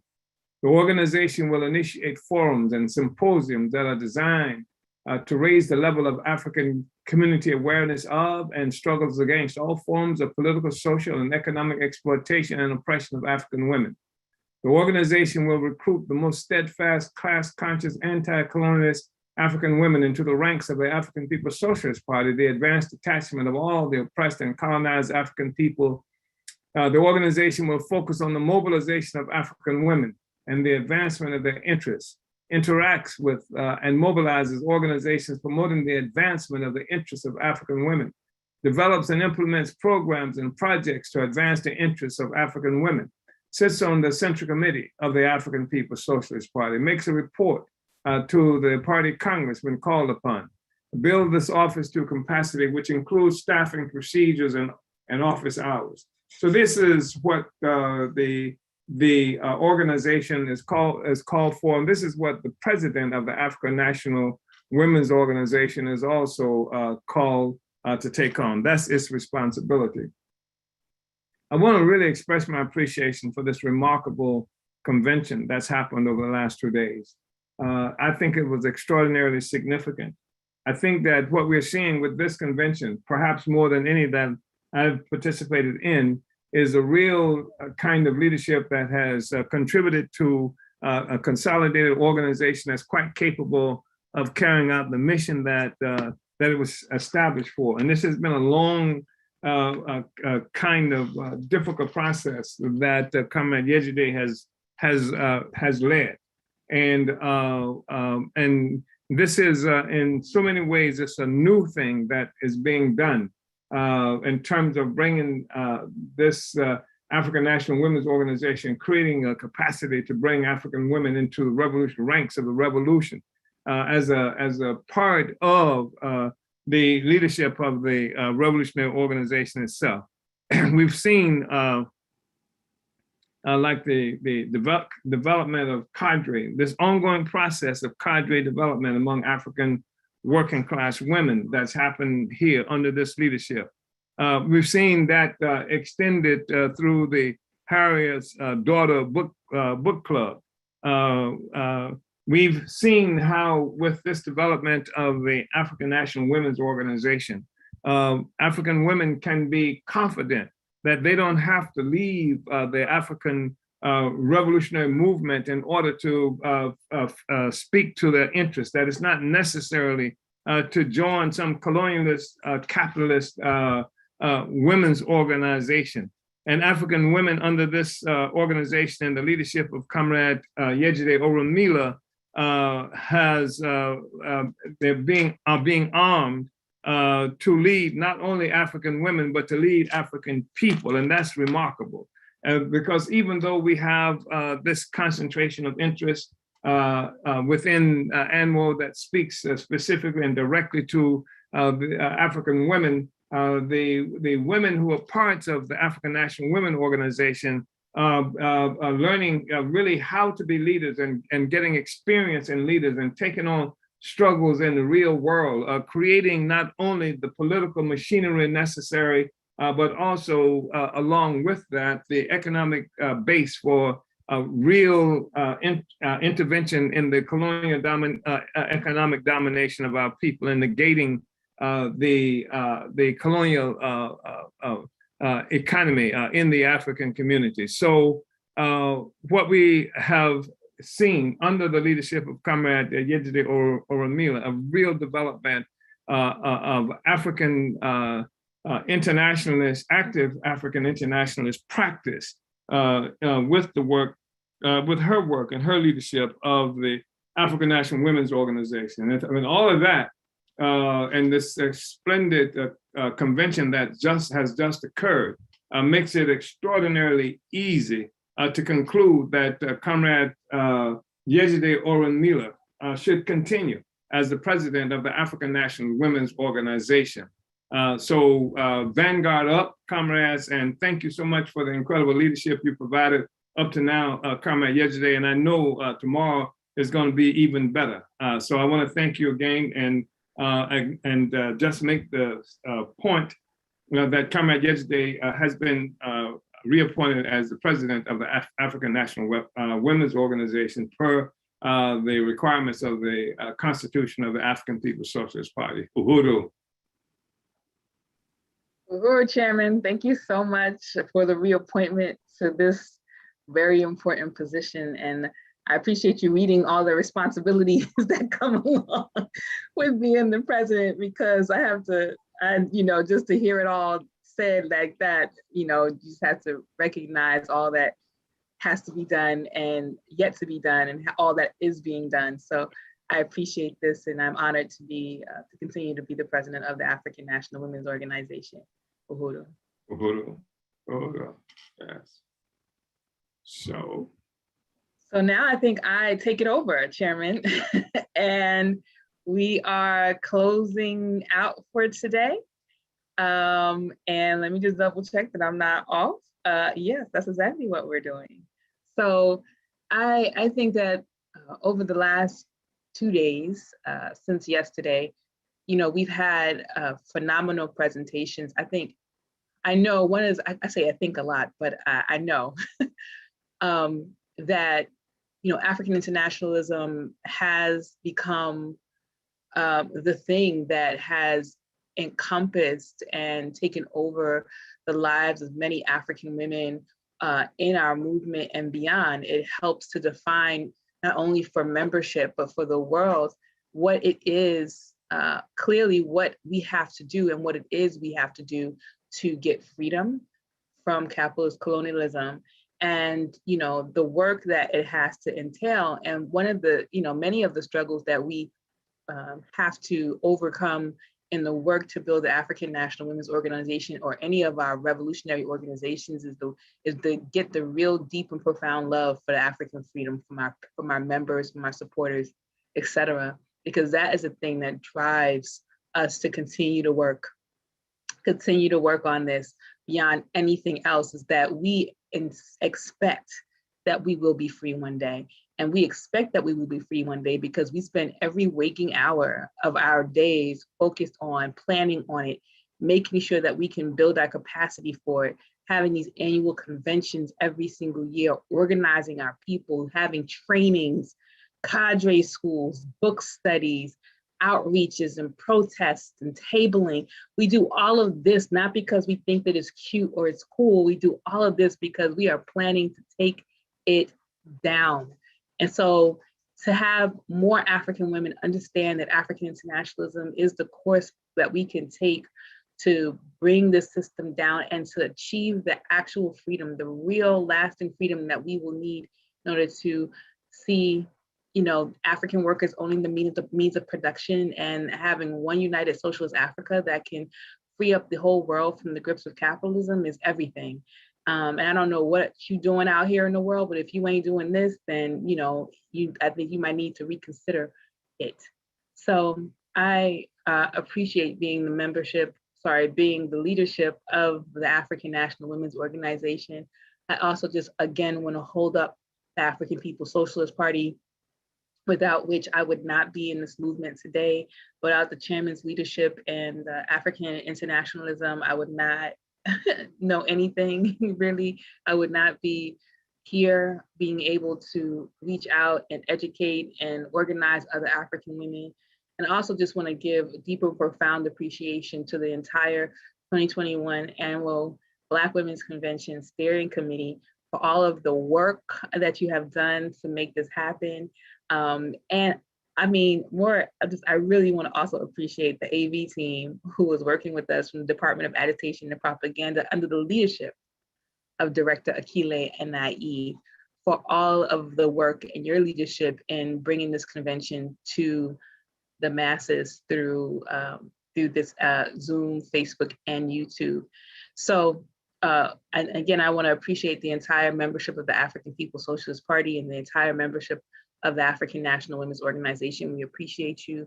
We're gonna be coming for you. We're gonna be organizing you to make these branches happen, make membership happen, and to give real teeth, real teeth and practicality to the work that we continue to do to build the African National Women's Organization out.